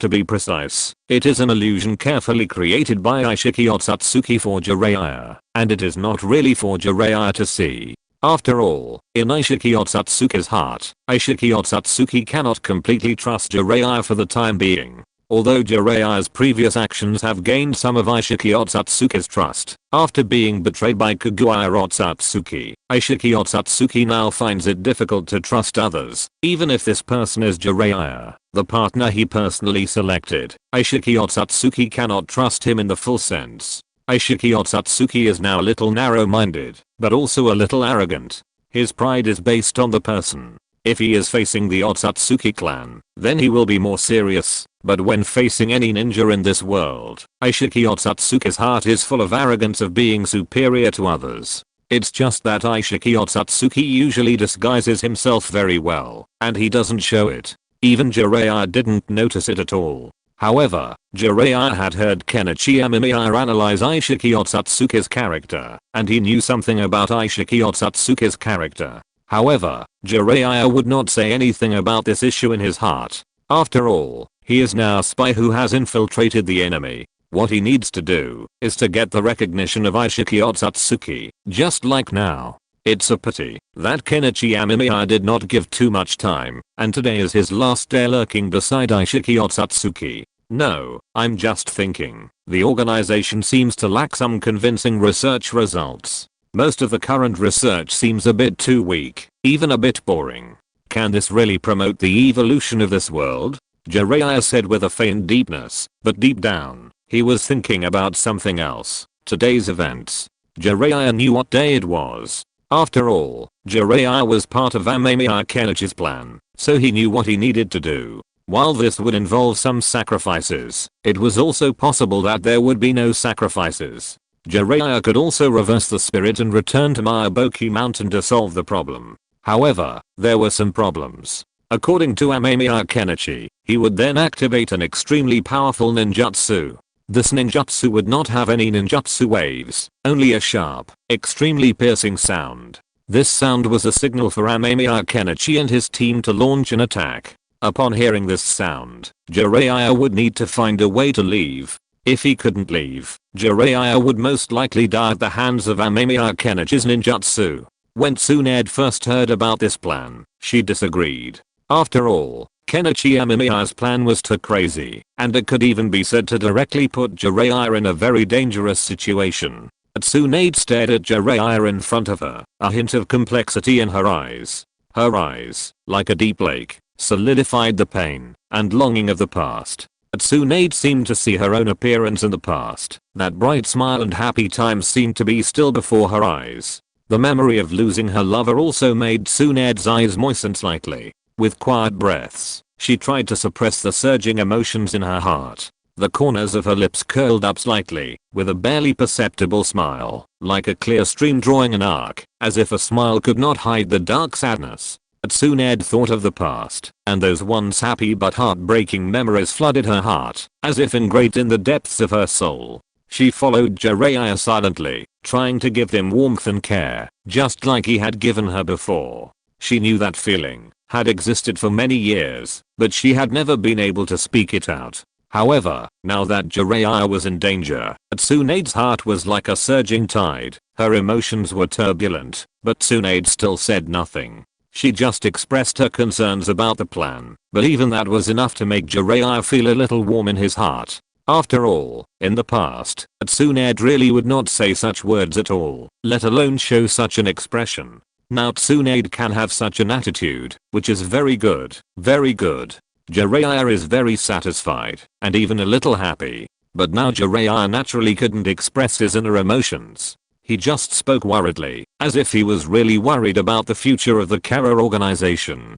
Jiraiya's words were also heard by Otsutsuki Aishiki. There was no expression on Otsutsuki Aishiki's face, but he was quite satisfied in his heart. Although the Jiraiya in front of him was a little stupid, he didn't expect that. After joining the organization, he really considered it seriously. This made Otsutsuki Ishiki very satisfied. Anyway, he didn't need to be too conspicuous now. He just needed to lie dormant until he had the power to kill Otsutsuki Kaguya. Then it would be time for revenge. Don't be anxious. Everything in this world is gradual. If you come up with scientific research results that are too advanced, do you think these people can accept it? You know that little girl in our organization. She took a portable electric lamp to a remote village, wanting to bring light to the ignorant people there, but was burned to death by them. Otsutsuki Ishiki said indifferently. Jiraiya fell silent after hearing it. He knew about this matter, and he was the one who went to deal with it. Because he was a ninja, Jiraiya went there too. As a result, after he went there, the girl's body was still hanging on the wooden rack, and people were still singing praises, praising the witch for her power, burning the evil spirits to death, and preventing them from being burned to death by the evil spirit's light. Hidden deep within lush, rolling hills, stood a quaint little village. The stone tablet at the village, in trance, bore the marks of time, as if telling a hidden history. On the winding mountain paths, the villagers, silent and hurried, seemed especially lonely. Their clothing was simple, their faces marked by the vicissitudes of life, each wrinkle a reminder of the hardships of life. The houses were primarily earthen walls and thatched roofs. The occasional faint chimney smoke offered a rare breath of life. The furnishings inside were simple, a wooden table, a few chairs, and a faint flickering oil lamp. It was precisely because of her accidental encounter with this village that the girl decided to bring them the world's most common invention, the electric light. After all, electric lights are very common in the entire ninja world, but in fact, these things are only found in the big ninja villages. Some remote places don't have them, and especially remote places like this one, deep in the mountains, don't have them at all. So this is why the poor girl wanted to bring this great invention. However, the girl who brought the electric light with good intentions and could have changed the village was mistaken for a demon and burned to death. This is really a bit ironic. At night, these lights are like a galaxy, reflecting the tenacity and loneliness of the villagers. Day after day, the villagers repeat the monotonous and arduous work. Farming, chopping wood, carrying water. Every job seems to be extremely hard. However, what best reflects their joy of life is looking for wild fruits in the barren mountains and forests. Those wild fruit trees grow tenaciously in the wind and rain. Although the fruits are not abundant, they have become the sweetest expectation in the hearts of the villagers. Every discovery will make them smile rarely. To the outside world, this village seems to be extremely xenophobic. Whenever outsiders try to enter, the villagers will close the door and even take up weapons as a warning. Their eyes reveal a complex emotion, both vigilant and sad, as if they are afraid that the disturbances in the outside world will break their air peace. There is even a witch shouting that she wants to kill Jiraiya, saying that Jiraiya must have come with that evil spirit to deprive them of their happy days. Jiraiya almost jumped up when he heard that. After all, in Jiraiya's opinion, there was nothing in this village worthy of his care, let alone the so-called happy life. Jiraiya didn't even want to come here, but looking at the poor girl, Jiraiya's heart was still filled with endless anger, so Jiraiya used ninjutsu to cremate the entire village. Those ordinary people were nothing in front of Jiraiya, and could do nothing. Jiraiya just watched silently picked up the girl, and then buried her. From that day on, Jiraiya was gradually valued in the organization. Jiraiya, I know you are very excited, but don't get excited first. Not everyone in this world is worth saving. They need to slowly accept and learn. This is also the necessity of our organization's existence. Otsutsuki Ishiki comforted Jiraiya. There was no way. Now the only decent combat force in the entire organization was Jiraiya. Otherwise, Otsutsuki Ishiki would not bother with a weakling like Jiraiya. Jiraiya also smiled. He followed Jiraiya and learned about the things in the base. As for whether to leave or not, Jiraiya had not thought about it in his heart. After all, in Jiraiya's heart, if he left directly now, Jiraiya was also worried that Otsutsuki Ishiki would notice anything unusual. If he noticed anything unusual, then if Amemiya Kenichi's battle plan failed, then he would undoubtedly become the sinner of the entire ninja world. Our organization doesn't look that big, Jiraiya said casually. Satsuki didn't think much of it.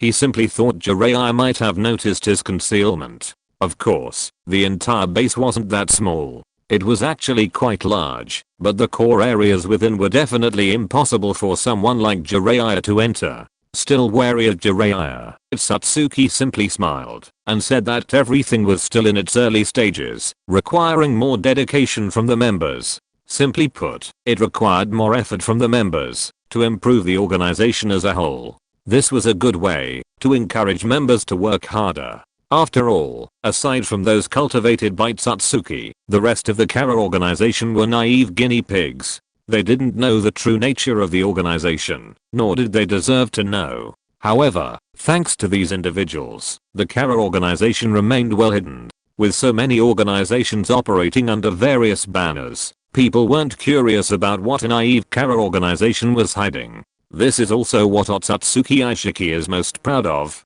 That idiot Otsutsuki Kagura had no idea what to do after mastering the fruit of the sacred tree. Even when he escaped, that idiot Otsutsuki Kagura didn't know. This made Otsutsuki Aishiki look down on Otsutsuki Kagura even more, and of course he hated Otsutsuki Kagura more in his heart. If it weren't for Otsutsuki Kagura's betrayal, then Otsutsuki Aishiki would have become a high and mighty god and the pride of the Otsutsuki clan, instead of being able to only live in other people's bodies and linger on like now. This is a great shame for Otsutsuki Aishiki. Jiraiya, now that I've introduced you to the entire base, I have some tasks for you. You're the only one in the entire organization who can carry out these tasks. Aishiki Otsutsuki looked at Jiraiya and said this. Jiraiya's expression was a little hesitant after hearing this, but he still expressed his willingness to listen. After all, today was Aishiki Otsutsuki's last day in this world, so Jiraiya still had some tolerance for him in his heart. Just wait for the screaming god of death to sound your death knell. A strange hum sounded, and Jiraiya and Aishiki Otsutsuki subconsciously glanced overhead. What's that sound? Aishiki Otsutsuki was a little confused. Chapter 624 Feel the power of nuclear fusion. That sounds like something falling. Jiraiya looked at Aishiki Otsutsuki in front of him, his eyes filled with determination. Jiraiya had figured it out. If he left now, he might indeed survive, and soon Ed would also be able to look at him more often. But the problem was that this was not what Jiraiya wanted to do. Who was he? He was Jiraiya. He was the great sage of Toad. He was not a coward. Aishiki Otsutsuki in front of him had become the culprit preventing the peaceful unification of the ninja world. It could even be said that, if Aishiki Otsutsuki was killed, the peace that the ninja world wanted would come. Thinking of this, Jiraiya's eyes were filled with a hint of determination. Jiraiya couldn't help but think of what Kenichi Amemiya had said to him when he was arranging the letter of surrender for him. Jiraiya, do you know? In order to kill Otsutsuki Aishiki, all the people in the world have united. No matter if it is the 5 big villages or the 5 big countries, they have united. Do you know what this means? It means peace. This is what Amemiya Kenichi said, and after Jiraiya heard it, he knew that what Amemiya Kenichi said was true. After all the things Amemiya Kenichi had done before were like this.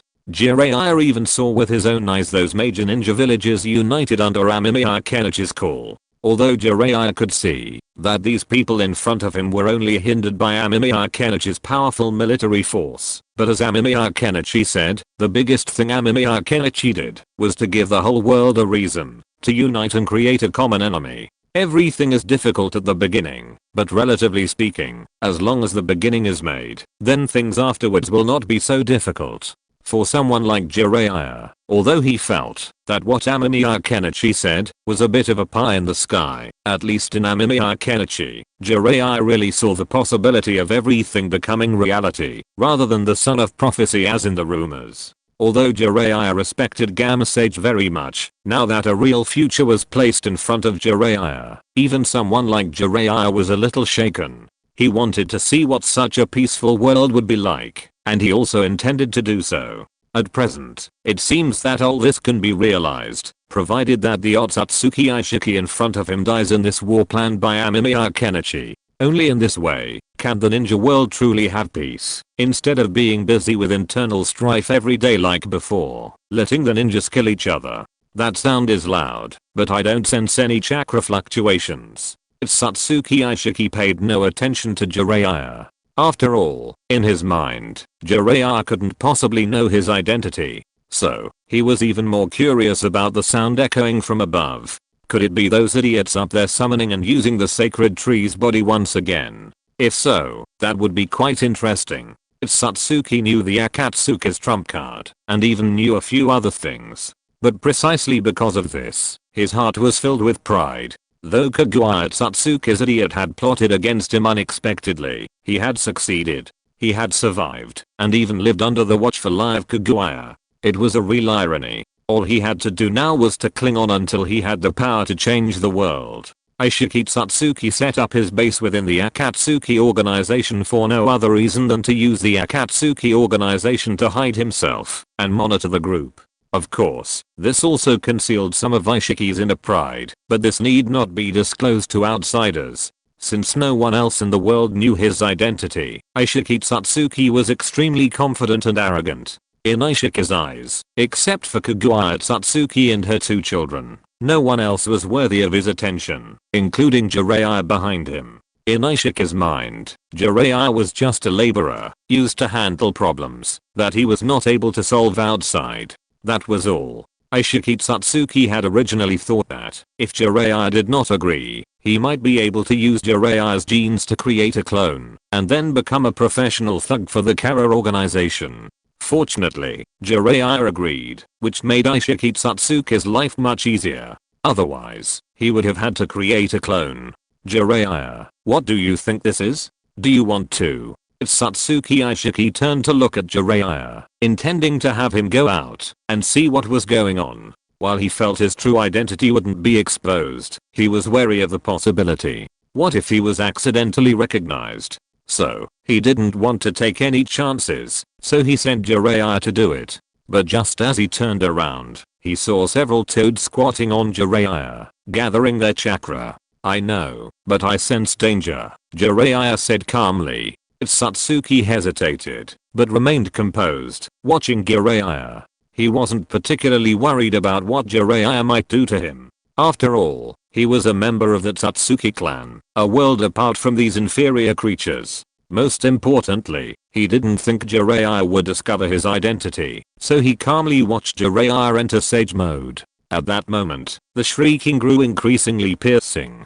Jiraiya opened his eyes and gazed upon Aishiki Satsuki, a hint of amusement in his eyes. As expected, you're just like what Kenichi Amemiya said, arrogant and contemptuous. Jiraiya laughed heartily, lunging forward. Aishiki Satsuki's pupils shrank. Why would this Jiraiya attack him? It shouldn't have happened. He and Jiraiya hadn't had any conflict, so Aishiki only had one question in mind. Why would Jiraiya attack him? And who was Kenichi Amemiya? Aishiki had never heard of this name. Kenichi Amemiya sounded somewhat ordinary, and unlike the world's famous ninjas, he looked like an ordinary person. Despite his confusion, Aishiki didn't surrender.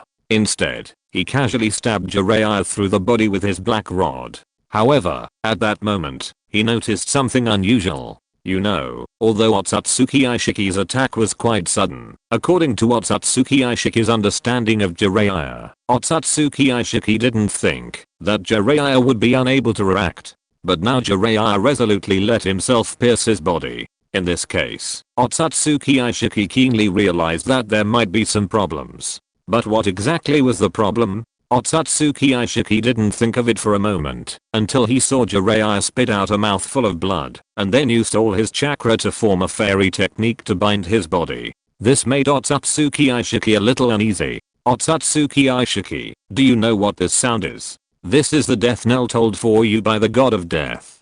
Jiraiya laughed heartily, and Otsutsuki Aishiki's pupils shrank.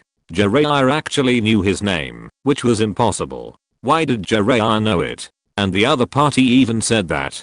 Could it be that Satsuki Aishiki sensed something was amiss and tried to break free? But despite the considerable difference between Jiraiya and Satsuki's skill, Jiraiya's binding jutsu, with all his might, still took him a while to break free. At that moment, the air was silent for a moment, and then a powerful explosion suddenly spread. Jiraiya smiled broadly, closing his eyes. The instantaneous heat and immense shockwave ripped through his body, instantly evaporating him from the world. Now it was Satsuki Aishiki who faced the full force of the hydrogen bomb's blast. At the moment the hydrogen bomb exploded, the entire world fell silent, and those at the center of the blast were instantly vaporized, leaving no one alive. Nagato and the others had left yesterday, having been assigned a mission by Amemiya Kenichi. Satsuki Aishiki didn't notice anything unusual. After all, Akatsuki members were often out and about, so he didn't take it too seriously. Oh my god, what kind of ninjutsu is this? Sarutobi Hirozen exclaimed in astonishment. Even Senju Hashirama and Uchiha Madara couldn't help but look at Amemiya Kenichi. They had never seen such an outrageous ninjutsu. Moreover, Amemiya Kenichi was clearly present and simply sent a shadow clone over, and the result was such an attack. It was truly astonishing. The Six Paths Sage was also a little surprised. He obviously didn't expect Amemiya Kenichi to be able to pull off such a thing. Saturation bombing, begin now. Amemiya Kenichi showed no sign of stopping. He continued to command. The next second, the special tactics team began an intensive bombardment. Countless shells were fired at the target location, exploding continuously. At this moment, Amemiya Kenichi ordered the sealing squad to prepare various items to prevent Otsutsuki Aishiki from escaping. In the small town, devoured by the raging hydrogen bomb, the former houses had turned to nothing, leaving only a scorched earth emitting residual heat steam under the scorching sun. The air was filled with a strange pungent smell, which was the synthetic smell of metal and plastic under extremely high temperature. The trees no longer existed, leaving only circles of charcoal black stumps and branches blown away by the shockwave. They were like skeletons left after a terrible storm, quietly telling of destruction. The ninjas stood at a safe distance, their eyes under their masks revealing disbelief and deep shock. They witnessed this destruction, their hands holding unsheathed blades, which was a symbol of their last dignity and calm as ninjas. Their eyes passed through the dead and silent open space, as if looking for something, perhaps signs of surviving life, but there was little hope. The sky was covered by thick grey clouds, and the sun could not penetrate the haze. At this moment, the ninjas felt an unprecedented sense of powerlessness and sorrow. They were accustomed to stealth in the darkness and slaughter in silence, but they had never witnessed such devastation. Their brows furrowed, their eyes revealing an indescribable complex of emotions, fear of this terrifying force and uncertainty about the future. With such strange weapons, were ninjas really necessary? They didn't know. But this brutal scene wasn't over yet. At Amemiya Kenichi's command, countless shells rained down on the target site, plowing it once again. At the same time, an airship took off, carrying Amemiya Kenichi's shadow clone. This shadow clone had an even more arduous mission, to test the power of the antimatter bomb, and determine its effectiveness. The target of the experiment was naturally the unfortunate Satsuki Aishiki. Under the gaze of the ninjas, Kenichi Amemiya, and the Six Paths Sage, a vast expanse of black particles transformed into a wall, sweeping over them. Kenichi Amemiya remained silent, knowing that this was the powerful shockwave from the antimatter bomb's detonation. All the dust and other objects at the time were instantly blown away. Because the explosion was so rapid, it looked like a despairing black wall. Is it really okay for us to stand here? Sarutobi Hirozen couldn't help but ask. Meditarumi and the Reikage also cast concerned glances. Ken Amemiya nodded. He certainly thought it was fine, or even a minor issue. However, it was clear that Meditarumi and the others were still a little worried. After all, the huge black wall before them was about to blow right up to them. When the dust clears, it's time to launch the general attack, Amemiya Kenichi said calmly, but he had already begun preparing his ninjutsu. After all, the explosion of the antimatter bomb had also blown nuclear radiation in. Although Amemiya Kenichi was not afraid, it would be a bit ridiculous if he lost troops due to his own faults before that. So Amemiya Kenichi still planned to help these people. Under Amemiya Kenichi's casual ninjutsu, the black wall blew over the heads of all the ninjas and rushed into the rear, revealing the dead land ahead, and Otsutsuki Aishiki crawling out from it, with black lines on his body. As expected of an Otsutsuki, you can even survive this? Amemiya Kenichi was a little surprised, and then his eyes fell on Otsutsuki Aishiki's body. There were some broken parts there, which could be seen as some kind of binding ninjutsu. Since Otsutsuki Aishiki was bound by the ninjutsu, it was natural to wonder who had used it on him.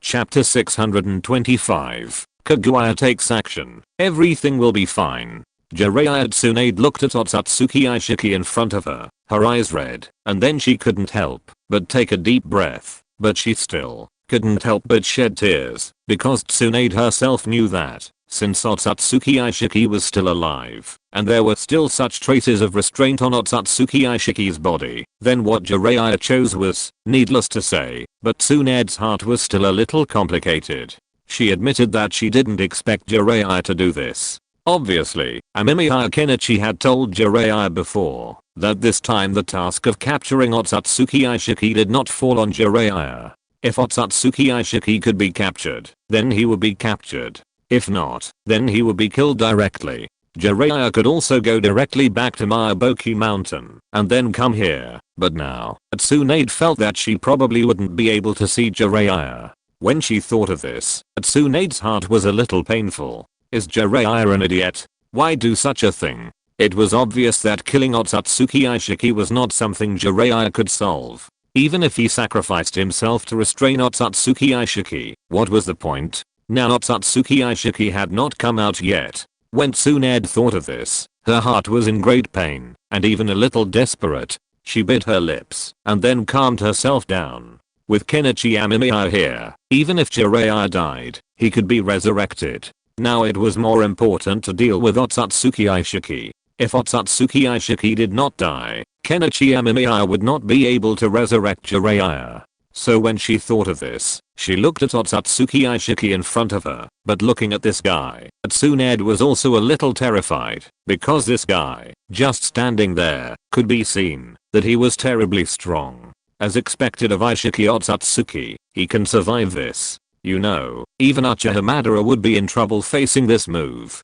Kenichi Amemiya looked at Aishiki Otsutsuki in front of him, and took a deep breath. The explosion of the antimatter bomb and the hydrogen bomb had not killed Aishiki Otsutsuki, but Kenichi Amemiya had already anticipated such a possibility. After all, Kenichi Amemiya knew very well that Aishiki Otsutsuki could survive from Kaguya Otsutsuki's hands, and lingered on for so long. So Aishiki Otsutsuki's own strength must be very good. If the hydrogen bomb and antimatter bomb can solve Aishiki Otsutsuki, then it would naturally be the best. If they can't solve it, then they need to change a method. I'm here to deal with Otsutsuki Aishiki. With this thought, Amemiya Kenichi glanced back. The Six Paths Sage stood beside him. Seeing the look in Kenichi's eyes, he understood what he meant. The Six Paths Sage took a deep breath, and, following Kenichi's lead, charged at Otsutsuki Aishiki. Simultaneously, a massive ceiling array rose. Otsutsuki Aishiki surveyed the surrounding ceiling arrays, then looked at Kenichi and the Six Paths Sage charging towards him, a trace of caution in his eyes. He wasn't particularly worried about the Six Paths Sage and Amemiya Kenichi. He was concerned about his own exposure. How had he been exposed? If he had already been exposed, what about that woman? Would she come out? The thought of this made Otsutsuki Aishiki nervous. Although he didn't think much of Kaguya Otsutsuki, a fool. After all, she was just a lowly branch family, a sacrifice, a lower class person, but she had consumed the fruit of the sacred tree. Under such circumstances, Otsutsuki Aishiki was no match for Kaguya Otsutsuki. The next second Aishiki's body froze. He suddenly shrank, then instantly appeared on the other side. Where he had been standing, a woman had already leaned out, her white eyes fixed on him. Aishiki's pupils shrank. Aishiki Otsutsuki Kaguya. Aishiki Otsutsuki Kaguya had actually been released, and even knew of his existence. The thought of this made Aishiki feel a little desperate. Although he had made some preparations, when facing Kaguya Otsutsuki, Aishiki admitted that these preparations were useless.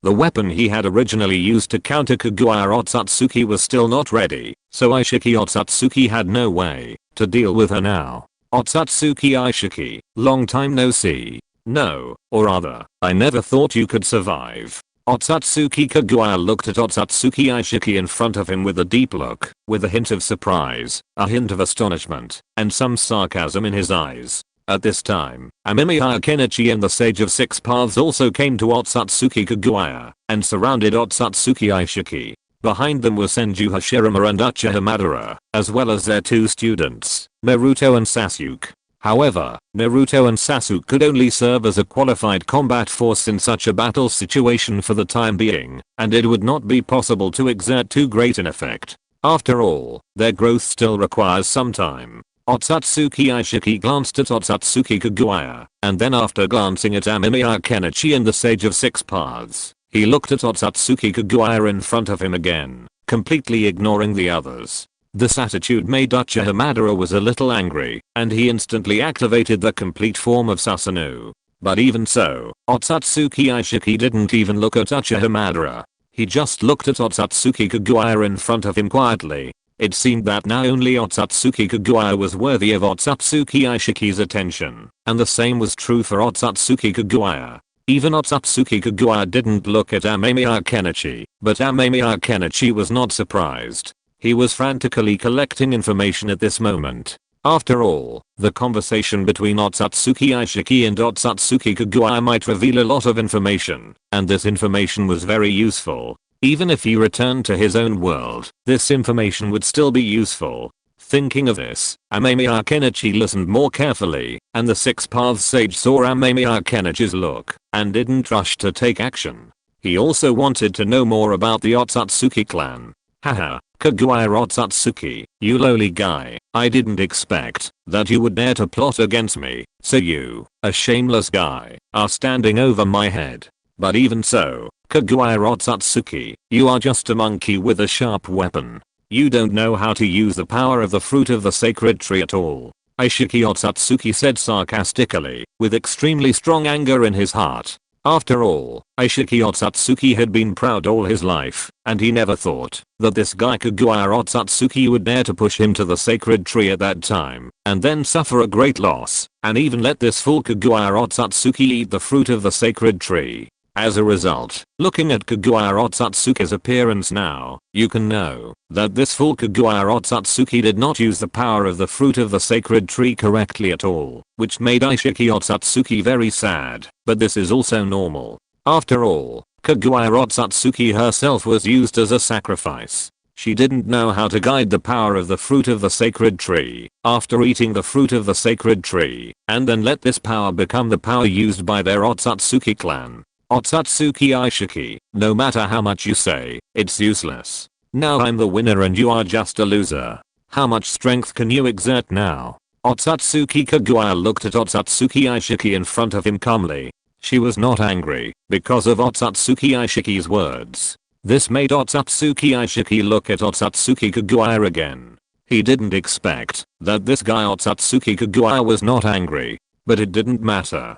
From the moment he saw Otsutsuki Kaguya coming out, Otsutsuki Aishiki knew that he could not escape today. Even if he wanted to use the same trick again, it would be difficult, because now Otsutsuki Kaguya has seen his condition, so naturally she knows how he survived the first time. As long as he is well protected at that time, it will be impossible for Otsutsuki Aishiki to escape successfully. So what? Kaguya Otsutsuki, a counterfeit like you is not worthy of receiving the power of the sacred tree. How long have we been out? The family will come to look for me. Then you tell me, if the family sees you, what will they do? They will only turn you into the fruit of the sacred tree and give it to others to eat. Facing the power of the family, you should know that you can't resist at all. Kaguya Otsutsuki, your death is approaching. There was a hint of coldness on Otsutsuki Aishiki's face. He had certainly failed, and he might even become the shame of the entire family, becoming a typical example of the family,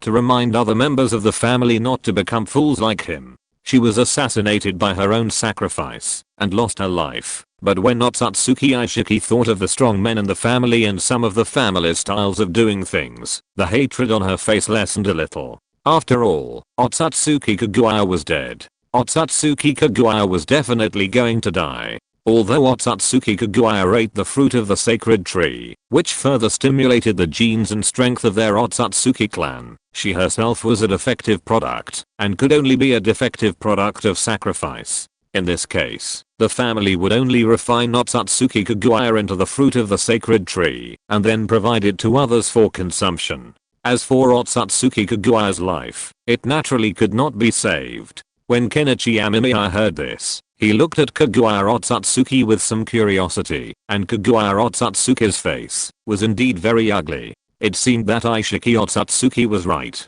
Kaguya Otsutsuki knew that her family would not let her survive, so she was madly trying to choose all possible ways to survive. However, looking at Aishiki Otsutsuki's confident look, Kenichi Amemiya felt that there might be more secrets hidden in the Otsutsuki clan, more strange secrets, and even the power of the divine tree fruit itself is a huge secret, a secret that can be used at any time in Boruto. At that time, even if an Otsutsuki jumped out and said that the correct way to use the divine tree fruit is to say it, Kenichi Amemiya would not be too surprised. Otsutsuki Aishiki, the Otsutsuki clan, are they very strong?